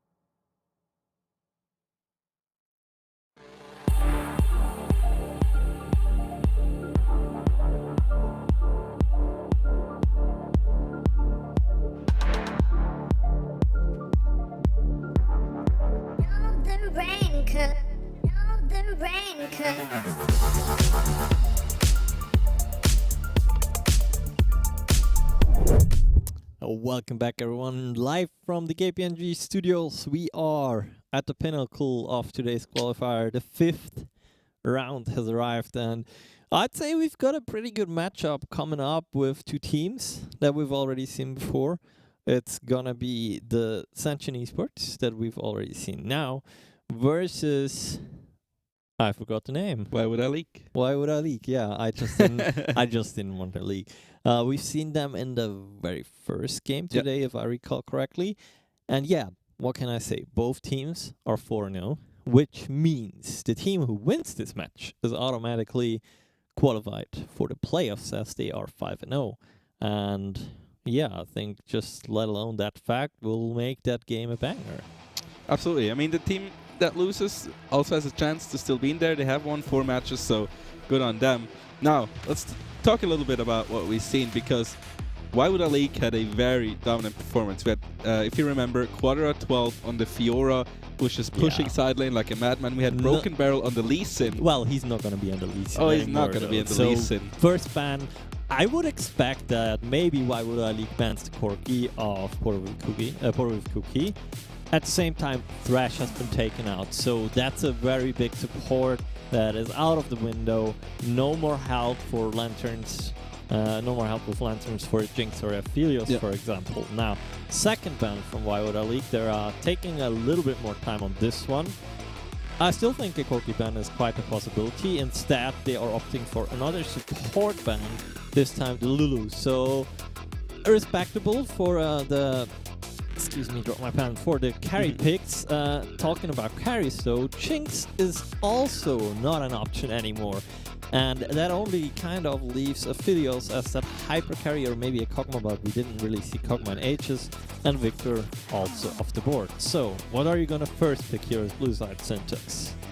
I mean, things like the TF is still open. Yes. Things like a Gwen I like very much, Corki. but we're gonna see the Cork again. Yeah. It has worked very well for Zero in the mid lane in the last game, so why not pick it up again?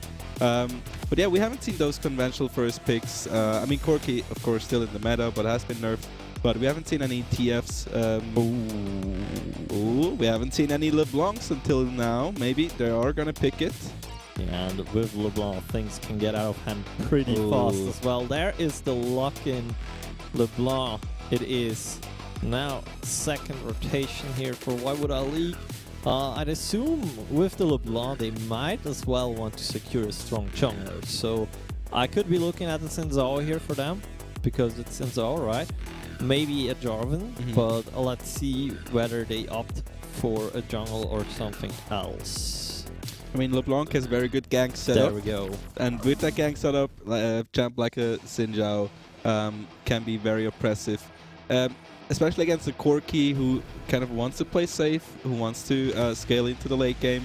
If they can shut him down with that mid-jungle combo, it would be very volatile. We do see the Viego as an answer in the jungle again for Sanchen. So looking like a pretty similar draft. Of course, they did ban out the Jinx themselves this time because they wanted to first pick Corki, I guess, and didn't want to leave the Jinx open. So that makes sense. Now, what are they gonna go with as last pick? It seems like the AD carry, Jhin. Jhin is a pretty solid pick. Yeah. Like, you can also play him weak side pretty easily, I'd say. Like, he's pretty fine with farming on the turret if need be. And still, you can help your team from a pretty large range, right? With the W or also the Curtain's Call. At the same time, on the other side, we're hovering the Ezreal, and this kind of implies to me that we don't necessarily see a whole lot of action around bot lane. Yeah, I mean, we haven't seen any Caitlyn bans or picks, really. So We have seen one Cape ban though, but not picks indeed. Yeah, she hasn't been that prominent here in pick and ban.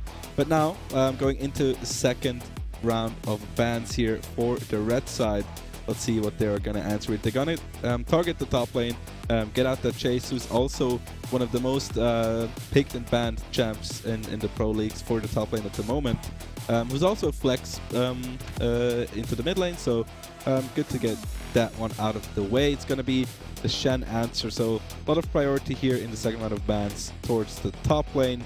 kind of to support Quadra Oh, and Mundo. Wampo. Mundo, maybe they've seen the last game, didn't want to deal with that. Yes. Now, question is, what is going to be the last ban here from blue side? Maybe they are targeting another support, or are rather looking at the top lane themselves as well. That would be the 4th ban for the top lane. Let's see what it's going to be. Keep in mind, red side can pick first after Yep. this, so they could possibly China. secure... It is a top lane ban, right?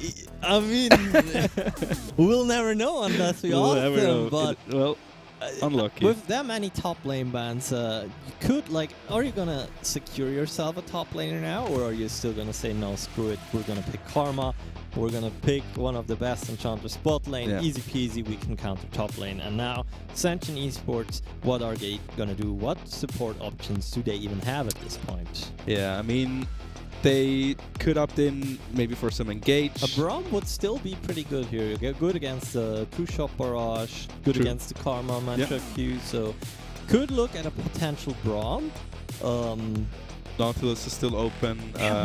Yeah, Yeah, okay, there we you're go. right. I didn't actually think Nuts, but Nautilus obviously is pretty cool for Jhin as well, because the Nautilus ult is a guaranteed hit, unless you Sonya it, of course, and Jhin has a pretty easy follow-up on that, so can always W into Curtain's Call for a lot of damage. Now, last pick here is the top laner, and Gragas, that's a pick that we've seen a lot more in pro play with a tier opener, and then you have the possibility of going into tank, which probably is going to be the case here. Now, top laner for Why Would I League, with the setup they're having, I'm expecting a carry top laner here. Well, he has played the Fiora before, which did look very nice.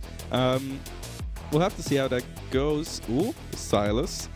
Oh, but if, yeah, that I could imagine that happening. I mean, he has, let's say, 2 really good ults with the Nautilus and the Gragas. The Corki ult is obviously, let's not talk about that for him.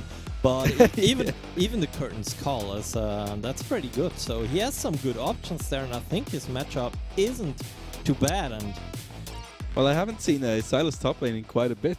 yeah, So, yeah, looking forward. What's the interaction with Corki? Like, does he get like you just get one one shot? rocket. Yeah. One rocket? Yeah, I don't even know of. I'm curious now, like if you ult and if whether you get a small or a big rocket. Maybe it's dependent on what which- rocket Corki has right now, but I actually don't know. I'm not sure. But I I'm hope pretty he won't sure- show us, because I Yeah, hope he yeah. won't pick the Corki ult, right? But yeah, he does I'm have pretty the, sure you just get one yeah. rocket, but He does have the Gragas ult, which is yeah. very good for team fights. Also, Curtain's Call. I mean, he probably won't take Curtain's Call, but maybe there arises a situation where it makes sense, and he just picks Yeah. Curtain's Call, right? And I'm not actually sure how exactly does his ult work interaction-wise with Viego. Will he, like, if he gets Viego ult and gets a kill, does he also turn into the other No, champ? he doesn't get the pass. I think he just gets the jump and Okay. the damage. I mean, okay-ish, let's say like that. Not the best, but I guess situational. He could use that. But overall, if we look at the team comps now, I'm hard to pick out a favorite team comp. I feel like the draft around Silas, or more especially around the LeBlanc and the Sinzhou, I feel like a lot of the team strength relies around this, so that they do good in early mid-game. And I wonder how exactly they're gonna play it out, because the Karma Ezreal, I feel like they're just gonna be weak side, and they're just gonna farm a little bit bot lane, and not a whole lot is gonna happen. I guess, yeah. They do have, with the Nautilus ult, they have a lot of lockdown, right? So Yeah. they have a lot of opportunity for Viego to get that first reset, which is crucial in every team fight for the Viego. Yep. You want to get that first kill, you want to get that first takedown for Viego, to kind of get him going in the team fight. So with Nautilus ult, with the Curtain Call, there's a lot of options they have to kind of shot a member down and take him out of the team fight and get Viego started, right? So I guess that's kind of their plan going into the fights. And then they have Corki, who's on zero, which we've seen in the last game. Yep. Can be very dangerous in those team fights. We saw the package damage there around that Drake fight. So very interesting comp. Corki, the thing is, in the late game, Corki can kind of get someone to very low HP, then they have the Nautilus ult, they have Viego jumping on them. They can easily get some takedowns there. The question is, can they take it further than in those team fights? Now, talking about level 1, do you expect us to see any level 1? I mean, there might be some possibility. Mantra Q from a Karma is a somewhat solid thing. Then you have the Nautilus on the other side. But overall, I feel like, yeah, probably not, right?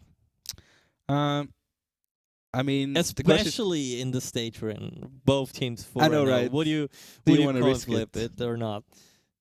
Not quite sure. We'll see. There's an opportunity, but again, there's a lot of things to be scared of on the side.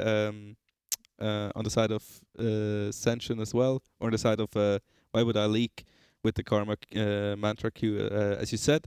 So yeah, let's see what they go for. Gonna be a very interesting one for the Corki, kind of going into the late game with Viego together and the Nautilus. I think they have a good comp into the team fights, so we'll see what why would a leak has to answer there.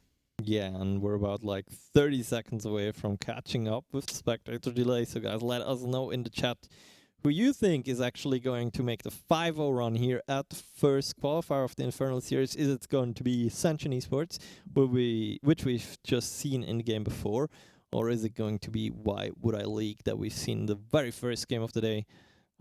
Actually kind of curious, yeah, what do you guys think? And I gotta say, I'm gonna be rooting for Senshin Esports. I feel like the Karma, not the Karma, the LeBlanc Sinzao combo that might seal the deal. And one kill on the LeBlanc and it's over, man. Like, just snap of the finger and you're gone.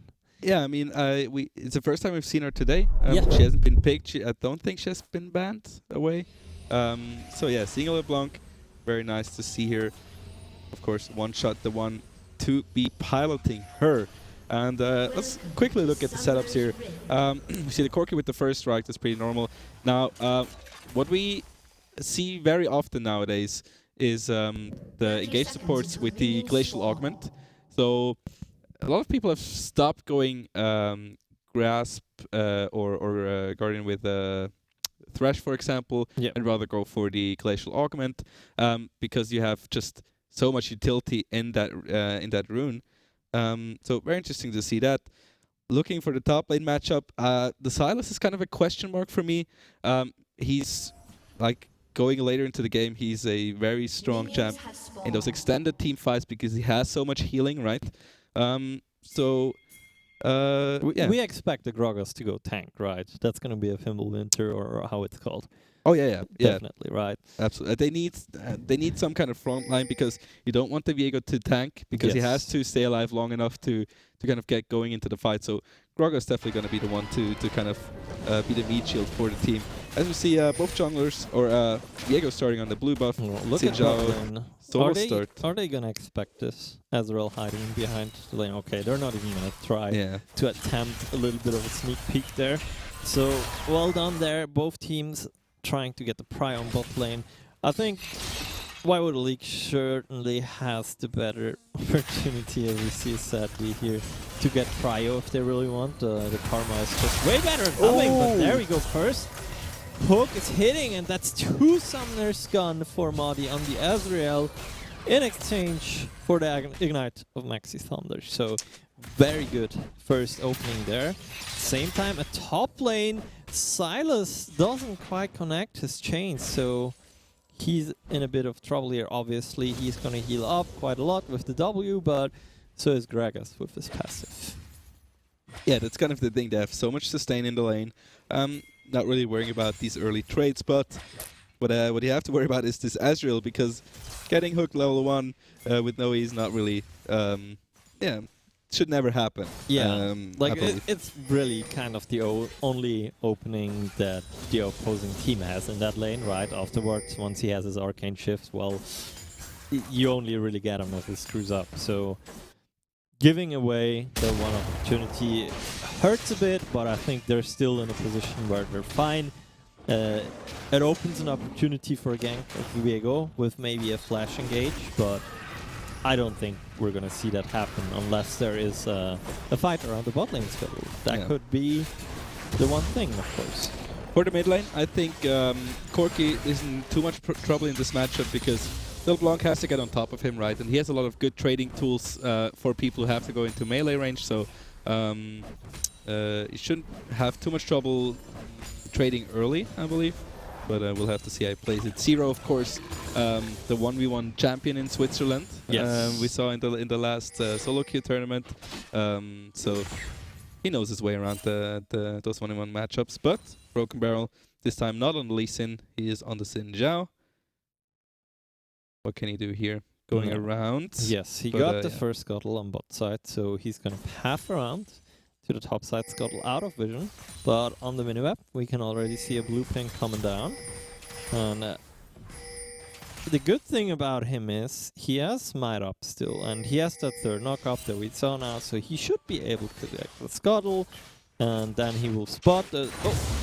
Who got it? Sin got it.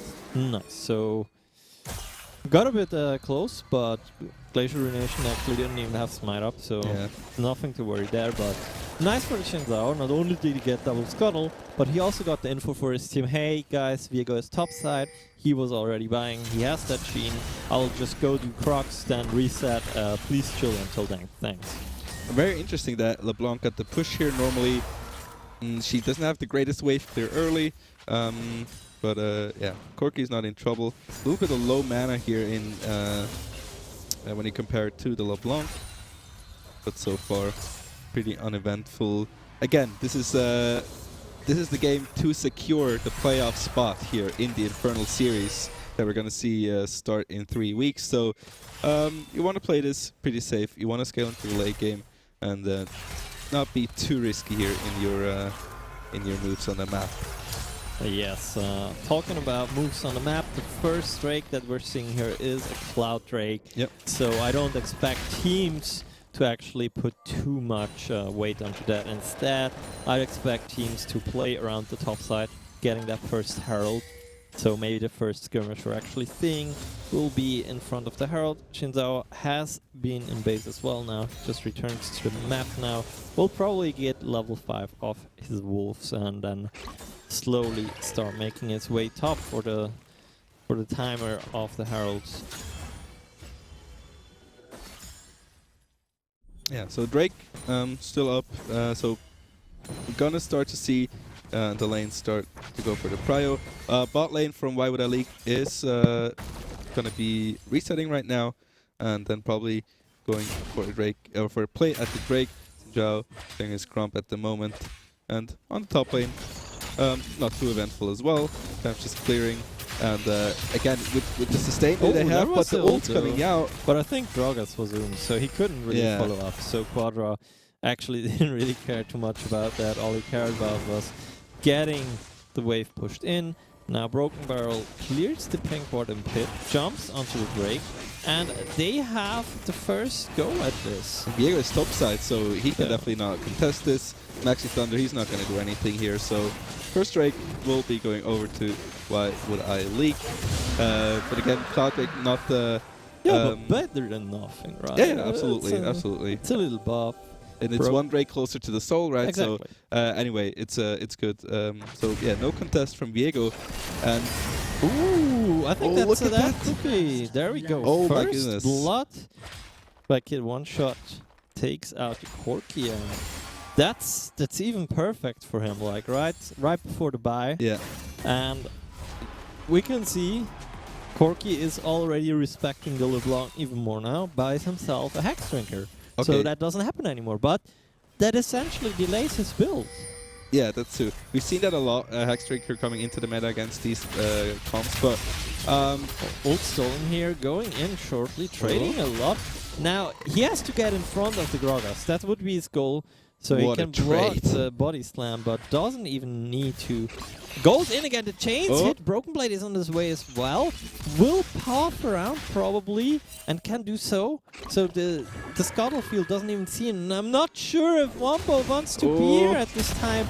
Since waits for the double. Oh my god, the flash W to secure the kill. And I think that doesn't only secure the kill, but it also secures the first Herald potentially. And a broken barrel it is on the side of Gragas as well. Yeah. He's gonna die. And such a good early game on the side of Why Would I League. They got the Scuttles, they got the Drake, they got a kill in the mid lane, got a kill in the top lane, and Sentient Esports I think Barrel is in trouble though. He doesn't expect the roaming support, and keep in mind he doesn't have a flash from the play, so he's ulting, trying his very best to get something done here, but it's just not enough.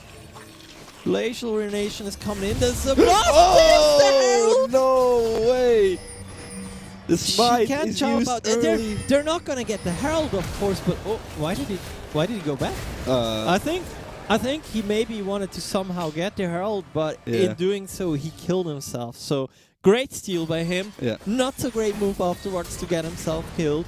But my goodness, what a play. But again, okay, Senshi got some kills to trade, but they really do not have any answers to what Why Would I League brought in the early game here. And now One Shot even stole the Herald. Smite being used early by Glacial Ruination, so yeah, not really what you want to see on the side of Sentient Esports. Early game not going too great for them. Yeah, have to be careful still. The Viego has 2 kills nonetheless, and we see Nautilus coming in here with an ultimate flash, and Arcane Shift has to be used. There is the curtain call. Decides against it, and now Maxi Thunder might be in trouble as he has been rooted by the Mantra W, Karma W. Karma Mantra, yeah, everything, a little bit of everything. And now Nautilus stuck here on their turret, and Deathroll has to be careful, but there is backup in the form of 4 players. Maxi Thunder connects the hook, but I'm not sure you want to connect that hook. W of Jhin comes down, and now look at that. Okay, finally some answers. Well. Yeah, finally some answers. But I don't think Corki expects the Xin here, but the Xin also doesn't expect the Viego to just one-shot him, and that's another kill going to the side of Sentient Esports. And yeah, if you look at the goal now, it's pretty much dead even. So suddenly this game has gone from pretty quiet early game, just farming up, to trade kills, yeah, all over the map. Herald, of course, not being able to be picked up by any team, and so far, Sentient Esports has been able to come back into the game a little bit, get some answers to the place that Why Would I League, Dave? But look at that! They don't expect the Nautilus coming from base, so they have to run for the hills here. Maxi Thunder getting closer to the cooldown of the hook, but in the end, it's just a flash going out, but it's a trade. So the Jhin also had the flash, and I think I'll take that trade any day of the week if I was Luke. There is going on a trade on top lane, and that's just pretty much about it. Broken Barrel, he really likes to be in the bot lane, and then Nautilus does not have a flash. Yes, he has a trench line that he can connect to a wall, but I don't think he wants to. Viego gets the first at the same time, a fight on top. Now goes in with the second reset, and Broken Barrel, he just came to bot lane to die yet again. They're just not... Oh my goodness, okay. Wambo gets the solo kill in the top lane onto the Silas. One Shot just came for support, now picking up the wave. But yeah, they're just not respecting Maxi Thunder on his Nautilus. Yeah. The Glacial Augment really shut down Xin in that engage there, and Viego comes back. Ezreal is out of position, picks him up, and gets a double kill there in the bot lane. So yeah, very well done, just not respecting the Nautilus. Yeah, and in a wisp of a minute, we got a Drake for Sentient, and we got a 1.5k gold lead, and you guys didn't see it, but Syntax really enjoys this rift that we are getting here. It's yet again another Hextech rift. But yeah, so gold lead slightly in favor of Sentient Esports, and most importantly, I'd say there are already 2 mythic items completed. The Divine Sunderer for the 4-0, Viego, and the Gale Force for the Jhin. So that's not to be underestimated. Those 2 champs work very well with 1 item only. And let's see how well it works here as the Viego is coming up. Doesn't connect the stun, and honestly, why did the Silas actually throw his chains at him? I think that would have been his death sentence. Yeah, it could have been. Well, you never know with the Silas, you know. He Yeah. uses so much, but he's in a very... sometimes you really not expect what the Silas has in utility, but yeah, so far in the mid lane, pretty dead even in form, but of course LeBlanc was able to get those 2 kills. Porky with 0. Look at that healing from the Silas. Yeah, Grabs has the the ult, cask. but- Explosive cask. Goes in with the healing again.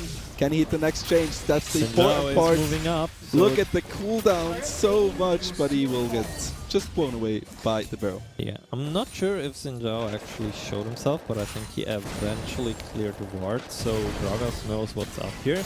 A little bit of sidestepping going on here in the mid lane, but that's about it. At the same time, bot lane, a lot of minions being stacked, so they have to be careful here. A dive could be threatened with the Viego around bot side, but LeBlanc is still smartly moving down to kind of prohibit that from happening. And we just saw on the top side, Silas already has so much ability haste, Yes. which is like, ability haste is what makes Silas so good, right? Just being able to spam his abilities. And he doesn't even have his first item yet, so he's going to be very hard to deal with in the late game. He could... sometimes you can build like a Spirit Wizard on the Silas if you want some magic resist. Don't think it makes sense in this case, but that could amplify his healing a bit more. Yeah, with 14 minutes over now, that means also that plates are gone. No more gold for those.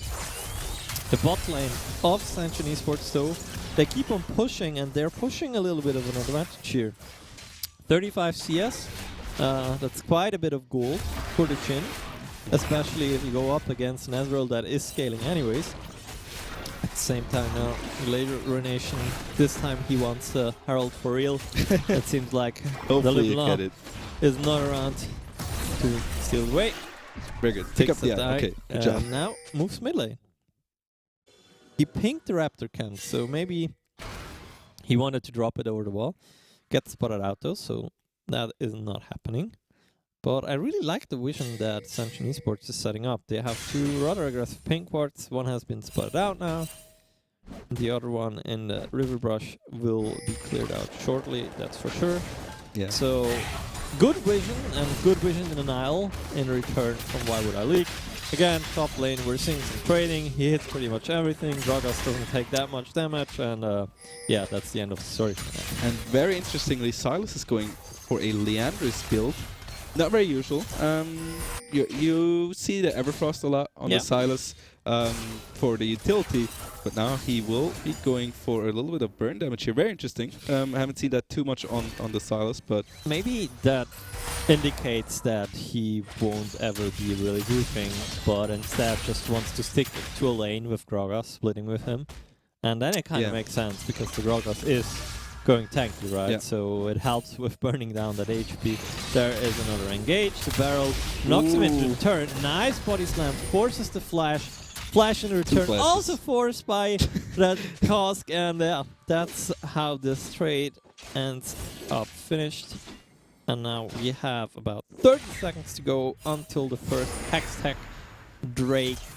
And Why Would I Leak has set up pretty nicely, and for the first time today we see Ezreal with Divine Sunder instead of the Yep. Ascent Reaver, and I honestly actually like that quite well, because you have 3 rather tanky mates on the enemy team within the Gragas, the Viego, and obviously the Nautilus. So I like that. Rift Herald is being put down, and that forces Why Would I Leak into a decision. Do we contest the Drake and look lose at the bot that. side, or do we actually not contest? Nice curtains calling. This is why the Chin is so good. He can help out from a whole lot of range. Broken Barrel still alive with his ultimate and the lifesteal, but in the end it doesn't even matter. He's taken out. Shelly is taken out as well, but they are still chasing. Some rockets could do even more damage.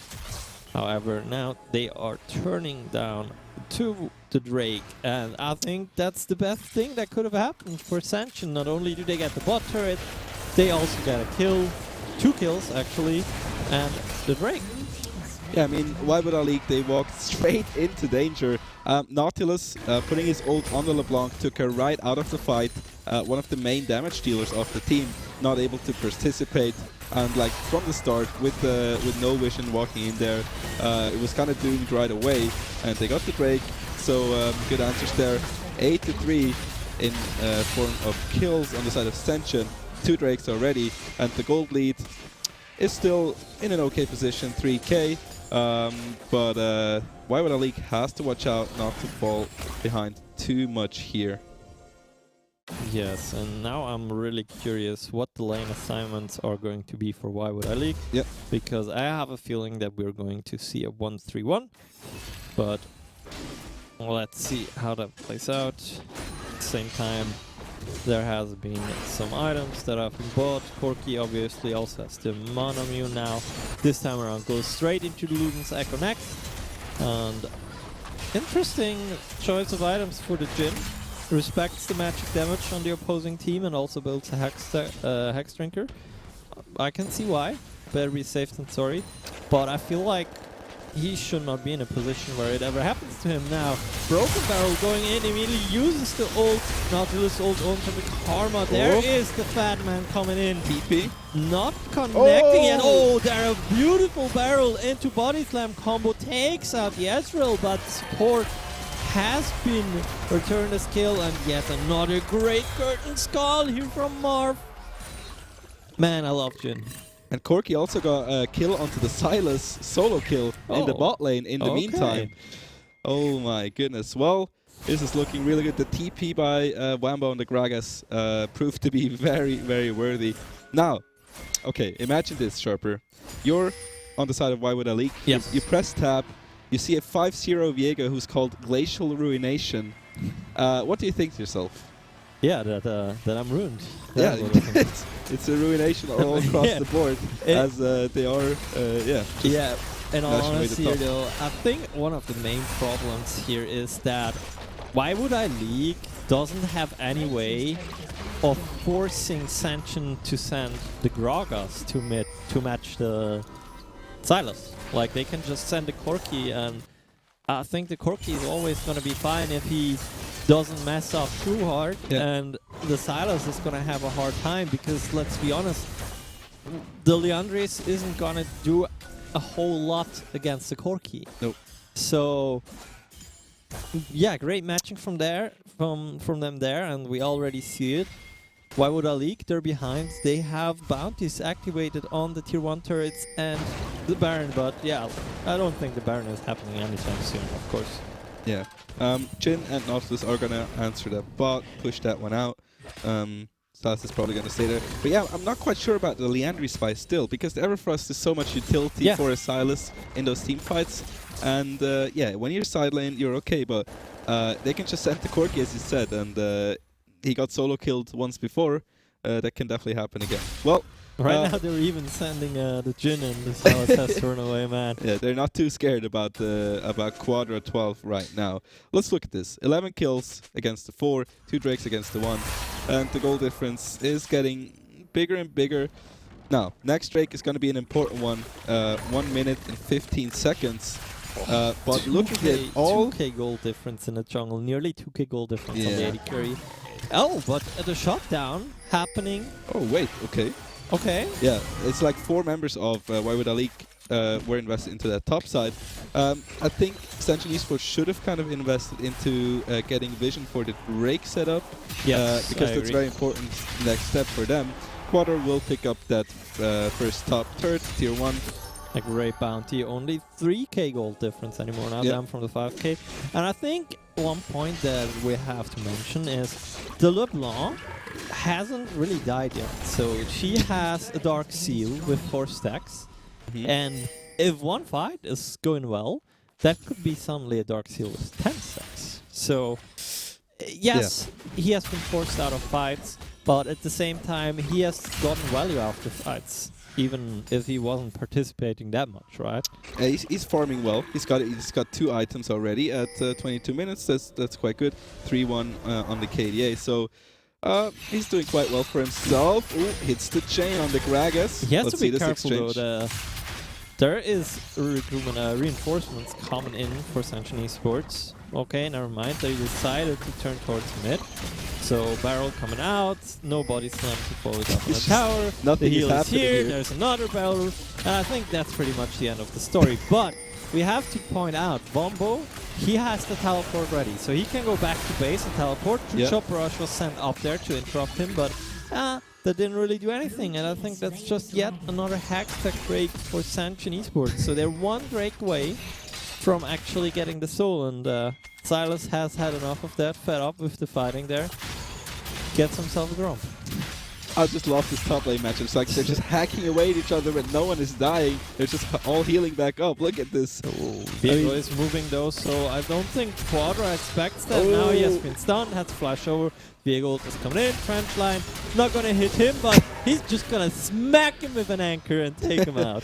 Well, Maxi Thunder I gets a I solo would be kill onto screaming. the side. I would be screaming at my support for that. That wasn't unnecessary. But I mean, come on, Gragas has been hacking away at the sides for like 12 minutes. Yeah. And now Maxi Thunder just swoops in to get Yes, the but last hit. yet again, if we look at the itemization from Sanction Esports here, really smart itemization. Like, the Ezreal is a non-factor in this game. The Sinzhou, meh, he's 1 in 5, so there's not a lot of physical damage, and they don't have to be scared of the magic damage, because what, 3 people of them have actually a Hex Sprinkler. Viego has even upgraded, and the other 2 guys who don't have a Hex Sprinkler, well, they're tanks. Yeah. Viego has the So- QSS item as well, right? Oh, no, that's not the QSS Oh, item. sorry, I think yeah, it's the Malcassine. Yeah, yeah. Malcassine? Something like... No, Malcassine is a WoW item. Or is it? I'm not sure anymore. Well, No, it's something... Mamortius Maw, something like that. Yeah. But yeah, item names, not important. You do what the item does. You know what the item does, that's what matters. Funnily enough, the gold difference is not that huge. Yeah. Even if they have 12 kills against the Yeah, 5, they keep- have 3 Drakes against the 1. Keep in mind though, we have 3 Drakes. That's a lot of gold value, especially with the Drakes that they are. And also, if we look at the levels, you have a level up in mid, you have a level up in the jungle, and you have a level up on the AD carry. So that's also values to factor in, I think. Absolutely. Alright, so let's look at this. Next Drake up in 2 minutes 40, so a bit of time until then. The Baron is up though, and now looking for the bot lane here. LeBlanc has used the W. Still has no, doesn't have the ult though. Would have had the flash if Yeah. it was necessary, but it's getting chased away. Broken Barrel managed to take blue and is even allowed to take his frog. Ooh. And yeah. Alice just gets killed by the Jhin. Yeah, see, the Ezreal just flash Q'd. Didn't do anything to the tank. Yes, they do a lot of damage to the Jhin, but they didn't get anything in return. And so the Silas isn't really working out. I mean, yeah, Quadra and Kid One Shot, they both have a Void stuff already. Yeah. So they're helping with that magic resist that has been built on the opposing team, but it's just not enough, I think. We'll have to see. This next Drake is going to be a huge turning point. We'll see if the Baron will be targeted before that, or if they are going to head for forward to secure the soul. That's coming up in 1 minute 30. Probably that's going to be the plan. Build up vision should be there early enough. And for Why Would Ali, that's like a huge win condition. Right? Yeah, they really have to contest this. Not sure. I mean, Hextech Soul can be quite good in a chase composition when you have like a Gragas, a Corki, you can just chase after Here you. we go again, Syntax. Oh, I love it. We're going to see an hour of Silas versus Gragas just hacking away at each other. Same time, chain coming out, Ooh, double chain actually, and Maxi Thunder. Ooh, he's squishier than I thought. Broken Barrel going in, securing the kill. He doesn't stop. He has his ultimate off, goes on to the Viego, then goes out and decides to just go back in again. Viego Has some more of it. He's been marked. Just a matter of time now until the cooldown is up, and there we go, shut down for the Silas who teleported in, and it seems like they haven't had enough. Need to be careful though now. The Corki has returned, and look at that rocket. a lot of damage. Yeah. It should technically be a free break. Broken Barrel is chasing on the Corki, looking at damage, but he can't get on the turret. I'm not sure actually about follows that. up. Managed to get out. There's a curtain call though, and he's been marked with vision, and now they're just standing up. No one is selling him, so good on them there.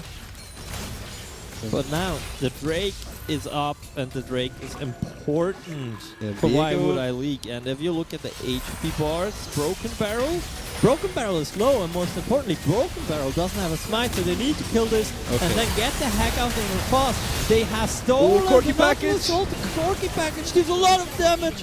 Karma has fallen, LeBlanc has fallen. All of Why Would I League have fallen. A quadra kill for Corki. And yes, Why Would I League got the Drake, but at what cost? I think they will not only lose gold, or benefits the gold that got benefited from all those kills, but they will also lose the Baron here. And with a Jhin and the Corki sieging, that's gonna be real pain. I don't understand. Broken Barrel shouldn't have chased under that turret there after they got the Viego. So they got the break, but man, Zero with the quadra kill. Such a huge factor here, time and time again. We saw it in the last game, this time as well. This guy is just so good and so clutch in these situations. And the tides are turning more and more. Look at the gold difference here, 18 kills to 8. And yes, they got 2 great Drakes on the side of Why Would I League, but not sure if that even matters anymore because... Now, I think if Why Would I League can hang on during this turn, they still have a shot at this. Yeah. Because they got themselves the Drake, so that will help. But it's gonna be really hard to actually hang on against the Baron because, your wave clear is not that good. You have to catch the waves early, and they're trying to do this right now. At the same time, Broken Barrel, that's a bit of an interesting situation. The Jhin didn't know he was weird. Clean execution, but look at the damage! Just, I don't understand the decision by Broken Barrel. I mean, at this point, okay, he had 2 options. Either you go in and try to play, or then you just sit in a rush and hope they don't see you. But I think it felt like probably he didn't think they wouldn't check that, so he went for it. But yeah, I mean, the damage is so... With the Corki and the Jhin, you can just get one shot twice. Corki is level 17 as opposed to the level 15 of the LeBlanc. Yeah. And also Jhin, he's 2 levels up on the Ezreal, so they're just outmatching them with experience. And yeah, I don't see how Why Would I League actually wins from this point unless Ascension Esports actually screw up big time. Yeah, I mean, the Ezreal is yet to come into the game, and we see the flank coming out of Quadra 12, but he gets put out of the fight right away. Now they are sieging. Viego wants to get a reset, not able to do so. Ezreal kiting back, but Quadra 12 flashes the cask, able to evade it, but will die by the hands of Jinx. And now it's only the Ezreal. It's not even the Ezreal! He just disintegrated! Oh my goodness, so much damage by the Corki. Broken Barrel is back up with support by the Karma. Viego going in, or coming out by Broken Barrel, but he will fall as well. Jane onto the Karma, but she can't do anything. And it will be Ascension Esports who take it away. It will be Ascension Esports who head to the playoffs in 3 weeks here at the Infernal series.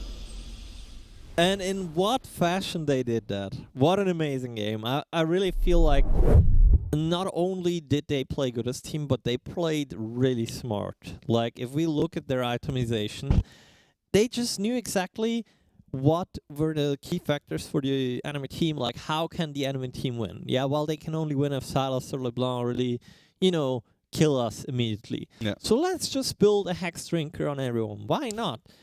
At the same time, if you look at the itemization on the other side, I feel like the Death Stance on Zindao, I don't see why. Like, the biggest fear for him should have been that Corki deals a whole lot of magic damage. So I would have rather liked to see him go for a Wit's End or full tank, but then again, like, Zindao full tank is kind of meh. But yeah, in the end, I mean, Exciting game. oh, though. absolutely. Really I have exciting to game. give the MVP to Zero there again on the corky. He's just such a beast in general, but on that jump, he has proven time and time again that he is just a turning point in these team fights. And they nerfed Corky. Yeah, you don't get the package as often as you used to. But he late made game. great usage of the package that he had. Oh like, yeah, and look how much damage he did with Yep. those rockets in the end. So, Cool. Corky's still a the jump Ezreal to. was just poof and gone. At the Ezreal,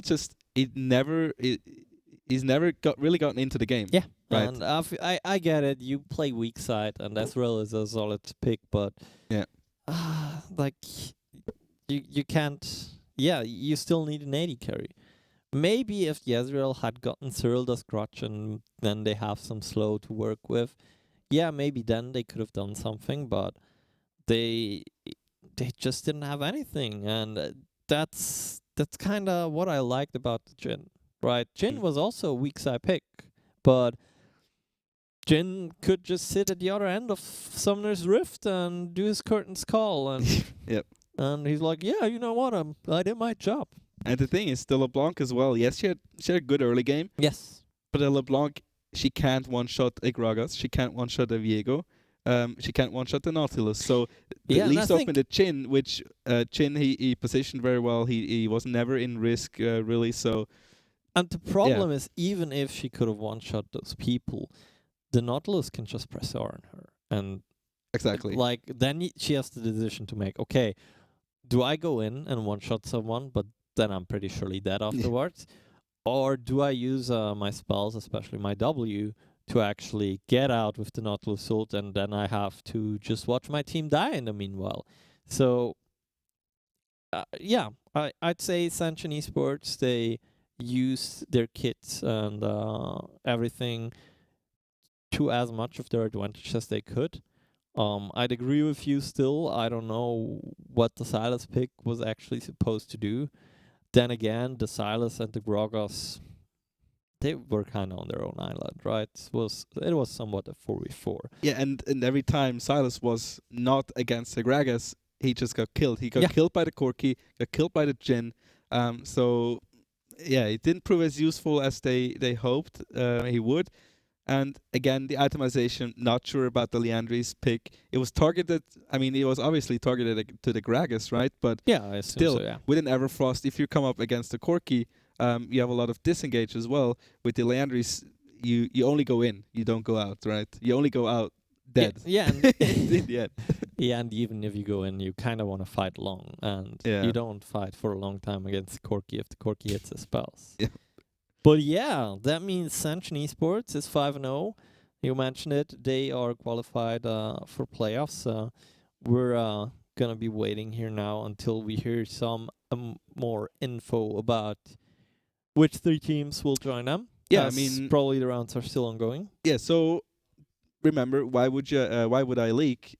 Still has won. They have won 4 games, lost 1. So still a good chance that they are through to the playoffs. Still waiting on confirmation though on which 4 teams are gonna make it. So maybe a quick recap. We're gonna have we had 1 qualifier today. 4 Yes. teams, the top 4 teams of the 5 Swiss rounds will make it to the playoffs. Next week on Saturday, we're gonna have a second qualifier, which is gonna go just the same as today. 5 rounds, 4 teams who are gonna make it through. And then the last 2 weeks, we're gonna have just a bracket with the remaining 8 teams Yes. to fight for the championship. Yeah, maybe we can shortly actually bring up the graphic about the series that we showed at the start to showcase it to you. There Yep. you get it recapped. 2 qualifiers, 4 teams per qualifier. Then we'll have quarterfinals, and on the last day we'll have semifinals and the finals. Obviously, all of that will be live broadcasted here from the KPMG studios, and I'm looking forward for more. I That, gotta that tell means you. I get 3 more weeks with you Yeah, on the sofa. yeah, Wonderful. definitely. Love it. 3 more weeks to maybe win a skin. Yeah. Okay. So for anyone who didn't know, Sharper challenged me.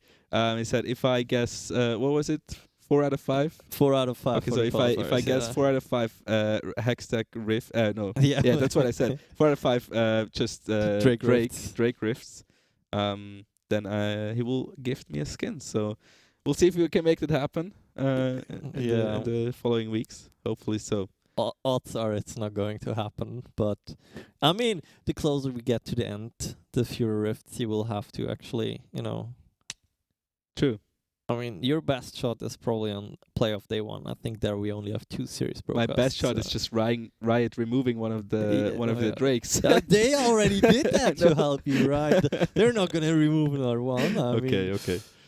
I mean, you can tweet at them and be like, "Yeah, guys, he's gonna give me a skin. Can you help me?" And then maybe it's a day full of Hextech drakes. From the it's only Hextech drakes. There's not even a first and second different drake. It's just 4 Hextech drakes. Exactly. Yeah, that would actually be funny. But yeah, man, what a day it's been already, though. So, looking towards next week, maybe. Yes. Hopefully, we see some teams who didn't make it today come back, and we have still some teams we didn't see today. For example, we didn't see Sioser play today with his team, right? Looking forward if he can field a roster for next week. I think there's a lot of players still we're still looking out for, maybe who could compete and who could be in the top 4. If you need an Akali Sioser, he knows an Akali. Jacobo. Obviously, Jacobo. I can give you the contact from Jacobo, and he can good mid laner. He can be on your team. Yeah. Also wondering what else we'll see next week. Yeah. Like if there's another team besides My Insanity that's gonna show up. Do you guys at Lostic have a league team? Not right now. Not right now. No. Okay. Still. You have a week time, right? No. Maybe. I mean, the thing is, you can't. I have to cast, right? Yeah. So lucky for everyone else that I have to cast and cannot play. I mean, lucky for everyone else that you cast, right? Else they would get stumped by your Akali. Oh, look at this! I think our assistant look at that. has our results ready for us. Is this like the Oscars and the winner is? And yeah, exactly. Okay. Okay. Are it you to me ready? straight. Okay. Who made it? You gotta get 2 right besides Senshin. Senshin is the first. Okay. What is the second team? Sasageo. Correct. That's actually the 3rd place. What's the second place? Why would I leak? Perfect. Okay. Will you get 4 and 4? Who's left? Arctic Gaming? He's a god. Yeah. So, Senshin Esports, why would I leak Sasageo and Arctic Gaming are through to the playoffs in 2 weeks. And obviously, they're also not allowed to play next week. No match fixing, guys. Else, penalty points. I don't have my hammer with me, but penalty points. Almighty Sharper, please spare me. I'm not that bad with penalty points anymore. Ropsy gave more than me. Ropsy, he's the bad guy. Okay, he's the villain in the whole story. Yeah, obvious. Anyway. That being said, I think we're getting close to wrapping up, man. What a day it's been. Great games. Mm-hmm. We have seen some washed up FPS players getting bodied. We have seen. We have also seen some washed up league players bodying other people. Yeah, definitely. Shout out to Legally. No, I can already see the tweet against me, but it's okay. I can take it. Yeah, but no, great games overall, especially that last game. That was really fun. Some more action, great mechanics, man. I'm looking forward to more Broken Barrel. His Lee Sin, but also like his Indao. Yes, he went a bit too aggressive at some points, but his mechanics are... He knows what he's doing. Let's say it like that. Yeah, the Lee Sin was super clean. You know, all these young upcoming... The thing is, we haven't seen League of Legends in a while, right? So there's a lot of young upcoming talent in Switzerland who's yet to get a chance here. And this might be the time for them. So Broken Barrel, Lee Sin was very clean. So yeah, also definitely looking forward to see more from him. Yeah, that being said, don't forget to sign up for the next qualifier taking place next Saturday. And yeah, I think we won't make it too long anymore. Do you have any final words for our viewers out there? Yeah, I mean, was very excited to be here for the first week. It's my first time covering League of Legends. Just trying to expand my portfolio. Super happy to be here. I hope you enjoyed as well, and I hope we gave you a good show. Definitely looking forward to the next few weeks with you on the couch. Yeah, definitely. And with you guys at home watching. So if you saw today and thought, man, that looked fun, I wanna play too. So get together for your friends, sign up for next Saturday when the second qualifier happens, and we'll be right here again on the sofa for you guys, covering all the action. Yeah, I couldn't take it any better than that. So with that being said, I'd say thank you everyone for watching. Thanks to KPMG once more for giving us the opportunity to bring back League of Legends. And we'll see you guys soon next week. Bye bye.